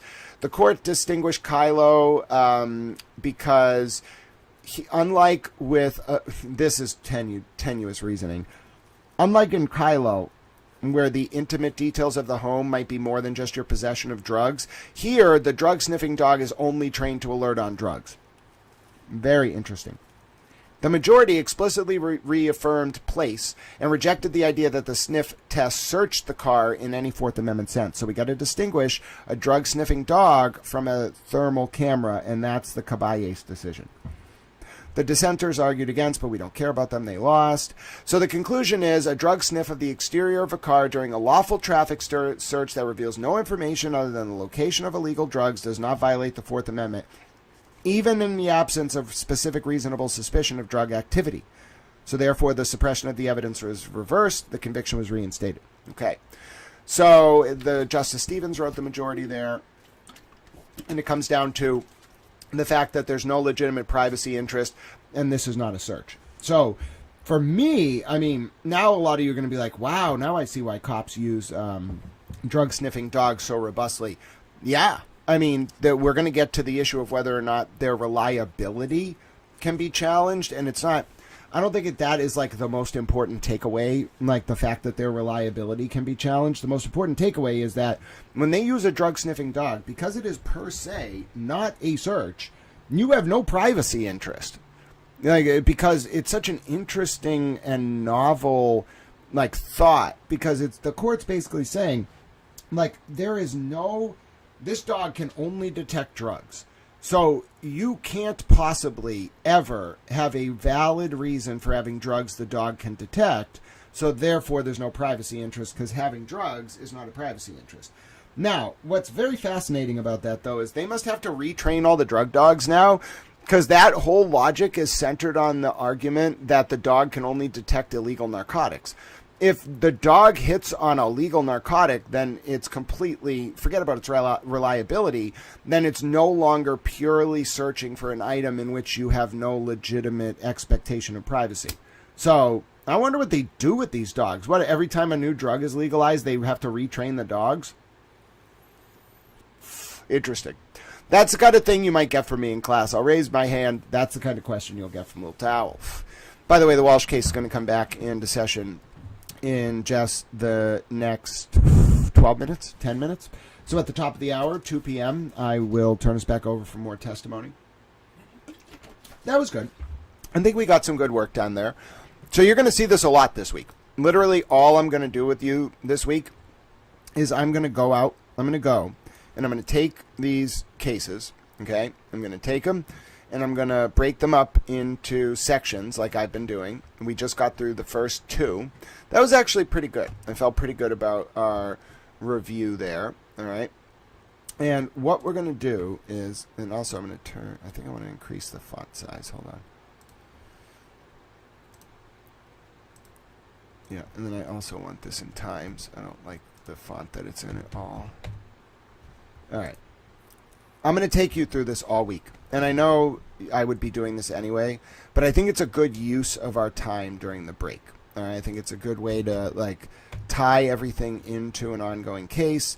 This case, not a lot of people have been following it, so at the very least, we can take some wider knowledge out of our time together when we're reviewing all this material. And then by the end of this week, let me tell you, you are going to say to yourselves, oh my goodness, I cannot believe this.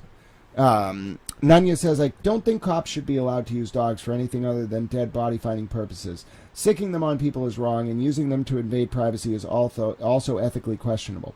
Yes, Nanya, but it raises the question, if the dog can only detect drugs and there's no privacy interest in possessing illegal drugs, at least, then what is the search? There's no search, according to Justice Stevens in Caballes. You know what I'm saying? So, yes, it's questionable, but the court is saying it can't be a search. It might be, you know, something, but it's not a search.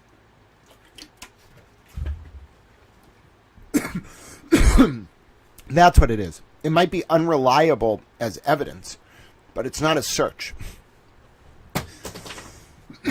Oh, goodness. I haven't been feeling very well today. A little stuffy. It is going to snow tomorrow. Maybe that's what it is. But that said, let's take a look. Hold on. Let's see if I can get this back up. There we go. All right. Now that I'm done copy pasting, let's take a look at what we got done today. All right.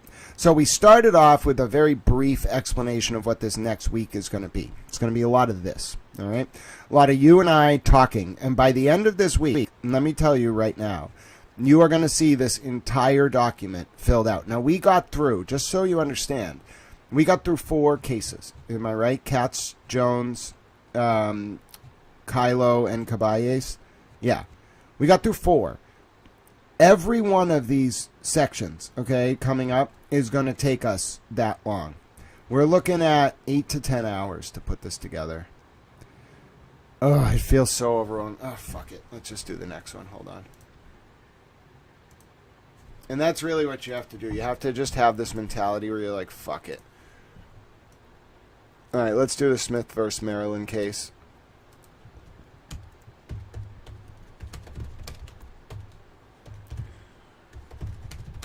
All right, I think this is going to tell us something interesting. It's from 79.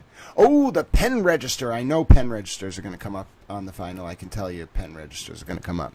That's where you, like, determine what numbers somebody's calling from a phone as opposed to, like, tapping the phone. That's the difference.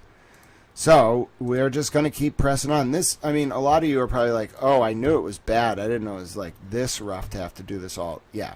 I mean, that's why I think a lot of people in like a lot of people who are in the field, not even lawyers per se, but people just studying law, they very quickly come to realize, like, you can't, like, the people out there who are interested in true crime, it's great. I think it's healthy for democracy in some sense that people want to watch the courts, but you can't, it's when lay people start, and I'm not commenting on anyone in this chat, but it's when lay people or people who don't take any time to even understand what's going on just start saying things about the court process that some of us just lose our mind. I think we're just like, what are you doing? Why are you saying that? Stop saying stupid things.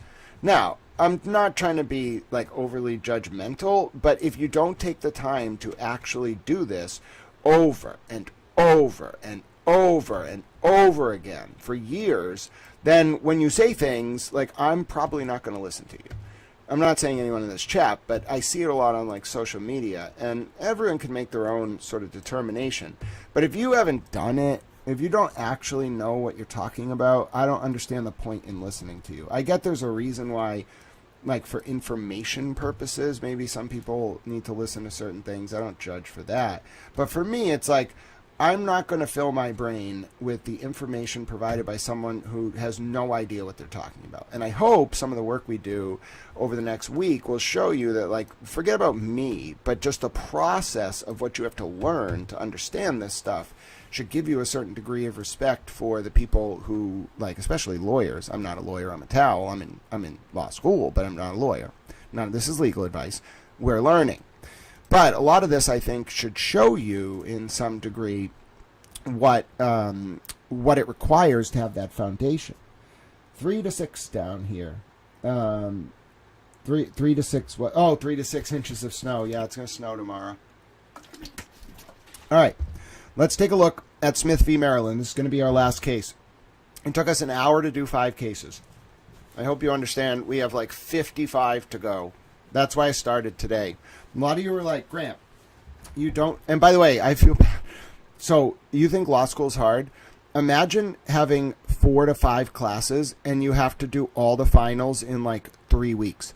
Some of these kids in school, in law school, have 3 days to study Crim Pro. Then they got to move on to whatever the fuck else they got to deal with. I don't even know what else they're taking. That's what I used to. It almost took me out. I was physically disabled. I barely made it through law school. It was very difficult. I kind of think I was traumatized to the point where I was just like, do it. Like, I developed this survival mentality. I think I don't even understand, like, the nature of my own accomplishment. It was the hardest thing I've ever done in my entire life. It was way harder than any type of school I've ever done. Now I take it for granted. Like, my brain is so trained. Like, I'm so hardened to, like, the schedule and, like, the work and, like, how to think. But for years, like, there were, like, months there where I think all I did was just read. I don't think I stopped reading from, like, what was it? Like, the fall of 2021 until, like, this week. I have read hundreds of millions of words. I can't even believe it. And most of it, like, if you had asked me to do this as a 1L, I would have been like, oh, God, like, I'm scared. I don't know what to do. But now that I've been trained in how to think, I can just be like, oh, yeah, you know, like, of course that's what Smith v. Maryland is about. Of course that's what the IRAC looks like. It doesn't matter that there's 60 cases in this document. We'll be done by, like, Sunday, and then I'll have it memorized, you know, like, I don't know. It can be very overwhelming mentally to actually think about what you're doing. But looking back on it, I'm like, oh, wow, like, that was a fucking accomplishment. Nanya's like, it's too hard. No, it definitely pushes you. It makes you, like, you can either cut it or not cut it. You'll know by 1L if you can cut it or not cut it. Like, they weed people out, definitely. Every law school. Like, I think it's probably reasonable to say at some schools, to the first year class, look to your left, look to your right, one of you is not going to be here next year. It's that hard. Even, like, it gets harder as you go to harder schools, I'm sure. But even at, like, I'm not by any means at the highest ranked school. It was so hard. Like, incredibly, incredibly difficult. Just, like, more material than, like, all of undergrad, all of grad school, all of high school, just all of it combined in, like, 3 months. And then you got to do it over and over and over again for 3 years. It's astounding, actually. And this is one class. I want you to remember, we are doing Crim. This is one class. Some of these kids, if we were doing, like, I couldn't even study with you if I had a regular finals load right now.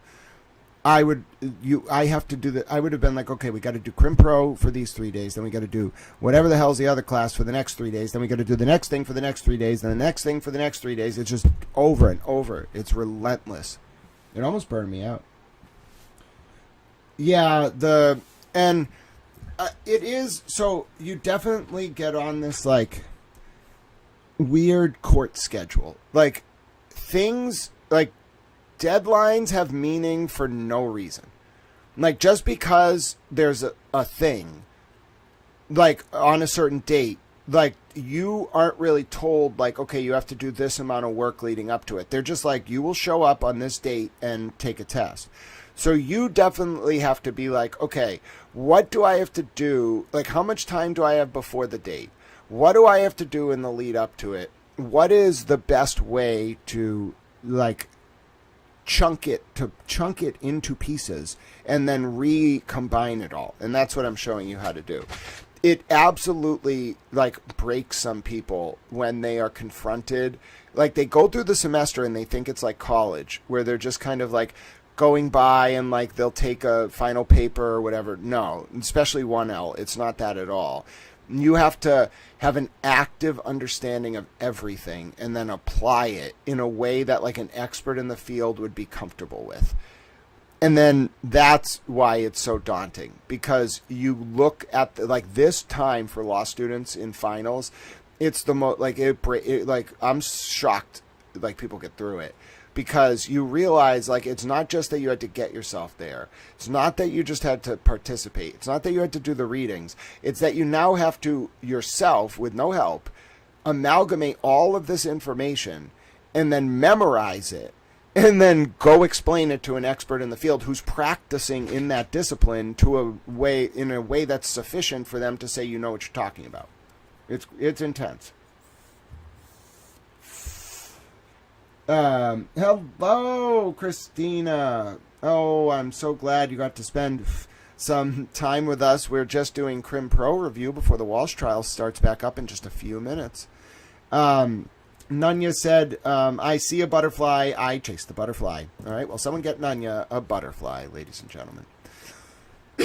All right, let's do the Smith case. So Smith is asking, does the installation of a pen register, which is a device that records the phone numbers dialed from a particular telephone, at the telephone company's central office without a warrant constitute a search?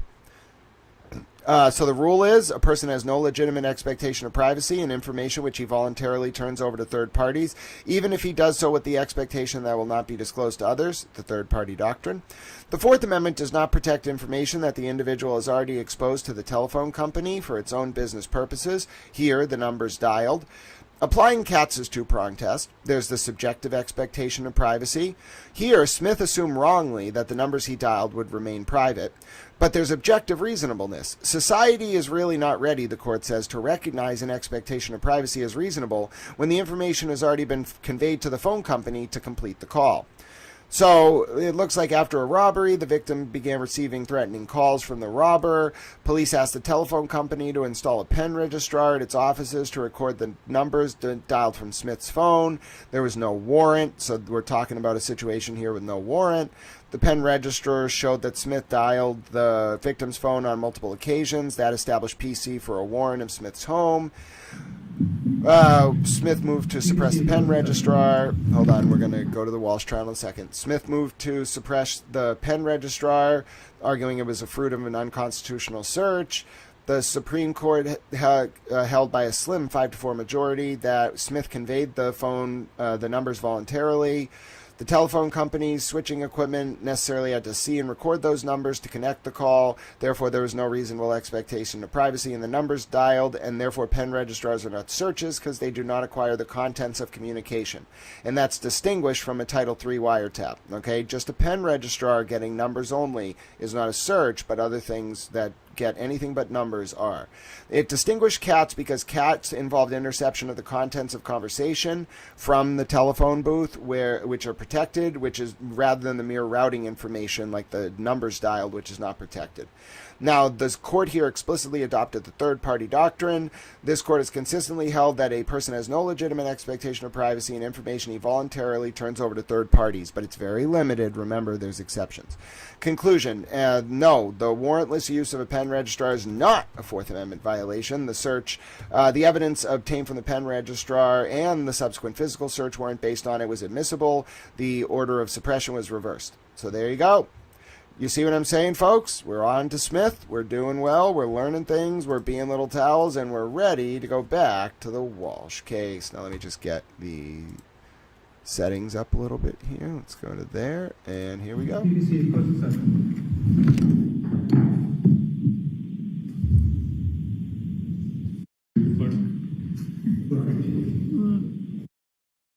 For everyone, I believe it was a motion to eliminate and it was unopposed. Could I mark one for ID and then pass it on, have the court officers pass it on to the jurors? I'm fine with that. Any objection to that? No, you don't. All right. 16, I believe. And I'm giving one to clerk. Well, actually, The report first. Skip it. It's not H. Thank you. H Friday.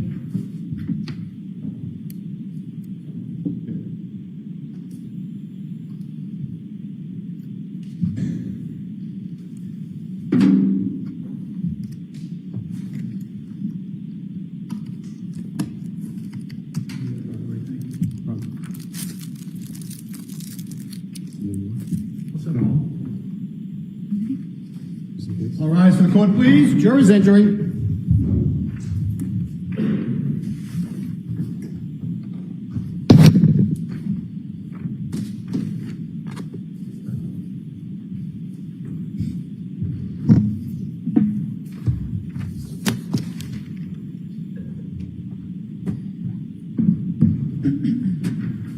Remain standing, please.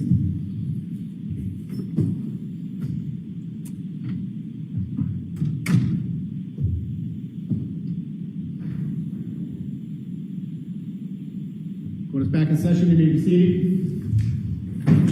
You can have the witness back on the stand. Thank you, Your Honor.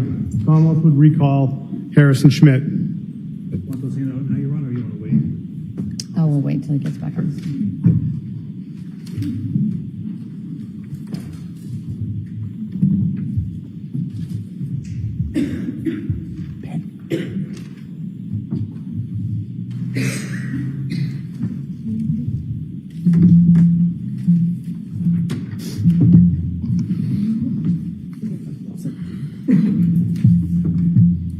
Your Honor, may we continue with Exhibit 54? I believe we left off at 14 minutes and 33 seconds on the media player. You may. Thank you, Your Honor. Ms. Gilman?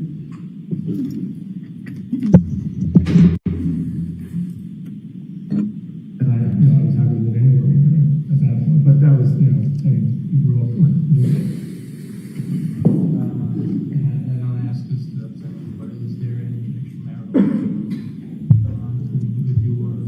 No, not at all. Certainly not with me. And, not that I have any information on it. Like, everyone who called me recently, they're like Anna worked all this. The same story that I had is the same story Alyssa and Adela and Will Faster and Amy is that she works all the time and she flies home to see you guys and she comes back and she's constantly working. And, she said that she would like eat in bed and pass out a lot. So that was everyone else's experience. So yeah, I would be surprised of that. When we were younger, we were seeing when we were first dating, we were seeing other people. But that was 12 years ago or more. So in your experience, you had no suspicion that she was seeing someone else and doing anything like that? No indication that was going on? No, not at all. I mean, obviously, we were apart, but we spoke a lot. That's why, people were like, well, don't worry if you haven't spoken to her. But we spoke all the time. We spoke in the morning and in the evening. So. And everyone, she rings, talk about her husband and kids. I mean, it seems weird to have an affair. She had close friends here. I know she spent a lot of time in D.C. and when she came here, she was likely with you, with family most of the time. Yeah. Did she have someone that she would spend time with here, like a girlfriend? Or? Yes. So there's Rima, a very good friend of hers. Ferreira. She is the head of HR for the Park Plaza Hotel. How do you spell Rima? I know how to spell the first name, not the last name. Rayma. Rayma. So it's Rayma.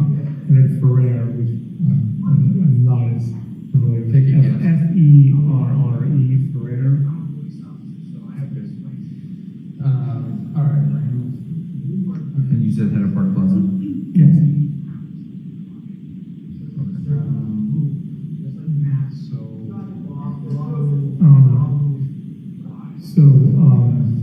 Anyone else?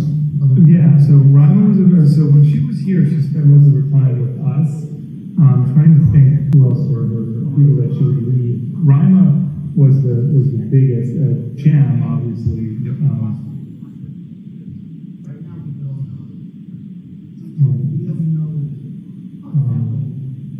So I'm trying to think. Sorry, I'm getting distracted. Yeah. I'm not distracted. So, Rima Jam. Who else did she hang out with? Well, Peter Purdy was here. Peter came by? Yeah, Peter came. He didn't. I was like, I'm fine. He showed up anyways. It was like he needs support. So that's his brother. He lives in Marshfield, so we're pretty close with them.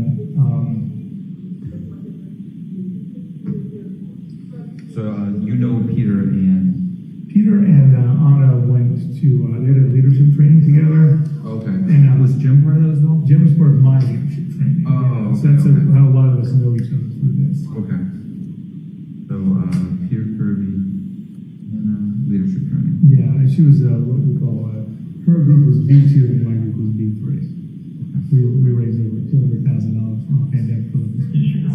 Really? Yeah. Oh, wow. That's awesome. That's part of the leadership training is the community service projects. Okay. Something Jim and I continue to do. So. Nice.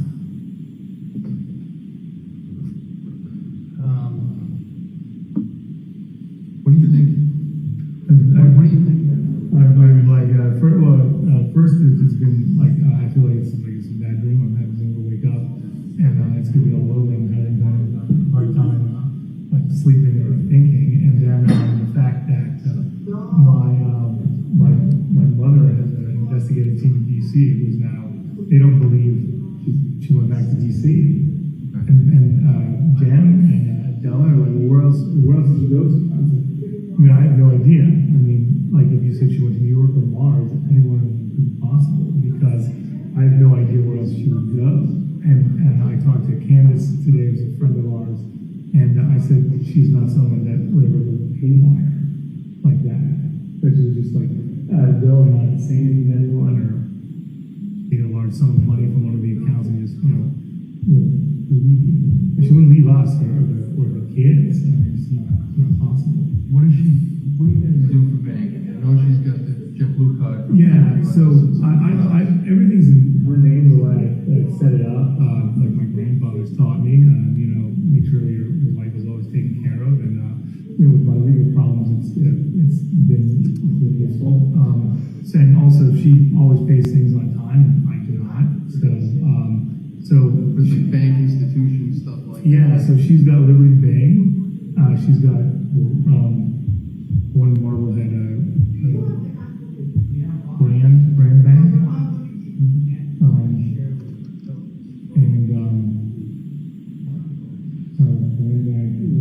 And she's Apple Credit Union in Virginia, which she's had for probably 10 years, 15 years. Apple Credit Union. Yeah. So all the money goes there. Then we've got the Chase cards. We have the Fidelity, which something happened. Something happened with the Fidelity card when she was in Belgrade. So that hasn't been used really. Is that like canceled? And it was. I think we might have new ones, but we haven't used that one. Okay. And then the JetBlue, which is the only one that I don't. I don't do the bank accounts. I don't deal with those, but I used to do all the investment accounts and all of the. Obviously, we want to contact these banking institutions. Yeah. If any activities going on. Sure, I would. Yeah, I would. Have you been monitoring this? I'm monitoring the Chase, the Fidelity. Nothing's been going on, but the Chase. I used the Freedom card, and the last time she used the Freedom card in Belgrade. It doesn't have foreign transaction fees, so I was like, so I called her to go use the card there. So then she switched to the other Chase, and then she got the JetBlue because she's like, hey, I want these 80,000 points. So that was the last sort of credit card conversation we had 6 weeks ago or something, 4 weeks ago. Okay. When's the last time you checked the activity on these card accounts? I had to check today because the Freedom we use for a company I work with, Fresh Goals, which is a sports card or memorabilia company. So they buy from their whatever the vendor. We put it on the credit card and then they pay us back. So that's one of the. So I'm always checking that card. Okay. Any suspicious activity on that? No. Any transactions you don't recognize? There's nothing I don't recognize. No. Okay. As far as travel, has Anna done any like domestic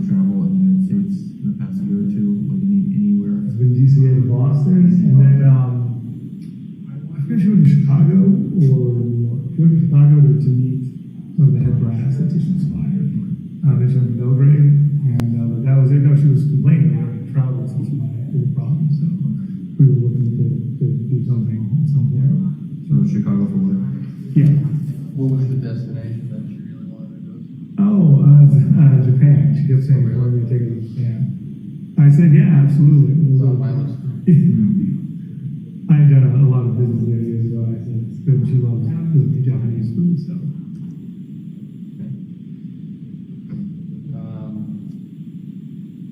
Going back to her phone, you guys have a family plan, or you had a family plan? Okay, so we have a family plan. When she got the job at Titian Spire, she's like, trying to decide what to do. She said, well, she wanted to take her phone over, so she ported it over, and then she left the family plan that we had. So you have no access to like her I know. records, right? No, but Titian Spire was, right? So, Yeah, well, that's. I thought you had the phone. We've been talking with them, but they're a big company, so getting information from the bigger Oh, companies. really? So, yeah. Oh, I thought they were just handed right over. They always have too many corporate attorneys. Oh, You know what I mean? yeah. If she was on the family, I mean, I'm so upset. If she was on the family plan, I could like just like hand it right over to the guy right now. Yeah, all the phones, mother, my uncle, her brother, me, and on and on. And so. Okay. Anna was married to them? She was, yes. And what's the relationship like with her? They don't talk anymore. How long ago was that marriage? I guess she got. She must have gotten divorced in 2012, and it was only like the last 3 years or so. So they don't have, to your knowledge, or? I keep asking, talk to Martha, like he won't talk to me. They were talking a little bit, but once we started having kids, that was it. What do you mean? I'm sorry, you said you keep asking what? I said, if you want to talk to Mark, it's been a long time, we had a good relationship. I mean, it wasn't a bad person, just didn't bring her down, so. But she said that every time she's reached out to him, he hasn't gotten back in touch with her. But he lives in DC, that's where they met. What's his name? Mark Knipp. Mark Knipp? Yeah, it's spelled Knipp, K-N-I-P-P. One of the chase cards is under that married name. Okay. Oh, We don't use that one. That's the first one she got with him. But that she never changed her name from. So it's on the Knipp on the card. but it's still an active credit It's card. an active card, but we haven't used it. And there's $229 credit on it. No one's used it in the last 6 or 7 months. So. Do you know that you carry a large amount of cash with her? So we've discussed this occasionally, but I mean, there's been times she only had $50 with her. Like she had $10,000 when she came back from Belgrade. She brought it for a lawyer who's Serbian who lives in. We went there. Lives in. What's the? I'm sorry, it's by the water near Boston. Winthrop. They live in Winthrop, so we took it over. So that would be a lot of money for her, but she has had it, $2,000 to $5,000 at times. But For her personal use? Or? no, she just cared if we had cash from Fresh Bowls, or if there was some money I could give to her. But then she would forget, so that there were times when she'd be carrying a lot of cash. But I don't know if she had a lot of cash on her this time. I don't go through the moment, so. But there are times where I said to me money, she's only got $50.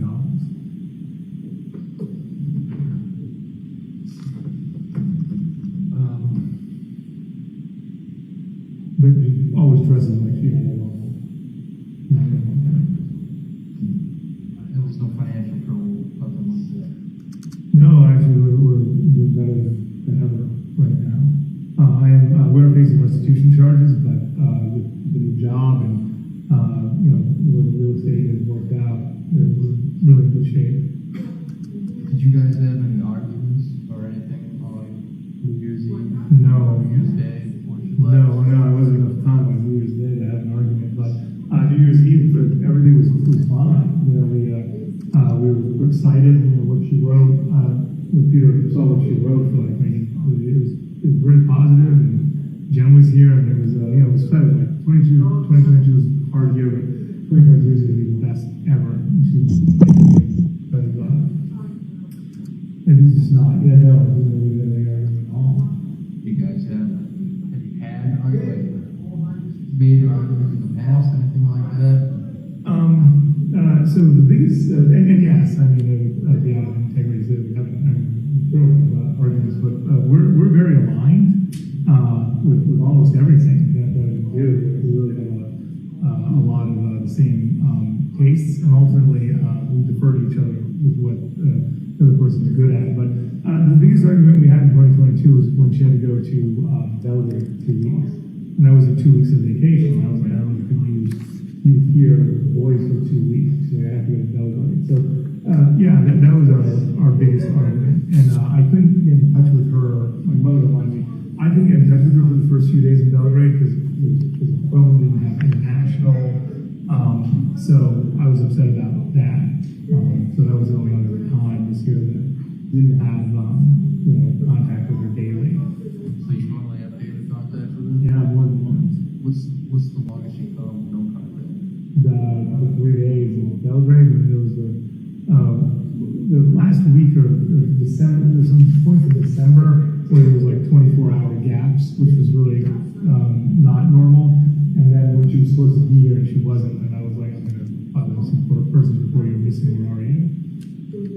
But like 24 hours, 36 hours would be a lot of time. But I was making a big deal out of it over the last couple of months, and everyone told me to relax about it, and then I did. So I feel pretty good. When you guys did communicate, what was the conversation like? What? Just any time, like during the last couple months when she's been traveling. Oh yeah. To work. I mean, it's been like she always says, "Hey, hello," and this is what I'm doing today. I said, "Oh, the boys are up." Sometimes I would send photos of the kids. She would send me photos of what she's doing. We'd have a recap. At night I was like, "Oh, I'm tired. The kids are driving me crazy." She's like, "Oh, there's no food because I do all the cooking normally." So I was like, "I'm going to go to Cabo to get something to eat." And it's just a recap of it. Normal as if we were together. Yeah, as if we were together without being in person. But there were some nights that I remember December 23rd, 4th, 2nd, 1st. We didn't have those calls because I think I'd been sick and she was tired, so we would go to bed. Kids sometimes I go to bed like, "If you guys not coming, so we go to bed." I didn't sleep well last night, so I was going to try to get some sleep tonight. So it's not uncommon for us to go to bed very early. Is there any mental health issues at all with Anna? Does she have any indicators to you that something is amiss there, or any diagnosis? No, not for me. My mother might have a different opinion, certainly, but yeah, she's like that. Well, I guess probably pushing. It's the word, pushing, and not a mental problem. Yeah, sorry. But no, probably.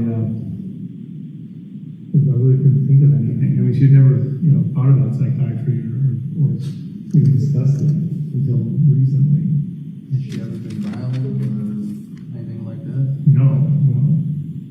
Have you guys ever had a physical confrontation? No. None of that stuff.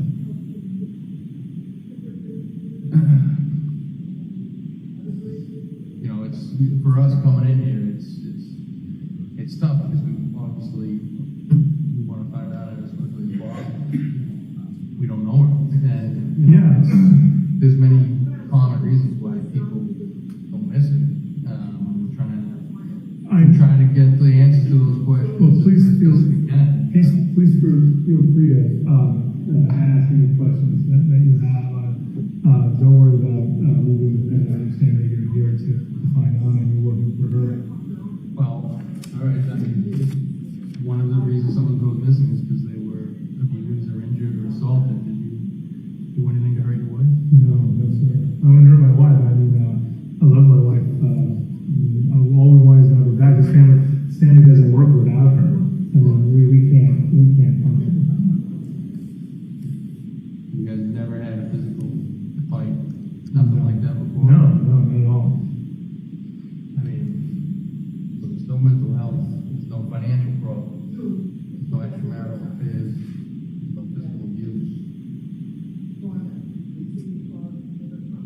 stress I'm hearing right now is the work, Being separated. separation, depression from the combination of those two. Yeah. Also, her mother being ill, she had a major neurological event last year, and that's why she had to go to Belgrade. So we got pressure from that. My mother has had some health problems. So, and then the kids, it all adds up. I mean, I want you to know, up until looking at it now, it's nothing compared to this. It seemed like a lot a week ago. Being apart, the mother's not doing well, the legal problems, the kids growing and you're worried about all of those things seem like a lot. Now To you or to her? I think we discussed them both.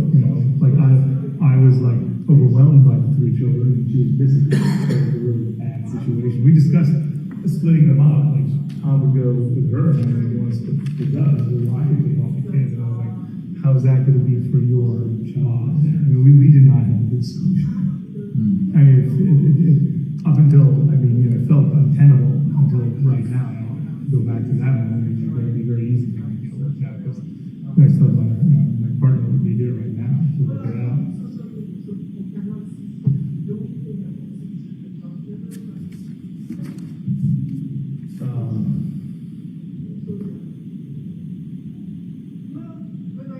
Where would you go to look for it? If you could go anywhere right now, where do you go to look for it?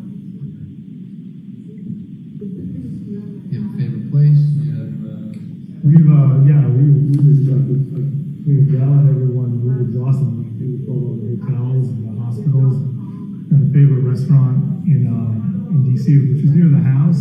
There were investigators waiting there all day, people or something like that, to say, well, maybe we should go there, but I don't know, Anna was not someone who would just want to go out and, she was adventurous, but not that adventurous. When she had a layover in Frankfurt, I think, and I told her that, her flight was delayed, so I said, go into town. I don't know. She's not someone who would want to do it by herself. She would always want to do it with me, or at least someone else. I like to think it would only be with me, but obviously, it wouldn't be something, she would just go off on her own, like my father was traveling by himself and seeing TV and things like that. So that was not my experience of Anna. this tough week last week, you don't think it rises to the level of wanting to hurt herself or anything like that? I just can't, I personally can't imagine that. But she did, I remember, I talked to Alyssa about it today, where she has a friend, Carrie Westbrook, and I guess she was going to go see her. They've been good, they came up at the end of Washington together. I don't know what happened. She was trying to get there, but SIM card broke, and she was exhausted, not feeling well. I saw her. She was on FaceTime with Viber because her SIM card was broken. And I was like, I guess maybe I was complaining about some stuff, and she's like, hey, give me a break. I'm not doing very well. It's the first time she's ever said that. I say that all the time. I'm not doing well, but it was the first time she ever said that to me. So that was new. And Jen said that she seemed different, but the extent that you're talking about, this extent is, this is just unbelievable. Was that before or after Christmas? Before Christmas. No, SIM card went down after Christmas because she got in touch with me very quickly, so it wouldn't freak out. Well, I know you said you're willing to, do whatever you can to help the investigation. We thank you for that. And, part of that, I think, is trying to understand Anna. And I think if you would allow us to look through your phone and consent to us downloading your phone and seeing some of the communications between you and her and her tone. And you said in the interview that she said that she may have used your phone occasionally to receive stuff. Yeah. I think it'll help us really create a permanent timeline of the events of the 1st and the 31st and the 1st, and maybe get a better insight into Anna. Is that something you'd be okay with? No, so just to be clear, you want to download everything on my phone? We will download, the extraction will download all the contents to your phone, yes. Oh, that's a lot. We'll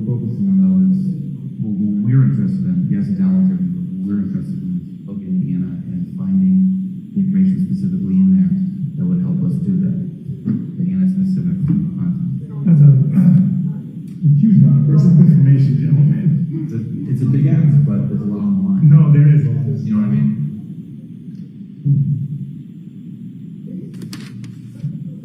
What's your concern? I don't know. Your other legal issues? That's one of them. I guess my request would be, I'm willing to do anything, but my only request would be like, because Tracy might have called me today about what's going on, and Who's that? Tracy might was representing me on all the issues. Okay. Yeah. So she said, before you do anything like this, you have to talk to me. I want to do everything I can to support this 100%, but I gotta call her about it. She said before you do anything, like turn over the phone or No, anything? like before you do anything else. I mean, she always wants to be here to talk to her. Unfortunately, I said, well, I'm going to talk to them and give them money when they want. But I have to ask her quickly about that. I'm sure it would be fine, or she might say, hey, can we just do the information that you're asking for? Well, that's all we would be interested in. We'd be interested in your communication with Anna and dates of, the 31st and the 1st of present. We're not interested in your other tasks. No, I understand. And, that being said, I believe, that you're represented by counsel in that matter. I don't, I'm not legal, despite being a police officer, I'm not a legal expert, but, talk to your attorney, but I believe that require a search warrant for that stuff to be used against you, and that's not what we're looking to even. How long would it take for you to download it? It would take, once we hook it up to the machine, which is in Canton, it would take, depending on how many gigabytes a day, it was a lot. Yeah, like, going.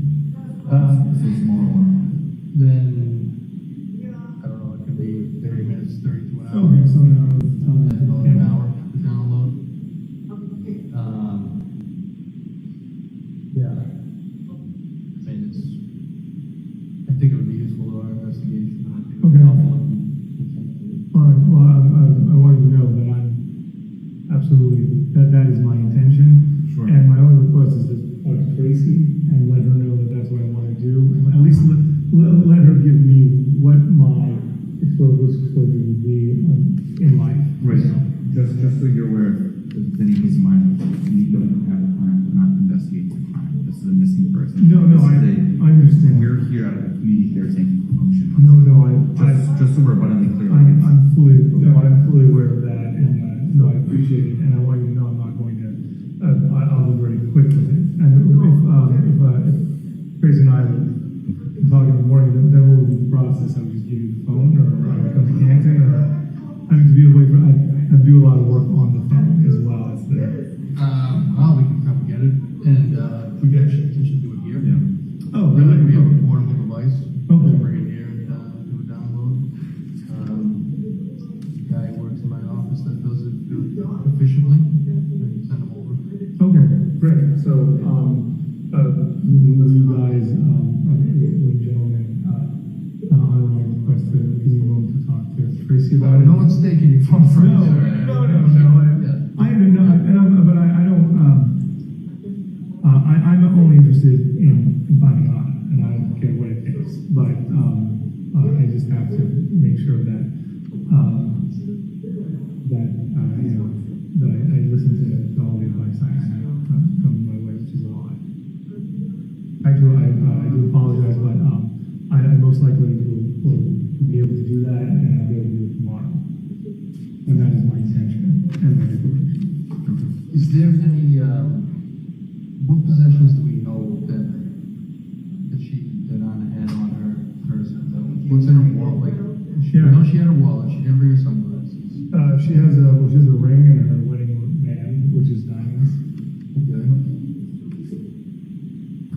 So she's got the engagement ring, the wedding band, and then she has, I think she bought some, she had a ring and a necklace that matched that she bought in Serbia.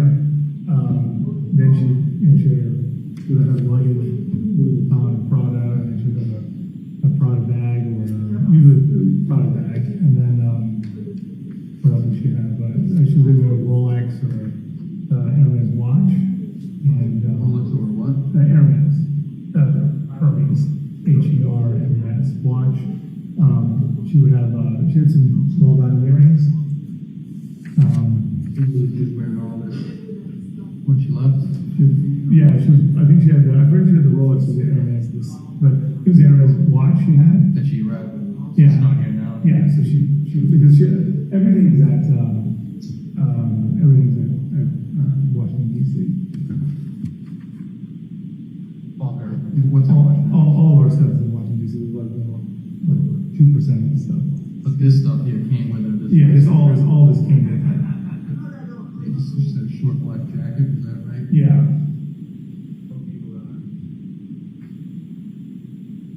But you don't know what kind of pants or she was wearing? Yeah, I'm not sure. And the hunter boots was weird. Normally she wears leather boots, like Prada boots or something she wears. So that was odd. But I guess the weather wasn't really there.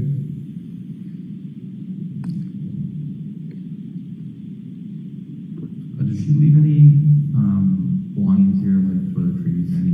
Yeah, she's got a couple things in the up in the bathroom that's mixed with all of our stuff, and then she has her pajamas and there's underwear and different clothing. She's got a drawer over in remember I took you upstairs and there was Brian's room? Yep. Yeah, one of the drawers there, she's got all of her clothing. Okay. But so she has enough clothing to last for a day or two, and then she has and then she brings some stuff. So. Okay.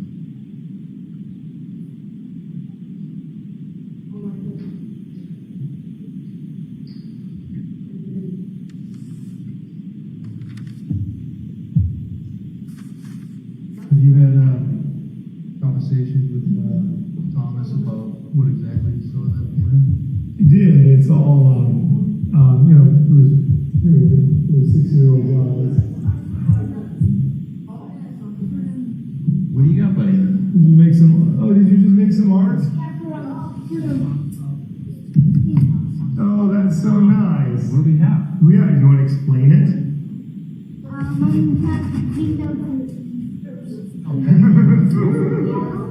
Okay with you? Oh, yeah. Make sure that this is ask Thomas some questions. Yeah, absolutely.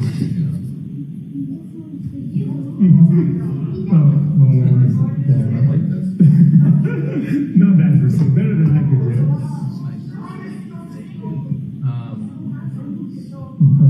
There's other things on now. But the gist was that, and Thomas, when there's action, he loves it. So his mother came down and then said, "I gotta go." And then one of the things, "I love you. I will see you soon." And then she left. And first he said she went to a taxi, and then I said, "Was the car up here?" He said, "No, it was all the way down there." So I said, "You didn't see the car?" He said, "No." And I was like, "Okay." And then I was like, yeah. That's pretty much what I want to ask him. Exactly. Yeah. So it's yeah. See if we get the same answer. Yeah, of course. So You saw a vehicle that she got into that was obviously super helpful. Doesn't sound like he did, but we'll ask him again. yeah, and he kept saying it was a taxi, and I was like, But there's no. I know you mentioned. Well, I can't remember. Did she normally take Uber or Lyft? Normally it's Uber, but she has Lyft as well. I know that. Have you guys ever called like a local taxi company before? I have. I called John's Taxi or something several times. I forget what it was, but I would pull it up and I would call and. I would call in the mornings. I didn't book it on time. It's very hard to get it at like 5 in the morning. Right. How did you normally get to the airport? Yeah, Uber. Yeah. Did you guys get in touch with Uber? That is one of the people that are getting back to us. Because we've called as well, and they like not. Because I said it's they said I'm sorry, I can't do that. Right. But that's like Jen Deller, like, well, we just have to find out where the Uber took her. And I was like, that would be helpful, yeah. And that was under her name, like Absolutely, yeah. not a business account or anything like that. All of the apps and stuff were under her, yeah. Right, it would be under like her. Titian Spire? Or? Nip. Oh, no, I don't think so. Something like that. No, the last thing was that credit card. It's a pain to change names over in all your accounts, so sometimes you just leave it alone, you know? Yeah, well, when we met, she moved to Nip, and then when we got married, she moved to Nip and Walshe. But I don't think there's anything left. Maybe Chipsburg. Maybe in Belgrade there is. And she does have a Serbian passport. Okay. She's Serbian. She does, yeah. She has US also? Yes, yes.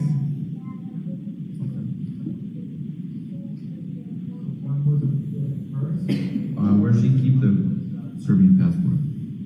Where does she carry it around with her? Yeah, she does. Normally she has a U.S. passport with her. She carries like the Serbian passport. She wouldn't carry it because it's not useful. They won't here in the United States. I'm just gonna sneak in there. If they're asking Tom questions, I don't wanna ask them the same questions, so I just wanna see if they're asking them. Go ahead. What's he working on? His drawing here. We have to ask Can him. you decipher for me? No. I don't have kids, so I can't translate the drawings. Well, he's doing some math for us, Yeah. and he's got the happy face and the heart. But then he's got his spooky movie stuff over there. Okay. And then the colorful heart is new to me. Actually, no, it's actually he enjoys that. He was doing a colorful rainbow before, but now he's doing a colorful heart. So the kids have no idea what's going on over there. Having a grand old time with all of this. They're so used to it over the last 69 months now. Mommy comes and goes. Yes. She's like, hey, I'll talk to you later. I'm like, okay, see you soon. Bring chocolate. What's your schedule like tomorrow? Pretty good. What would you require or request? Well, we would like to talk to the kids, but we have a trained professional who just interviews kids. It's not a police officer. It's like a civilian that works with the DA's office, and it's not at a police station. It's actually at a very nice house in Foxborough near Gillette Stadium. It's not too far from here, right? Well, it's probably 45 minutes. Okay, got it. So it's actually right behind Gillette Stadium on North Street. Peyton Road. Yes, that's Peyton it. Road. But it's right behind Gillette generally. And it's a good setup. It's actually like just a couple of couches and chairs and toys. You want to talk to Brian Hamlin? Just bring the kids. Well, obviously the 2-year-old is 3-year-old, right? Yeah, she's not speaking, I'm guessing, much. Some words, but William doesn't speak that. I mean, he speaks a little bit. I mean, he's like, I forgot about the phone, so. I think you can bring all the kids and plenty of toys for them to play with. And we'll see if, we're just gonna have the, person ask them questions about mom. And, last time, recent conversations they can remember with her, and that's pretty much it. That's fine. And it's really kind of a nice, casual, comfortable setting for children. It's specifically designed for that. We actually use it for like children who are victims and stuff like that. It's really easy going, and you'll see and sit down before anyone talks to anyone. You'll see for yourself the situations. If you can get, I think we can get the kids in tomorrow. What time? I don't know what time yet, Okay. but we can call you in the morning. Yeah, I gotta just, normally I take him to school, so, I would certainly be willing to organize that, and I'll talk to Tracy about the phone, and maybe we could do all of it tomorrow. That's actually, That's a good idea. that would be convenient. We could just, Well, I mean, we don't have extra time, I'm an emergency, so. yeah, yeah, I mean, what time are you up, about 7 in the morning, you said? Unfortunately. That's what time my house gets up to. Yeah, right, how old are your children? 1.5 and 4. Okay, yeah, so, the 4-year-old, is starting to give you positive feedback, right? Oh yeah, he's fresh. Let me see if I can get the time here. it's usually a really nice woman does the questions. You know, it's just a conversation. It's fine. If anything that you feel is going to help, I'm willing to do. That's what you need to know. We're trying every avenue here. You know what I appreciate that. Yeah. Usually, we just need one little bit and then we can run through. All right. Great. So typically something will jump out. You know? Okay. I love that.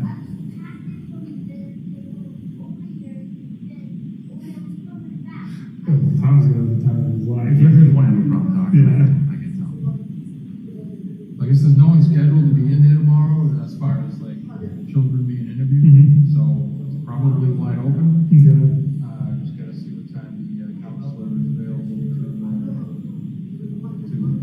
to be there. I'm guessing I'm probably pretty flexible, but like you said, rather get it done. Time is of the essence. We Well, want waiting things done as waiting possible. till Monday makes no sense at this point. No. We have no other time. No, it doesn't. Yeah. So we can talk in the morning and confirm. I'll try to get you like a tentative time. Well, we can just plan on it. I mean, we can tentatively would like 10 o'clock work. So I have to leave here at 9 or something, right? You'd have plenty of time if you looked at that. Okay. Plenty of time. Oh, hi, William. Oh, yeah. Well, say hello. Hi. Hey, buddy. Say hello. Yeah. Your iPad? Yeah, I'm gonna help you find it, okay? Okay. That may be a terrible mistake of giving them iPads at a young age, and now that's ruined everyone's life. Remember when they didn't have electronics in bed when we were younger?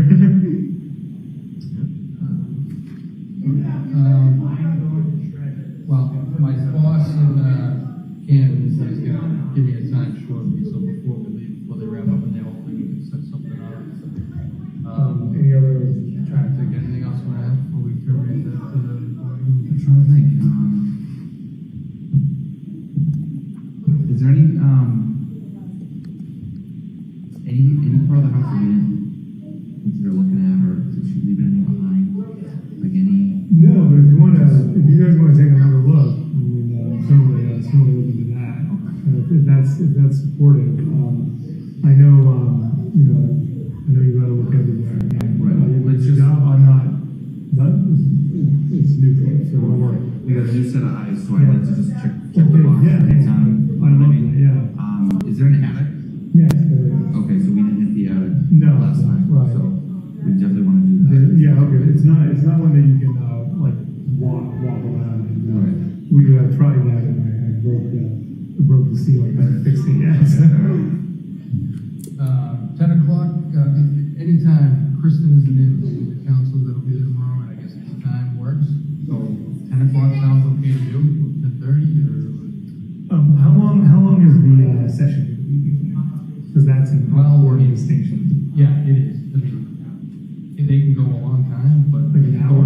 those are, like the long ones are when we're actually have like a specific incident or a crime to actually dive into. In this instance, it's going to be like more of just like a conversation, and, how's mom, their sense of how mom is and stuff like that, I guess, So I think it's going to be fun. I guess my answer is I don't think it's going to be terribly long. Well, do you think it'll be more or less than an hour? For both of them, I would say an hour. Okay, so if it's an hour.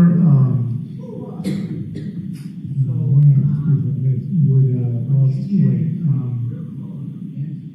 Did you have to get back or something? I'm just trying to figure out the timing. I think 10 would probably work out just fine. So. Okay, so let's plan on 10 o'clock. I'll get you the address before we leave. And we'll plan on that. We'll talk in the morning. That's fine. Okay. Yeah. All right, so you don't mind if we just take? No, I haven't been here before. Yeah. Sure, no problem. Yeah, do you want me to, I'll knock this out. Yeah. All right. It is, 2053, Thursday, January 5, 2023, straight after report. Sergeant, I'd like to ask some questions about January 5. After that, well, actually, there's people talking in the other room. Who are they? The people talking on that table? No, there's conversations going on behind you, it sounds like. What's going on there? Detective Lieutenant Lopes and Sergeant Buchanan are interviewing the defendant's mother, Diana Walshe. And after the interview, did you have the opportunity to walk around the residence again? Yes. What did you see in the attic? I went in the attic. The attic's unfinished. There's insulation and exposed floor joists. But nothing else in there? Correct. Did you go back down the basement? Yes. What did you see in the basement? If you go down the steps, to the right is utilities. If you go left, there's like a refrigerator. There's some storage boxes, some trash bags, some cleaning equipment. Did you do anything with the trash bags? I kind of manipulated the bag from the outside. And what did you notice? I felt like there was a carpet sample or a piece of a rug inside of one. Did you open the bags? I did not. Did you have the opportunity to go outside again? Yes. What did you do outside? We checked the shed, the backyard, walked around the property again. And did you do anything with the pool? We shined our flashlights into the pool again, but it was looked at with the floodlights the night prior. Now, what about vehicles that night? Did you look at any vehicles? We looked at the Volvo again. And what did you do to look at the Volvo? We went through it more thoroughly. And did anyone give you permission? Yes. Who? The defendant. And what did you find in the Volvo? In the Volvo was a receipt and a cell phone. And did you ask the defendant about the cell phone? Yes. And what did he say about the cell phone? It was the eldest son's cell phone. And the receipt, where was the receipt from? Lowe's. Was there a date on it? January 4th. And do you know which Lowe's? Weymouth Lowe's. Now, on January 5th, besides this interview that's recorded, did you have any other conversations with Mr. Walsh? Yes, we spoke on the phone a few times earlier that day. Well, let me ask you, when was the first time you spoke to him that day? Just before 9 a.m. on that Thursday. And do you remember the substance of that conversation? I just let him know that we were working on the investigation and we would be in touch. And when was the next time you spoke to him? About 3:45 p.m. And what did you talk about in that conversation? I had called him and left a message. He had called right back, and he asked about media and a PR person, and I had asked about if Anna carried large sums of cash on her, and he said sometimes yes, sometimes no. What did he ask about a PR person? He asked if he should get a PR person or talk to the media. What did you say? I said that he's free to talk to the media, although I don't recommend it. Now, how long were you at the Walsh residence that night with the state police? About 8 p.m. to 10:30 p.m. And what did you do after you left the Walsh residence? We all went back to the Cohasset police station. What did you do at the Cohasset police station?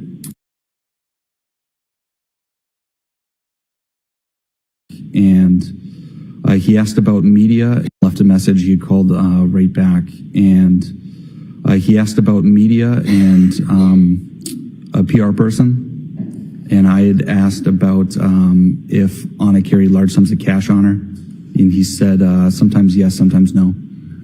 What did he ask about a PR person? He asked if he should get a PR person or talk to the media. What did you say? I said that he's free to talk to the media, although I don't recommend it. Now, how long were you at the Walsh residence that night with the state police? About 8 p.m. to 10:30 p.m. And what did you do after you left the Walsh residence? We all went back to the Cohasset police station. What did you do at the Cohasset police station? We began digging into the financial institutions, but given the hour, they were closed and it was tough to get a hold of any record keepers. So, I take it now we're getting into January 6th. Yes. What did you do on January 6th as far as this investigation? A large-scale search ensued. We brought in command posts and we established a staging area. Who brought in command posts? The Metro-Elect Command Post was present and the Mass State Police Command Post. Where were they set up?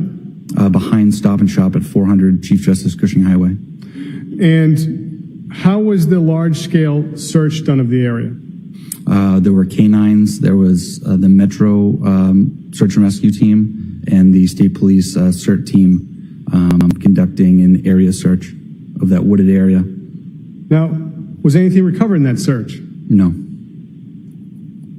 Sir, what was done to try and find surveillance video in that area? Neighborhood canvasses were conducted. And how'd you do that? We requested assistance from neighboring agencies, their detectives, to come in. We'd pair a detective with a trooper, and they go around checking residents and businesses for any sort of security footage. What was done as far as press conferences on the 6th? My Chief Quigley, gave a press conference on that Friday. Now, did you have the opportunity to speak to any people as far as witnesses on the 6th? Yes. Who did you speak to? Jem Mutlu, And where did that conversation take place? the Cohasset Police Station. And who was with you when that conversation took place? Trooper DeChico. And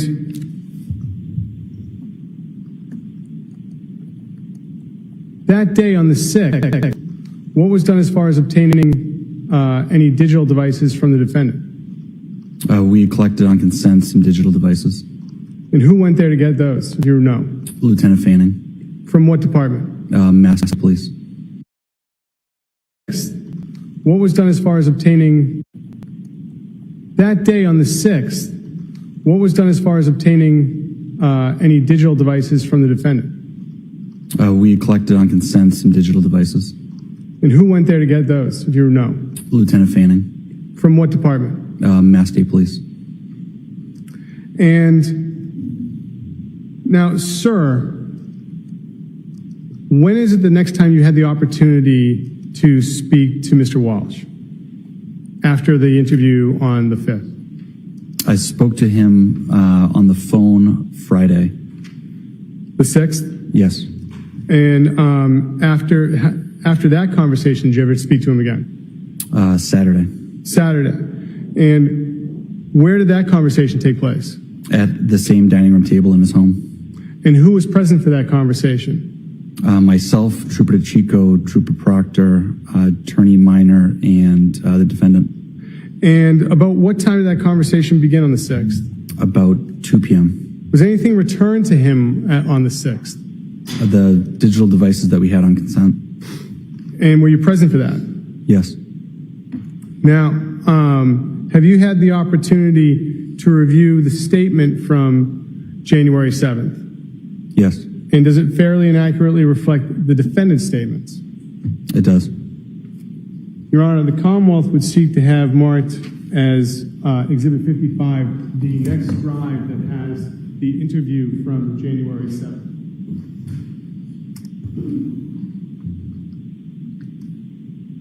Any new objections? Same objection. All right, they're acknowledged. The audio from 1723 is now marked in evidence as Exhibit 55.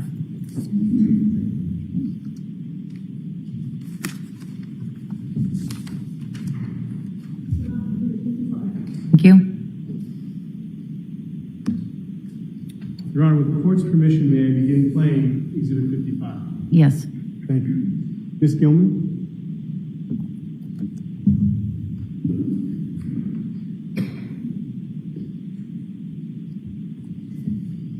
The reporter is on. It is 13:52 on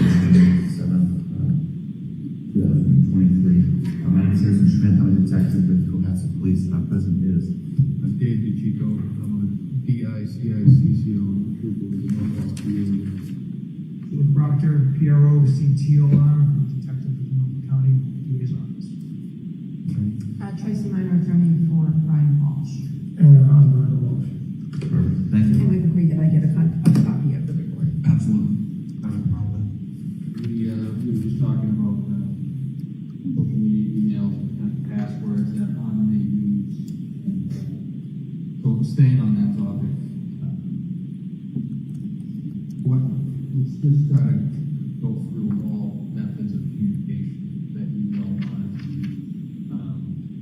let us know she has a cell phone. Within that cell phone, applications that she communicated, I know are Viber.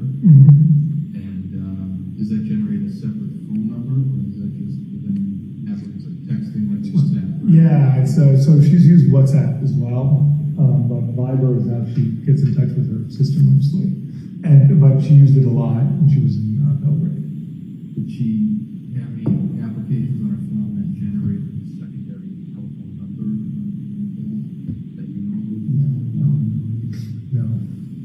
Did she make any calls to Instagram, she might use Instagram. I don't know much about that. And the iMessenger stuff has been people calling her on that. It's been coming on my phone over the last week, so. And password for Instagram? Those are the passwords that we use for stuff, the banking, so I don't know if she uses it for that or not. And Bay over at capital B, $1 $sign at the end. Right. She usually uses that for accounts that we were, like, that she wanted to get me on. So, like, the credit cards. So, maybe the bank accounts, I don't really ever look at the bank accounts, but Netflix and things like that. Back to any other methods of communication? Well, Facebook, do you have access to? I don't think I have access to that.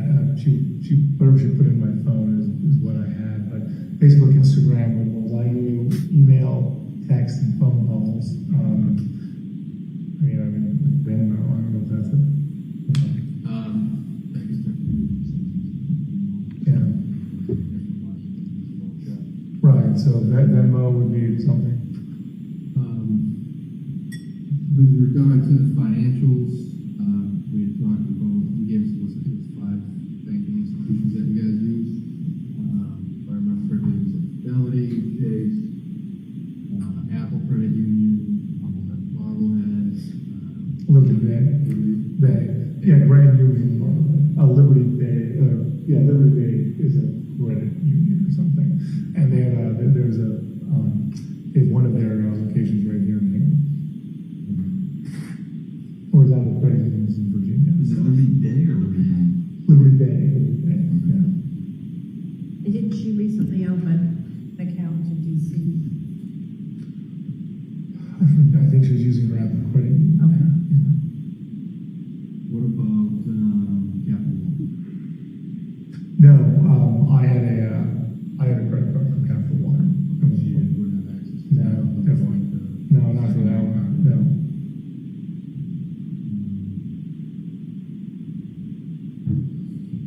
All right, let's, anything else? The money that was moved from the sale of the house to that escrow or 1031 exchange. I think what else? I mean, Where is that, not the account in escrow? Or circle back to that maybe? Yeah. But I think you said, what was that, about $250,000? yeah, it's 200,000 on one. And is that, those are the proceeds from the sale of the ministry? Yes, December 20. December 29th is when the sale actually closed. That's when the money hit. Yeah.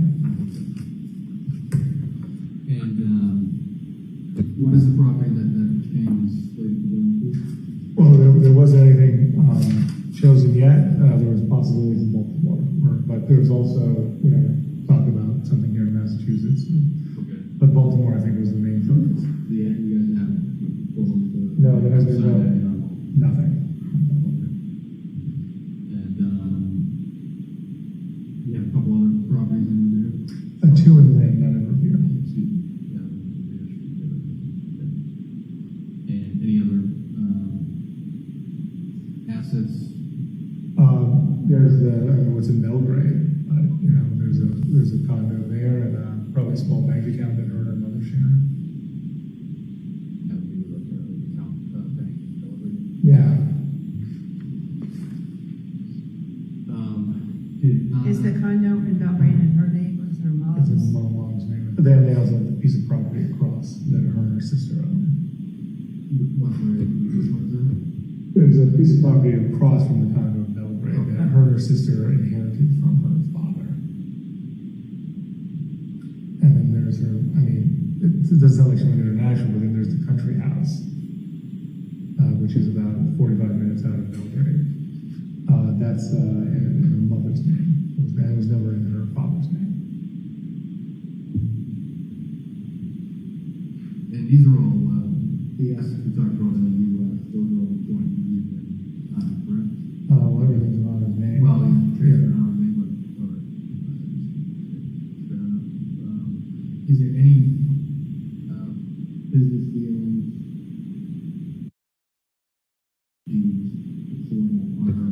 without your, Without my knowledge? well, without your knowledge, you wouldn't know, but without your, like, input, so to speak, like she's kind of like, this is my project, I'm doing this, that sort of thing, you know? Yeah. I'll handle this. No, that's not how our marriage works at all. If she was doing something like that, then I would have zero information about it. No, we talked about everything, you know, when she was looking for the dog, she was looking for a new car, all these things. So her business, like, obviously, Inspire, and then this real estate investment portfolio.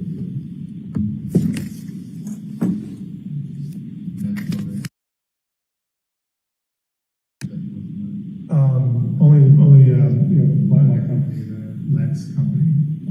Yeah, it's a cybersecurity training company, and that's a new company that I've been working on with my business partners. So that's what I do when I'm, you know, not watching the kids and doing other stuff. So that's my main focus, and we've been building it up over the last 2 years. Is that off the ground running? It's off the ground running. It's not profitable yet, but we're looking to go cash flow positive this year. Cybersecurity. Training, yeah, human-based cybersecurity training.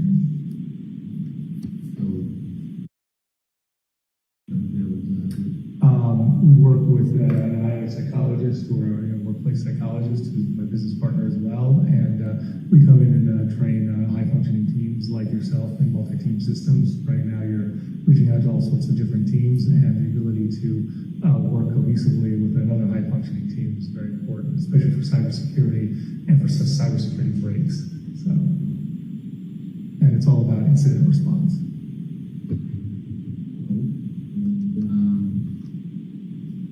Any major financial losses with that? No, not at all. No, in fact, we're looking to close a large deal with the government. We've got 5 or 6 possibilities, and we have a partner in the UK called QA, where they sell a lot of trainings to private and public companies over there. So it's been moving pretty quickly for a small startup. Other businesses that you have, is that your sole? That's the main focus. Yeah. The trading card business? Yeah, there's the fresh cold, but that's not really a focus. It's just it's a mutual friend of Anna and I who asked for support, and we've been doing that over the last year or two, but looking to unwind out of that as fast as possible. It wasn't a business that I was terribly interested in, and I was happy to support Jesse, but also I don't see the financial benefits of that. Is there a lot of investment on your end for that, or did they start that up? Yeah, I mean, we helped them out with definitely a good amount of money, $50,000 or so. Place to recoup that money? Yes, Off in that business? Yes, yeah. The focus is to recoup that and actually to use that money for restitution. Yes. What was the investment in the cybersecurity? Yeah, I can actually have the exact numbers on that. We've, I guess it would be 90 minus, so it was $80,000 over 2 years. That's on track.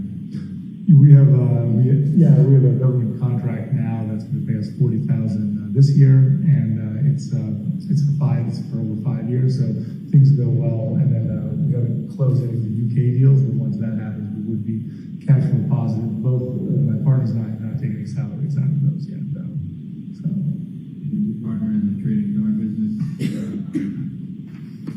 he's invested. dissolving, No. dissolving, or? No, I'm not partners. No. No, I'm just a. Yeah, it was a support system for him, and we're friends.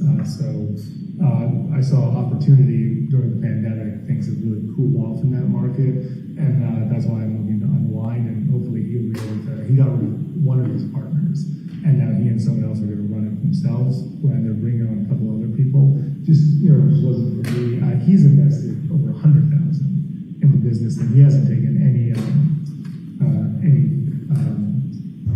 money or salary for the last 18 months, and he's looking to make another investment in the business possibly. Oh yeah, neither did I. They have some boxes like $10,000. It's kind of insane. So it's a plan for new partners, new investment partners to, is that how you're gonna recoup your 50? Unclear at this time, excuse me, but he is bringing on someone who's got a huge amount of inventory, which is what they didn't have, and that's going to, off the sales of that, I could recoup my money, definitely. We brought up the restitution. Yes. What is the timetable for that to be resolved? What's going on? We don't have a timetable. They don't get. That's why I have been pressing to get as much paid as possible, as soon as possible, but we don't have any deadlines. So is the case of harvesting? How that works? I would like as much restitution as possible to be paid prior to sentencing. Yeah. At sentencing, whatever money has not yet been paid, he will have a time period to pay it, set by probation. It's usually 3 to 5 years, typical. But it's always beneficial, everybody, the defendant, to pay off things as quickly as possible. So that's always my goal, but there's no timetable imposed. What's the total dollar amount of restitution that's settled? That's still like ballpark. Ballpark 450,000. Well, we've already paid, close to 200,000. How did we pay that much? 175. That much. It's a little complicated because Brian's mother put up bail money of $75,000 that she has pledged towards restitution. So once he's sentenced, you get that back, but she's not getting it back. It's going towards restitution. And I think you paid. Oh, and 90. So that's so 165. Yeah. And there's there's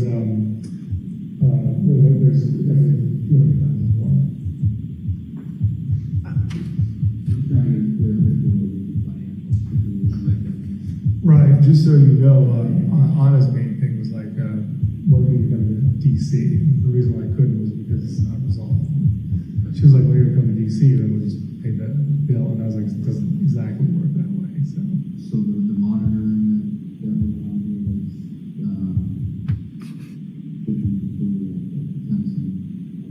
it was supposedly, it would have been concluded in October.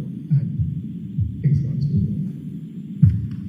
Hingham Savings Bank and New Bank, that's something that you use for savings, or?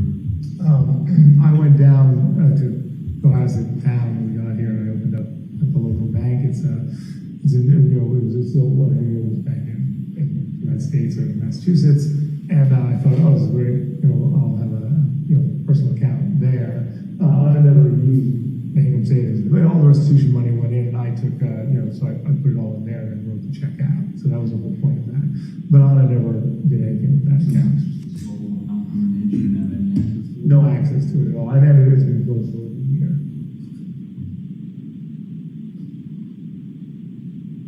Possibility that she had an account that you didn't know about? Would that surprise you? It would surprise me. Yeah, it definitely would surprise me. But I mean, it's anything's possible. When she got the JetBlue card, she told me she was getting it. So Going back just to what Robert was restitution and sentencing, is there a possibility that you're going to be incarcerated at all after this? possible. Possible. Yeah. Still on the table. Yeah. Of 6 months. Okay. But that's all been put under suspense because of this. So that's also going to be going to. Because but- it's one thing if Anna could take care of the kids for 3 months, for 6 months. Yeah. It's another thing if she can't.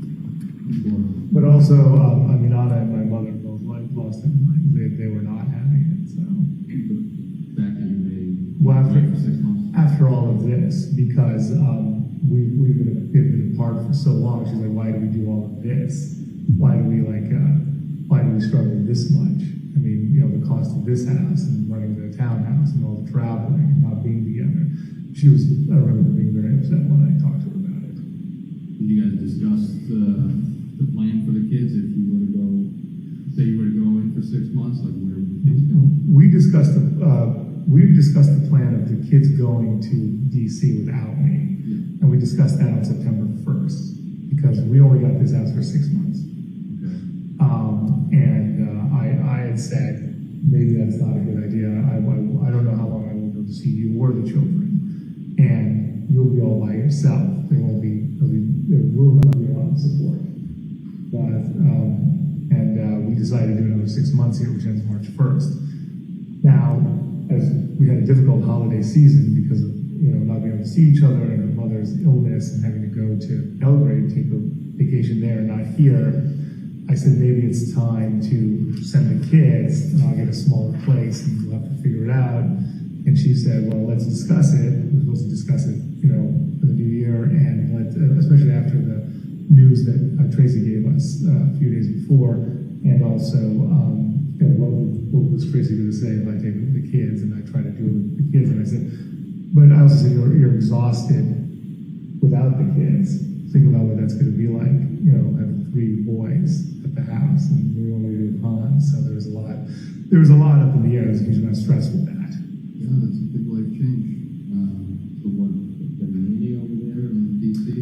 We were thinking of moving Robin. Robin is relatively new. We were going to ask her if that would work out. She was in Serbia. She asked a few people if she was going to fly them in maybe. Her mother and my mother can no longer support the kids. They're just not in shape. They were a few years ago, and now it's just not possible. She's like, you bring my mother, and I was like, your mother's never like that. She can't let us. Yeah.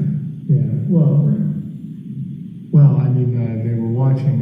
Her mother did help us a few years ago with 2, but it just wasn't possible anymore. So, especially after her neurological incident last year. So how did that conversation, like, where did that rest? Like where did you guys leave that? Well, I left a message for her, and I was going to get more information from Tracy. I was going to speak to Anna, and I'll just speak to my mother about it too. They both have a huge investment. Nothing had been decided, but that's where the thing was.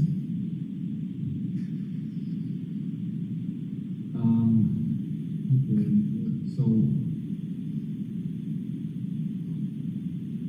I'd like to go back to first the left here. We really need to iron out what you did that day and a good timeline for you. I know that in a previous couple interviews, you told us that I had left him on the 6th, and you said you got up at 7:30. Yeah, a little after 7. 7:30 breakfast. And French toast, yeah. that's the previous. Yeah. Yeah. Yeah, right. Why don't we just start at when you got out of bed and what you did? Yeah, of course. So we were get out of bed, and then because Brian wakes up, and then I came down. I didn't change in crying because I had to go into William's room. So sometimes, like I said, I'm supposed to change in the morning. I don't always. And then William was still asleep in his room at the time when Brian was up. Brian likes to come down the stairs himself, so I got down, and then Thomas was already on the couch. so I wanted to leave early for work. And he's like, yeah, I already know, say goodbye. I was like, all right, French toast time. So Brian came down. I made the breakfast and, emptied out, cleaned up after some of the stuff from last night's dinner, emptied out the dishwasher and that stuff. And then I went up to get William and bring him down for the breakfast. So then we had the breakfast, which is the kids love the French toast on days off. And then was it coconut melon was I think what I put on for the kids. I think that's what it's called. Yeah. Yeah. So there was that. The kids have their iPads too, as you know. There's a lot of new toys that we were playing with. So that was most of the morning. I didn't have the phone at the time. I think I emailed. I made sure it was in so Zach and Daniel, who are we basically work every day. We're always in contact every day, so I wanted them to know that my phone wasn't working in case something was coming across to let them know that I could only get emails on it and my mother. So those are the 3 emails I sent out. I was going to send out more, but I just didn't have time. But I figured the phone would show up. So Robin came in, and the kids were excited to see Robin. And then I got ready. I hadn't gotten ready at all. I showered and everything like that. So and I had time from 3 to 9 to leave the house, and it was to go see my mother. But I had to go out and get the milk and the juice and some other things. Mainly the milk was the reason why I went to Shaw's. And then I came back and set that up. So I left at 4 instead of leaving at 3. And then I drove up and saw my mother, and then a couple errands. CVS and Whole Foods are the main things that I remember. I talked to her, the usual stuff, made sure everything was going well, and then I drove back, and that was my main. That was the main thing. I think I got back, at 8 or something like that. And you're in the house for the rest of the night? Yeah, that's it. It's my times are pretty strict, so and I'm you call I'm 100% compliant on those. Right. So when you first left the house at Shaw's? Yeah, around a little after 3. I think you Walgreens after Shaw's? I might have gone to Walgreens. I'm trying to think. I might have gotten some baseball cards for Thomas or something like that. Yeah, I only know about it because of the Fresh Pulls. Barnes and Noble is the place where you get baseball cards too. So you don't know if you have Walgreens? I do go to Walgreens a lot when I'm next to Shaw's. But yeah, so I don't recall. I was pretty focused on making sure I had enough milk. Okay. So then after that, you come home. Yeah. What do you do while you're here? Oh, I just got the stuff in the fridge, and basically told Robin I was heading out. Checked on the boys and things like that, and then I was gone. And like direct you home? Yes, I did. What was that address again? 330 Paradise Road. You were Paradise and Swampscott.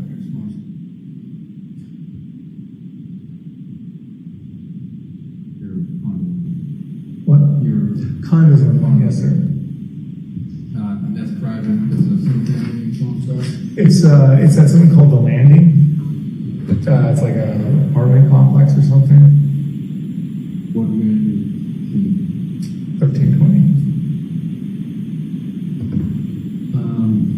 Okay, so you were directed at Swampscott. What route did you drive up there? It was a little difficult because I got lost because I didn't have the GPS. Okay. So it took a bit longer. I went the wrong way, and then I came probably. So what did I do? Because I normally supposed to go 1A, I went at 1, and then I came across on 114 or something, and then was able to get up to what's it called? The Swampscott. So it took longer than normal. It took longer than normal, yeah. How long do you estimate it took to get there? Normally, I mean, with no traffic, you can make it in, maybe 60, 70 minutes, but I probably took I took over a little bit over 90 minutes, maybe. So, it was probably there, there before 6, but after 5:30. Okay. Where do you think you got lost? I went on 1 instead of going on 1A, and I kept driving further than I had to.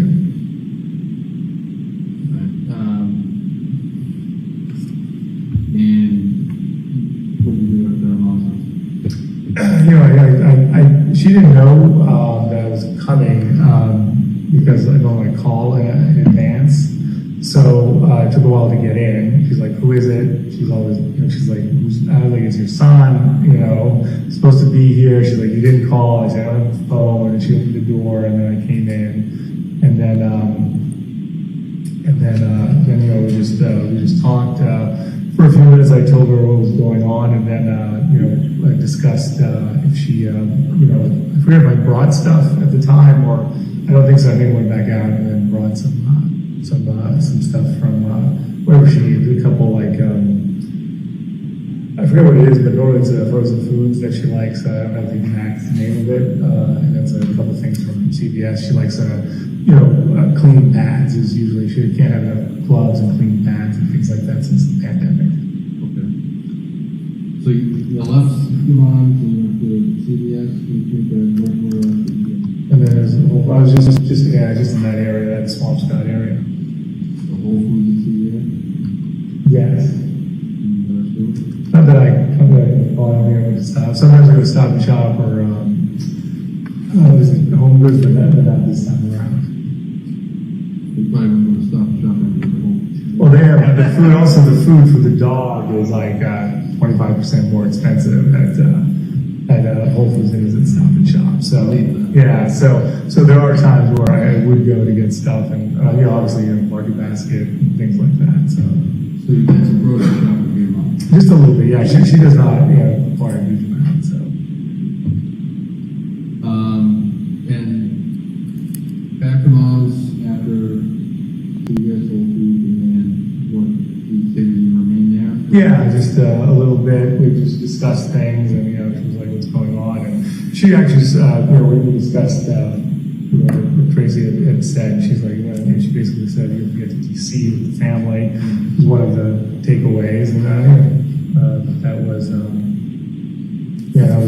main thing. What's her plan when you ultimately get to DC? She's going with you? Yes, she's coming with us. She's going to live in a separate residence. She's independent, but much closer right now. We're really struggling because she's been far away, and she's like, "I'm not moving, especially after the pandemic, and I'm totally not moving temporarily." So that's why she didn't move down. She was about to move down to Cohasset, but then we were moving, and she's like, "Okay, well, until I know where you guys are, it's not happening." So I get that. That makes sense. Yes, we were going to bring her to what's the place in Hingham, the Landmark or the. I haven't lived down here. Oh, yeah, Shipyard. There you go. Thanks. There's condos. Yeah, I thought that would be good for her. Close enough. Okay, so you guys were there, and when you come home, do you stop him on the way home? No. No gas stops? Oh. I don't think so. I don't think so. Okay. I guess. I'm sorry. I'll have to check on that. I don't think I got gas. You only pay things with gas or credit card? Yeah, I was about to say I usually pay for stuff in credit card. So if I did get gas, I'd know. Credit card? I use the Freedom card. Yeah, the Chase Freedom.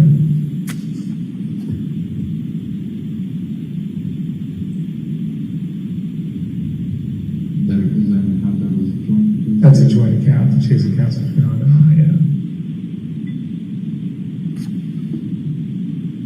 Okay, so from Swampscott, sounds like you come directly home, and then you guys look at the monitoring, Yeah, yeah, it does sound about right. Within those records, it has like a description of the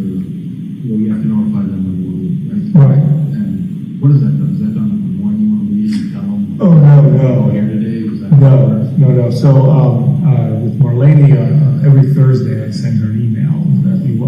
If you go through my emails, you can look through all of those. And I say, so these are the requests for the week. This is what I'll be doing at this time. May I have permission to take, to school or whatever it is. Now there are some other things that are constant, like taking the kids to school is all set up, right? So I have to take school from Monday through Friday and stuff like that. So those I don't make requests for. The other things, like if I have to see Tracy in person, or see my probate lawyer, or support my mother, or take the kids to a game that's not. I make those requests in advance. If anything changes, I am able to ask about changes. They're supposed to be 72 hours in advance, though. So same day would have to be an emergency situation. Okay. I think the particular trip that on Sunday when you went to Swansea, I think it was the description said mom drop off. Yes. So I was supposed to take because she was having cataract surgery, so she was coming over. This is what happened. So she was going to come over. I went and I picked her up, and I brought her back to the house. So she was okay. So let me figure this out. We went on the 20th or something, or the 21st for her surgery. At that point, she couldn't do a lot, so she was at the house here. We were taking care of her. Then I drove her up, set her up at her place so that she could be comfortable away from the kids. She's unable to stay here for extended periods of time, and also so that she likes to leave on, and I can have time alone as well. Then I went to pick her up and brought her back, and then she was going to stay until the 1st. She left early, and I said, I'll come up. And she's like, I have everything. And I said, okay, I'm all set for Sunday. I'll come up and make sure you're all set for the week, so that we're all, everything's good. I'm glad you're feeling better. So we didn't know how fast she recovered much quicker from this cataract surgery than the first one. So I went up to support her instead of drop her off, so that she made sure she had everything. The day you did drop her off early, what was that? No, her car was here because we brought her car in before her surgery, and then she's like, I can drive, I'm fine. And she left on Thursday. Okay. So you're here Sunday night. Here for the night. You go out on Monday. Do you have any scheduled? I can't recall off the top of my head if you had. I don't believe I had scheduled time on Monday. I probably took. I guess I did have a little bit of scheduled time to do things with the boys. Normally it's for school, but they didn't have it, so I took Thomas for I really think Thomas for ice cream or something like that. So to mix it up a little bit. And what was the other thing? I think that was it. That was the only time I left. I don't remember leaving in the morning. So you said you took Thomas and the other boys stayed here. Oh, the boys stayed here for a while. What time did she go? I don't remember. I think I had her come over pretty early because Anna had left, and at the time I didn't have the phone. If you look at the text messages, she's like, so when she left on Sunday, I said, hey, can you go on Monday? I'm all by myself with the boys. I don't know what's happening. I don't have the phone. She said, sure, but she texted me and said, is 9 okay? I was able to get in touch with her. We didn't have the phone at the time, but I was able to, that's when she went out and went through all the garbage in the middle of the day looking for the phone. Yeah, you said the boys sometimes they go. Right, yeah. Didn't they found a speaker? There was a speaker, and then there was the coffee grinder. I was like, that was kind of weird. What kind of speaker was it? I don't know. It's something that Anna had gotten, but when once it was clean, it didn't work anymore, so it all went back in. But I appreciated Robin bringing it all out. You guys got any on Google Voice devices? Okay, so you recall once on. Yeah, that was it. I think, usually I gotta get a treat with Thomas. I tried it one-on-one time with him. William and Brian also like it, so I'm trying to mix it up. But I don't have a huge amount of time. It was over in good. Yeah. I think, is that what we wanted? They wanted to go somewhere. He was asking about somewhere else. I think he wanted to go to, Press. He wanted to go to Press, which is the, what's that place? Press is in Norwell or something like that. No, it's actually, it's a healthy place, but he thinks he's getting a chocolate milkshake, but it's just a chocolate banana. I don't know. He figured he's like this. He's found it to be tasty, so I was like, well, that's better than ice cream. So.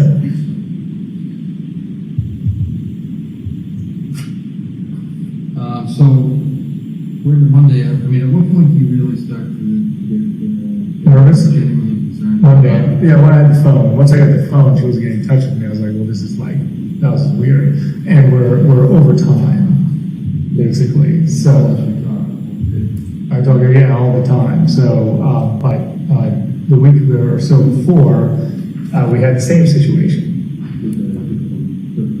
Yeah, for Christmas and everything. So, I didn't want to freak out at that point. So I was like, you know what, let me see what happens in the morning. And then that's when all the texts started coming. I was like at 6, I wake up pretty early. So I texted her, I was like, what's going on? That's when I got in touch with Alyssa. And she told me to calm down. And my mother told me to calm down. And Sandra, her sister, was like, I was home at 12:31. No one seemed worried, but I was like, maybe I'm being insane. And I almost called work last time, and Anna's like, do not embarrass me at work. And my husband calling around for me. So I was going to call on Tuesday, but I didn't, and I should have.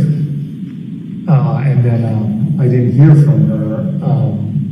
And then on Wednesday morning, that's when I called. I started calling the lines. I don't have a number of someone at work, I realized too. So I called I called the Mazda building, called Crossing building. I was going to call Jeff Chon. I didn't have his number.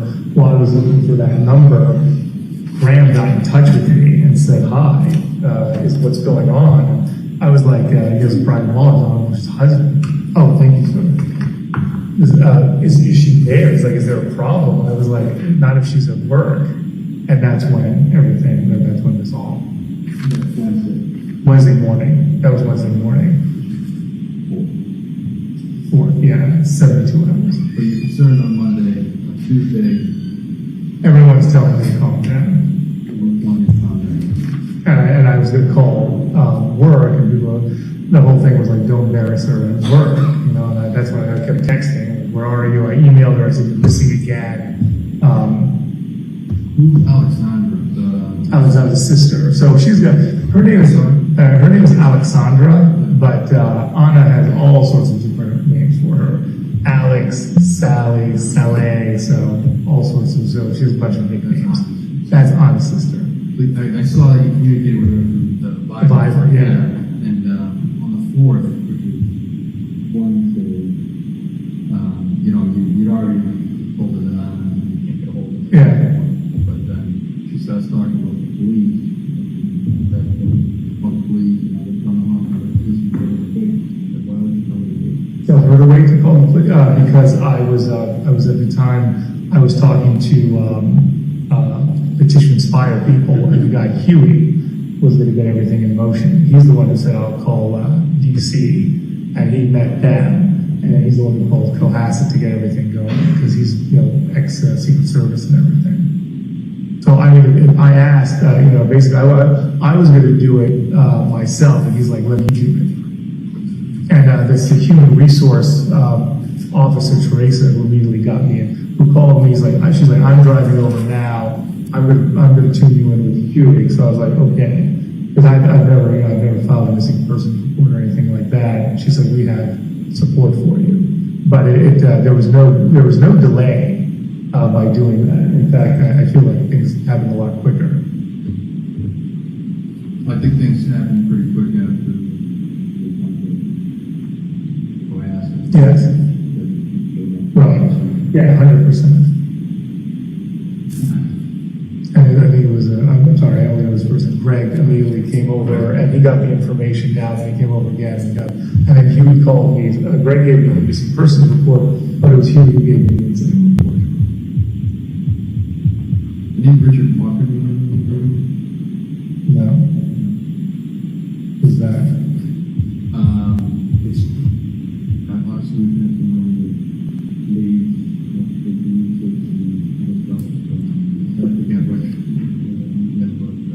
On that, Ryan's mother, Yeah. would like to offer a report. Yeah, and I will run up on people I gotta run by. And I think, yeah, that goes both ways, Generate a lot more leads, generate a lot more time wasting. Exactly. Instead of focus. Anyway, she wanted me to raise that. Okay, she spoke to me about it, and I still talked to Tracy, so. But what does she want to offer for the reward? But she'll offer, I mean, she'll offer more, she'll offer. That's the concept of, That's her starting point. yeah, I was before that. But before we do anything, we're Yeah. getting approval. No, it's from you important guys. that we Sometimes you make public announcements on their own and offer. Right, We're no, not- we don't want to do anything No, that's we're- going to impede the Yes, investigation. thank you. No, Appreciate that. we're working in alignment with you, that's our focus. When I called you that next day about the media, Right. probably pick it up, Yeah. the inquiries. Yeah. This is kind of along the same. Yeah, it hasn't, it's only created more stressful. I just want to work on the same team. Yeah. The media kind of has their own. Yeah, right, selling newspapers. That's why we brought Tracy's here to, basically, a cool hat, at a time where, the rest of us are not operating really very well. And also to, protect me for, my other people problems that I'm having. Yeah. Main goal here is to find out. Yeah. We're getting a lot of noise from leads, from everywhere. Do you have any other names? Not off the top of my head. I was just calling to what we got here. Okay. I figured I'd throw it out. But it does not. No, do you have any other information? No, Okay. not right now. All right. Obviously, we are.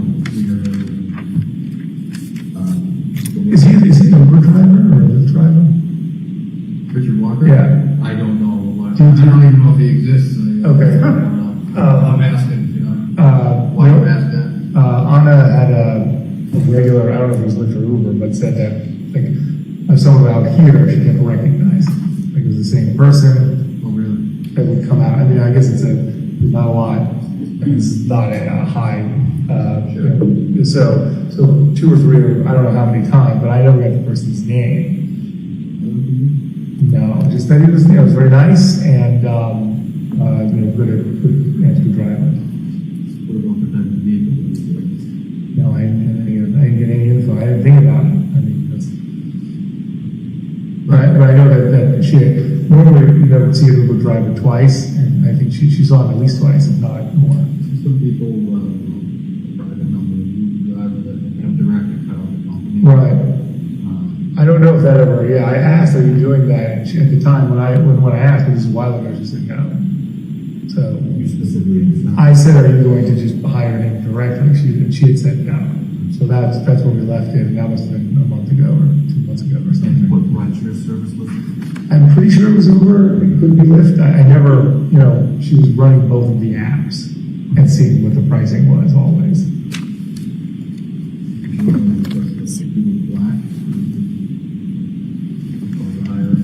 I don't know. She usually gives the regular stuff, whatever was available. And she was leaving very early in the morning with Cohasset. So there were days when I was awake early on, and she was worried about if she was going to make it to the airport because we couldn't get anyone, or they were 30 minutes out.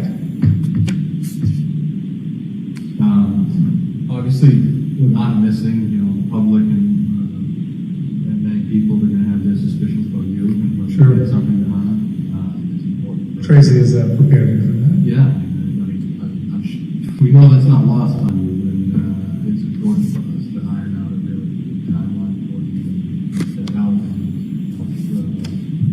well, any suspicions of that and quicker and it's both of us. Sure. And that's part of the reason. Prepared me for that. Yeah, we know that's not lost on you, and it's important for us to iron out a really timeline for you and set out and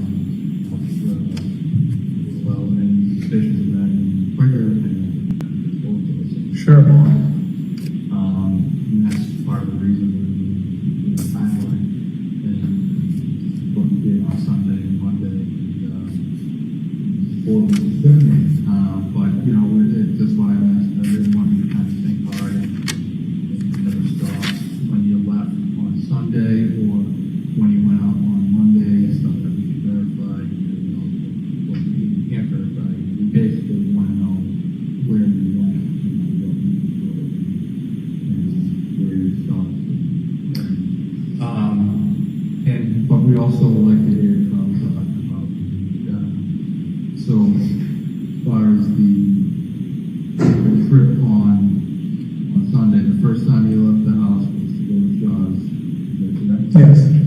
And potentially Walgreens? Sure, I forgot about that. Possible. Back here, back out towards Swan. Right. Route travel again up there.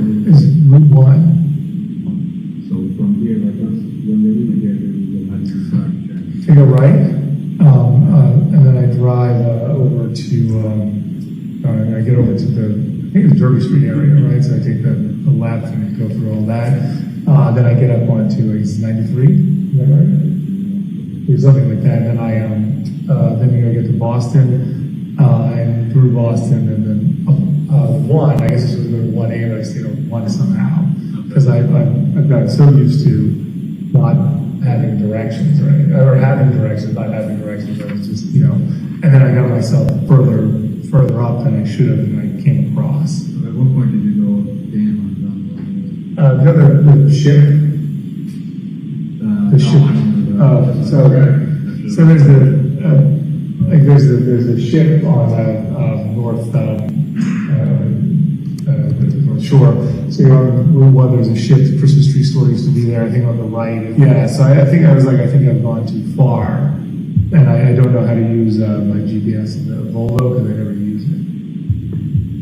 Okay, so you turn and go back to mom's, drop that, and Yeah. conversation. I was out and out being there for New Year's, and she's like, "Okay, how are things going?" I said, "Yeah, it was going. We had a great night." And then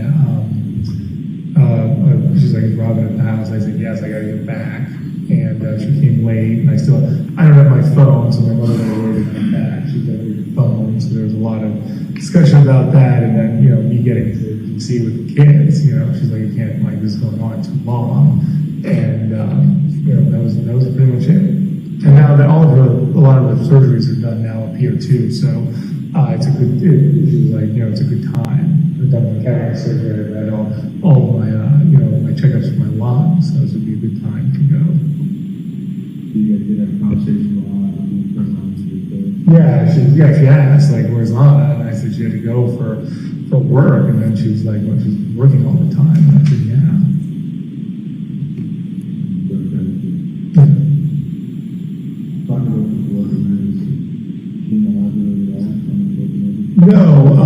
No, last time on December 24th, when she worked up until 7 p.m. and then she missed the flight on, there was I was like, "What's going on?" And she basically said, "You're asking a lot of questions. What's going on?" I was like, "Well, it seems really odd that you would have to work like so late on December 24th." And she said, "Hey, I said I was going to take care of it." And then I said, "All right." So I didn't want to get into it, especially she was obviously hesitant to tell me that she wasn't going to be able to stay the whole time. So I didn't want to, we had a great night. So I was like, okay, well. And then she also said, "I'm going to have more time for Martin Luther King Day, 4 or 5 days." I remember her saying that. She's like, it's all going to work out. I'm behind. She got sick after coming up for Christmas. So I guess she had to work from home on Tuesday, and she felt like behind for the year. So it could have been that she was wanting to get ahead, but she said that there was something that was important that she had to be at. I assumed. I haven't told you the stories I make up in my head, but if you're interested, I have there's no basis other than like this is what I thought it might be, but I thought something at the Mazda building. That's where she was till 7 p.m. On the 24th of December. In the morning, she sent me, if you look at the text, she's like, "There's leaks, like at 8 a.m. on that." So I assume something must have gone on over there. And she's supposed to live right next door. That's so the fact that she's here and not right next door, someone might call her and say something like that. She'd be like, "Well, I have to get over there." And she was always busy on the phone with stuff going on. So.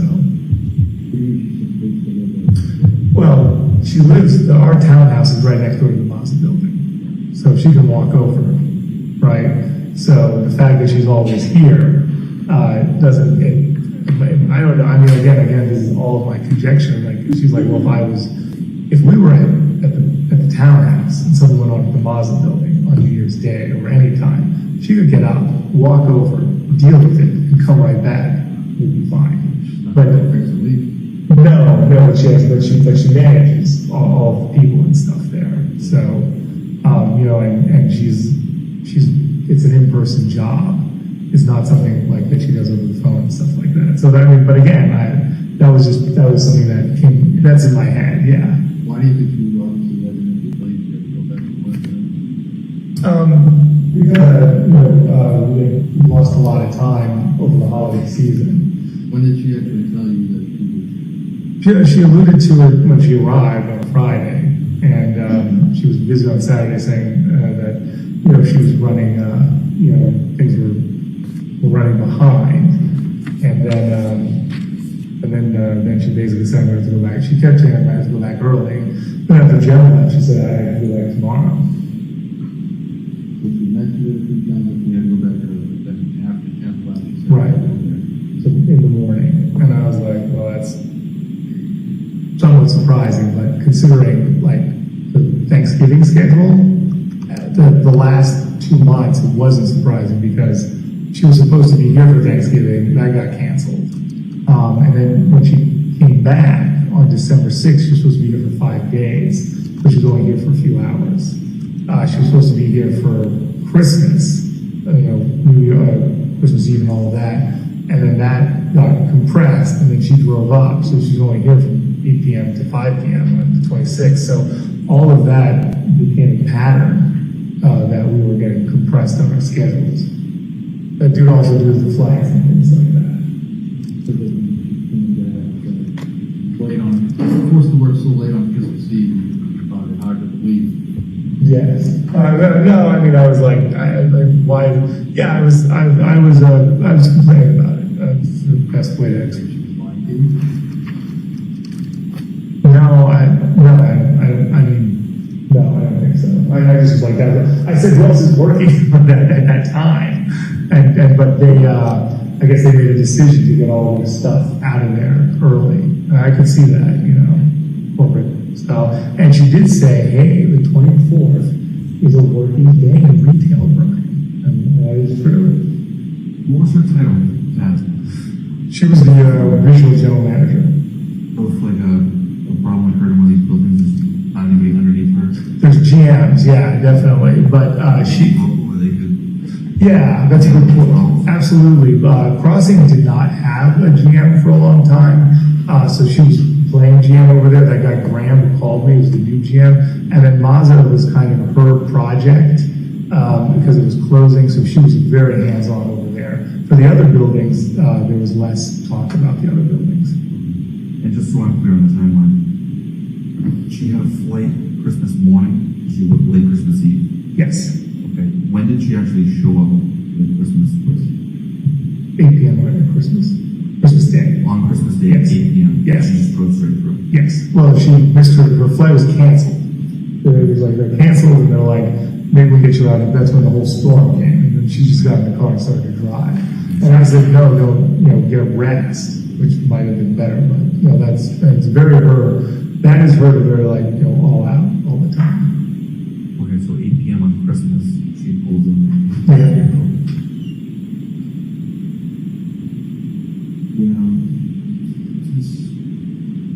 You said you didn't suspect how I was lying to you when she arrived late. Did you ever suspect her of having an affair or an affair? Suspect her of sleeping in No, not when we're married. I mean, like when we were dating other people, it was a bit different. But like in the last, 7, 8, or 9 years, no, absolutely not. And we have 3 kids, and we're, you know, I mean, I after I was arrested, I remember writing her notes, and I said, this might not be the life I had promised you. If you want to leave, I understand. She said, no, let's do it together. And we were, you know, we were focused on our relationship and the kids. I mean, it's more than just us; it's the children too. So. I really couldn't imagine that. She was very focused on work and family, and this would be I mean, it would be totally like outside of her, you know, value system. How would you react if she told you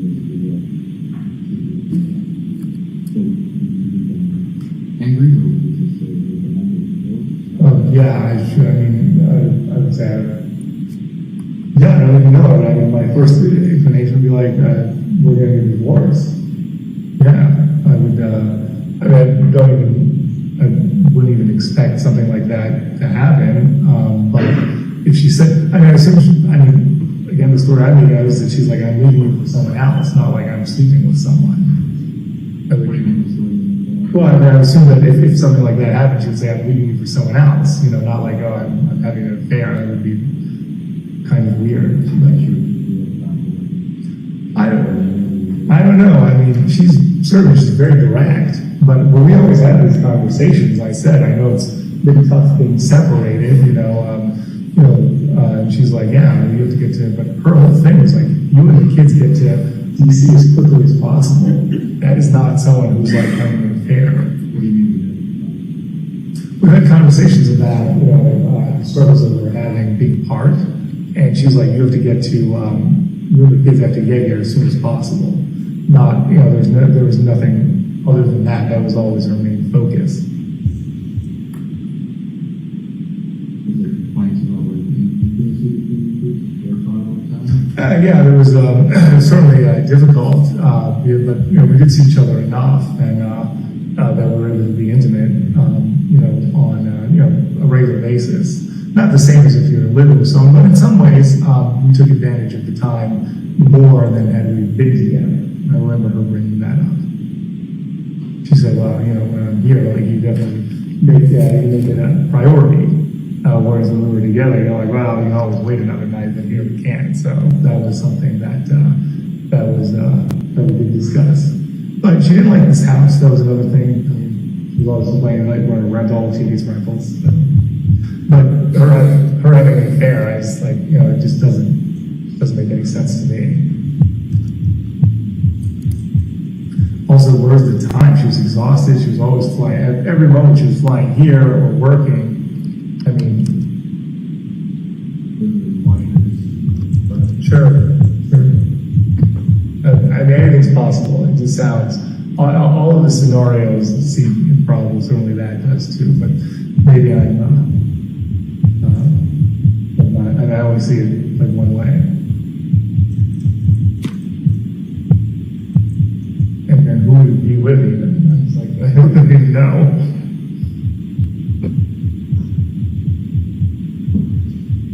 These work emergencies on? Is not anyone during the shift just pick up Yeah, picking up and leaving was not common. Work emergencies were, maybe the word emergency is being misused, but, upticks or something that, just like an outlier. There was the time when the FBI, hit the crossing building. She was, all of a sudden, she was like inundated over there. And then the leaks at Mazda, TJ Maxx wanted to leave Mazda. Like these things that came up that were disrupting her daily work were things that, we talked about all the time. And that it was, it was a huge pressure for her. And she didn't have all the personnel in place. Just to backtrack on something you said, she came home December 5th or early December, you said, and she was supposed to stay for 5 days? Yeah. Still home for a few hours, Yeah, so basically, I guess it's the same thing. She was going to come in on, my ladies the calendar here, thank you. So she was gone. I guess she came on the 7th, which is a Wednesday. And she had left on the 23rd, so 2 weeks in Belgrade. She was going to stay and leave on Monday the 12th. And then she told me she had to leave on the 8th. So that was it was starting to get used to it. I was like, wow, that's tough. And we did have I was upset. I had 2 weeks, in Belgrade and 1 day here. Kids and I, need more than that. So, Your Honor, Mrs. Gilman, if I could ask you to pause. Your Honor, would it be an appropriate time now, or would you move this? No, it'd be a good time now. Thank you. So jurors, thank you for your attention today. And I know from firsthand experience, and now you do too, how tiring it can be just sitting all day. So think about that. Get some fresh air when you can, either at lunch and get home. It helps from my experience. I'll leave you today reminding you of the 4 obligations that you have and that I expect to know you will be obedient to them. First, don't do any research about this case. Don't speak to anyone about this case. Don't access any social media, news media, and continue to have open minds. I think of you as sponges in the jury box, taking in all of the information that's provided to you during the trial. Have a good night. And before you leave, don't think I'm oblivious to the fact that we're getting the first snowstorm. Lived here now a lot of years, and so I hate to say this out loud, but I will anyway. I don't have a great confidence in, because it is such a complicated business, what the meteorologists are predicting. I did ask my clerk to check earlier this afternoon, sometime between 2 and 4. It sounds like they're downgrading the expectations. But I don't want you to think your safety and your security is a priority to me, as is everybody that works here. So I'll be thinking about that tomorrow, and if it's appropriate to let you go earlier, I will if the forecast changes. But well, I don't want to jinx this, but I'll leave it there. Jurors, have a good night, and again, thanks for your attention today.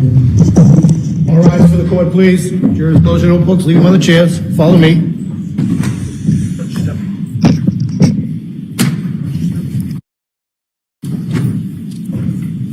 All right, well, pal.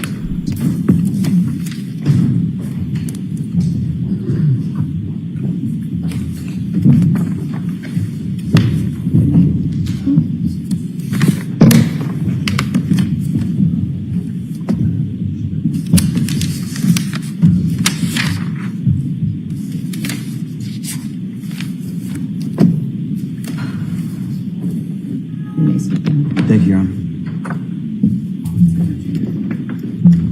Please be seated.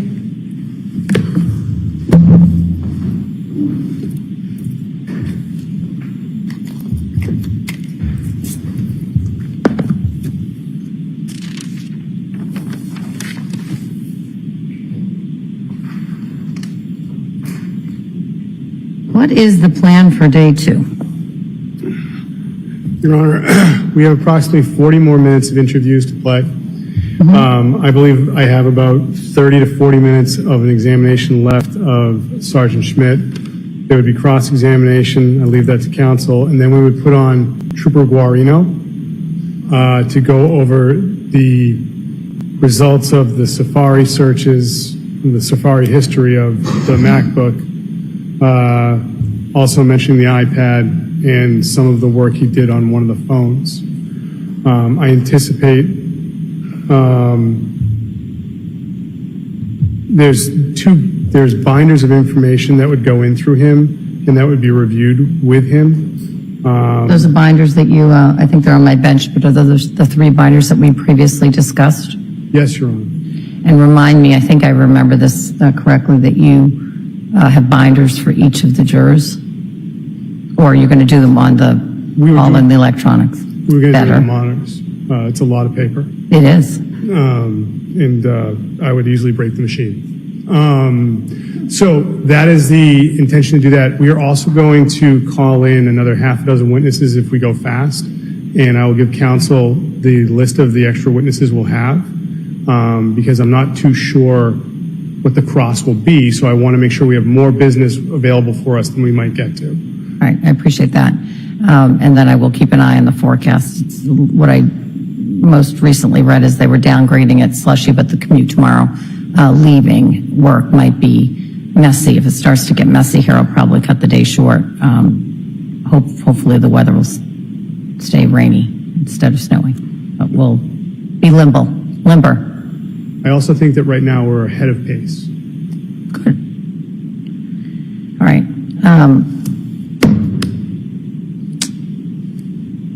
There was another question. I'm just hesitating to get up because I feel like there's something else I wanted to ask you.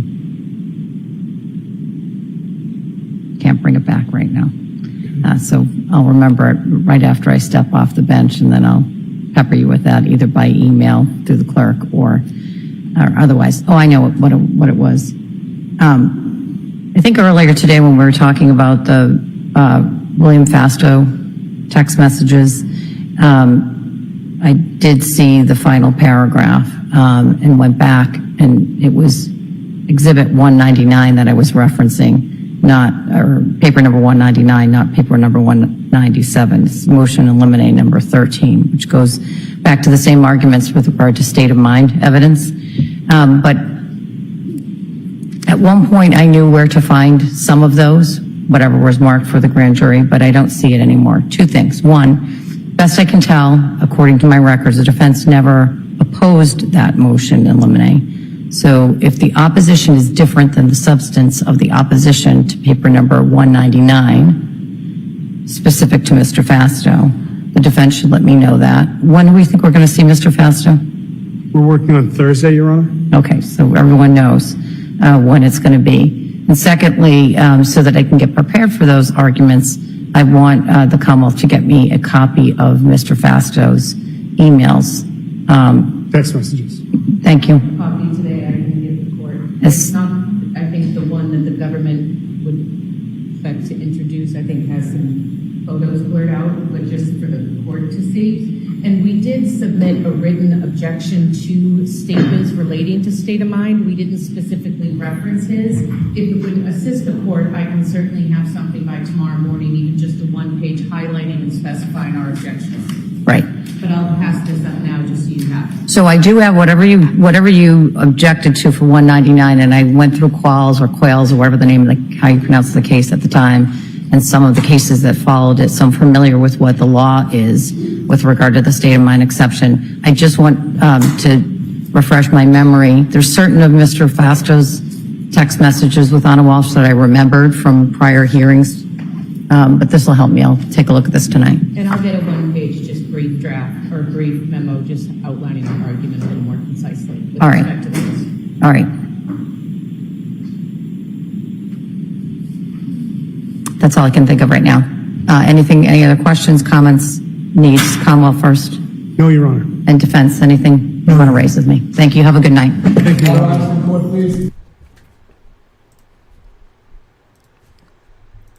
All right, folks, you saw it. That was the end of the first day of the Brian Walshe trial. We are ahead of schedule, as you heard there from the prosecutor, and it was quite a day. I mean, Walshe is going to go with the defense that he left his, found his wife's body and then lied to investigators about it. Absolutely incredible to hear that. Kind of tipped in advance by virtue of the fact that Walshe literally pled guilty to lying to investigators and attempting to and moving his wife's body before the trial on first-degree murder even began. Some of the other interesting notes: the defense strategy of again Walshe finding Anna Walsh in bed, lying to the police, the lies then played for the jury. John Fanning from the Sandra Birchmore investigation collected Walsh's cell phone, and then the strange Belgrade connection to Serbia. Folks, what a day. We had fun studying. We learned a lot about criminal procedure. Towel is absolutely exhausted. Wore myself out yesterday. Wore myself out again today. Thank you so much to everyone who watched. I saw Bossy Texas Chick came in. Thank you so much. It was absolutely a long day, but we all got caught up.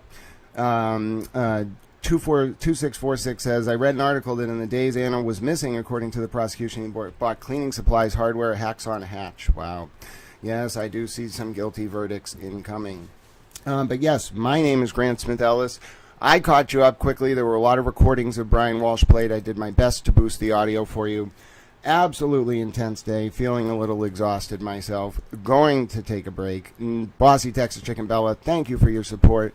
Laura, thank you for your support. Nancy from the 508, thank you for watching 2646 as well. Christina, Nicola, all of you. Noel, I saw you in there as well. Allie and Rue, it was great to see you. Nanya as well. All right, let Towel catch his breath. Thank you very much. We'll be back tomorrow. We'll be back at 9 a.m. My name is Grant Smith Ellis. Yes, I need to conserve my energy. It could be an exciting day. But as you know, this is an independent public information service. If you want to support this service, you can go ahead and support it by liking this channel, subscribing. You want to give memberships, join, whatever it may be. Thank you for your donation, Bossy Texas Chicken Bella. There's also ways to support directly via my donation links. I'll drop those one more time in case you need them. Some people find them helpful. As you can see, I, though, am absolutely exhausted, and I am going to drop those in the chat. But that said, we end the stream the same way every day, ladies and gentlemen, and you know what I'm going to say. This is a public information service. It's designed to educate, inform, and entertain the wider public. Thanks to almost 2,000 of you who watched over on the Towel X today. We use entertainment as a hook to engender cogent public discourse and ward off the usurpation of our representative forms of government worldwide. If you want to really pay it forward, though, if you learned something today, thank you, 2646. I will get my rest. If you want to pay it forward, you know what I'm going to say. You can look for reasons to do small acts of service and kindness, ladies and gentlemen. You can look for reasons to do things like donate to our homeless veterans. There should not be one veteran in the United States homeless against their will.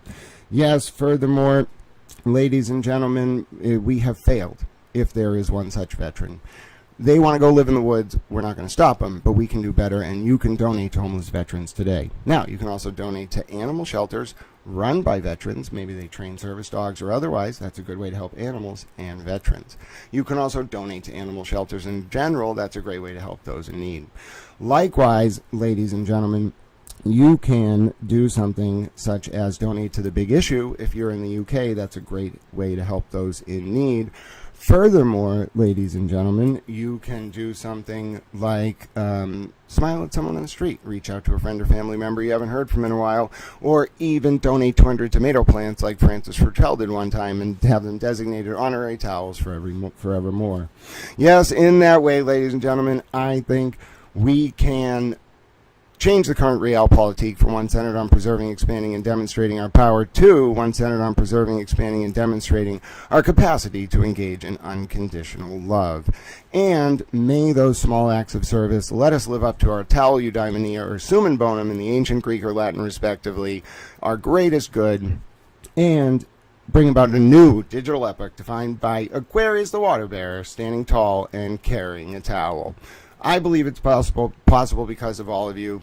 God bless all of you who watched the Towel stream today. Thank you so much for your support. It means a lot to me. Independent media is still strong. Towel appreciates you all very much, and I look forward to seeing you again very soon. Towel friends on the X, you know you got a few minutes at the beginning of the day, so I'm going to give Towel friends on the YouTube a few minutes at the end. God bless you. Enjoy your Monday. It's going to be cold tomorrow. Be well. My name is Grant Smith Ellis. Towel loves you very much.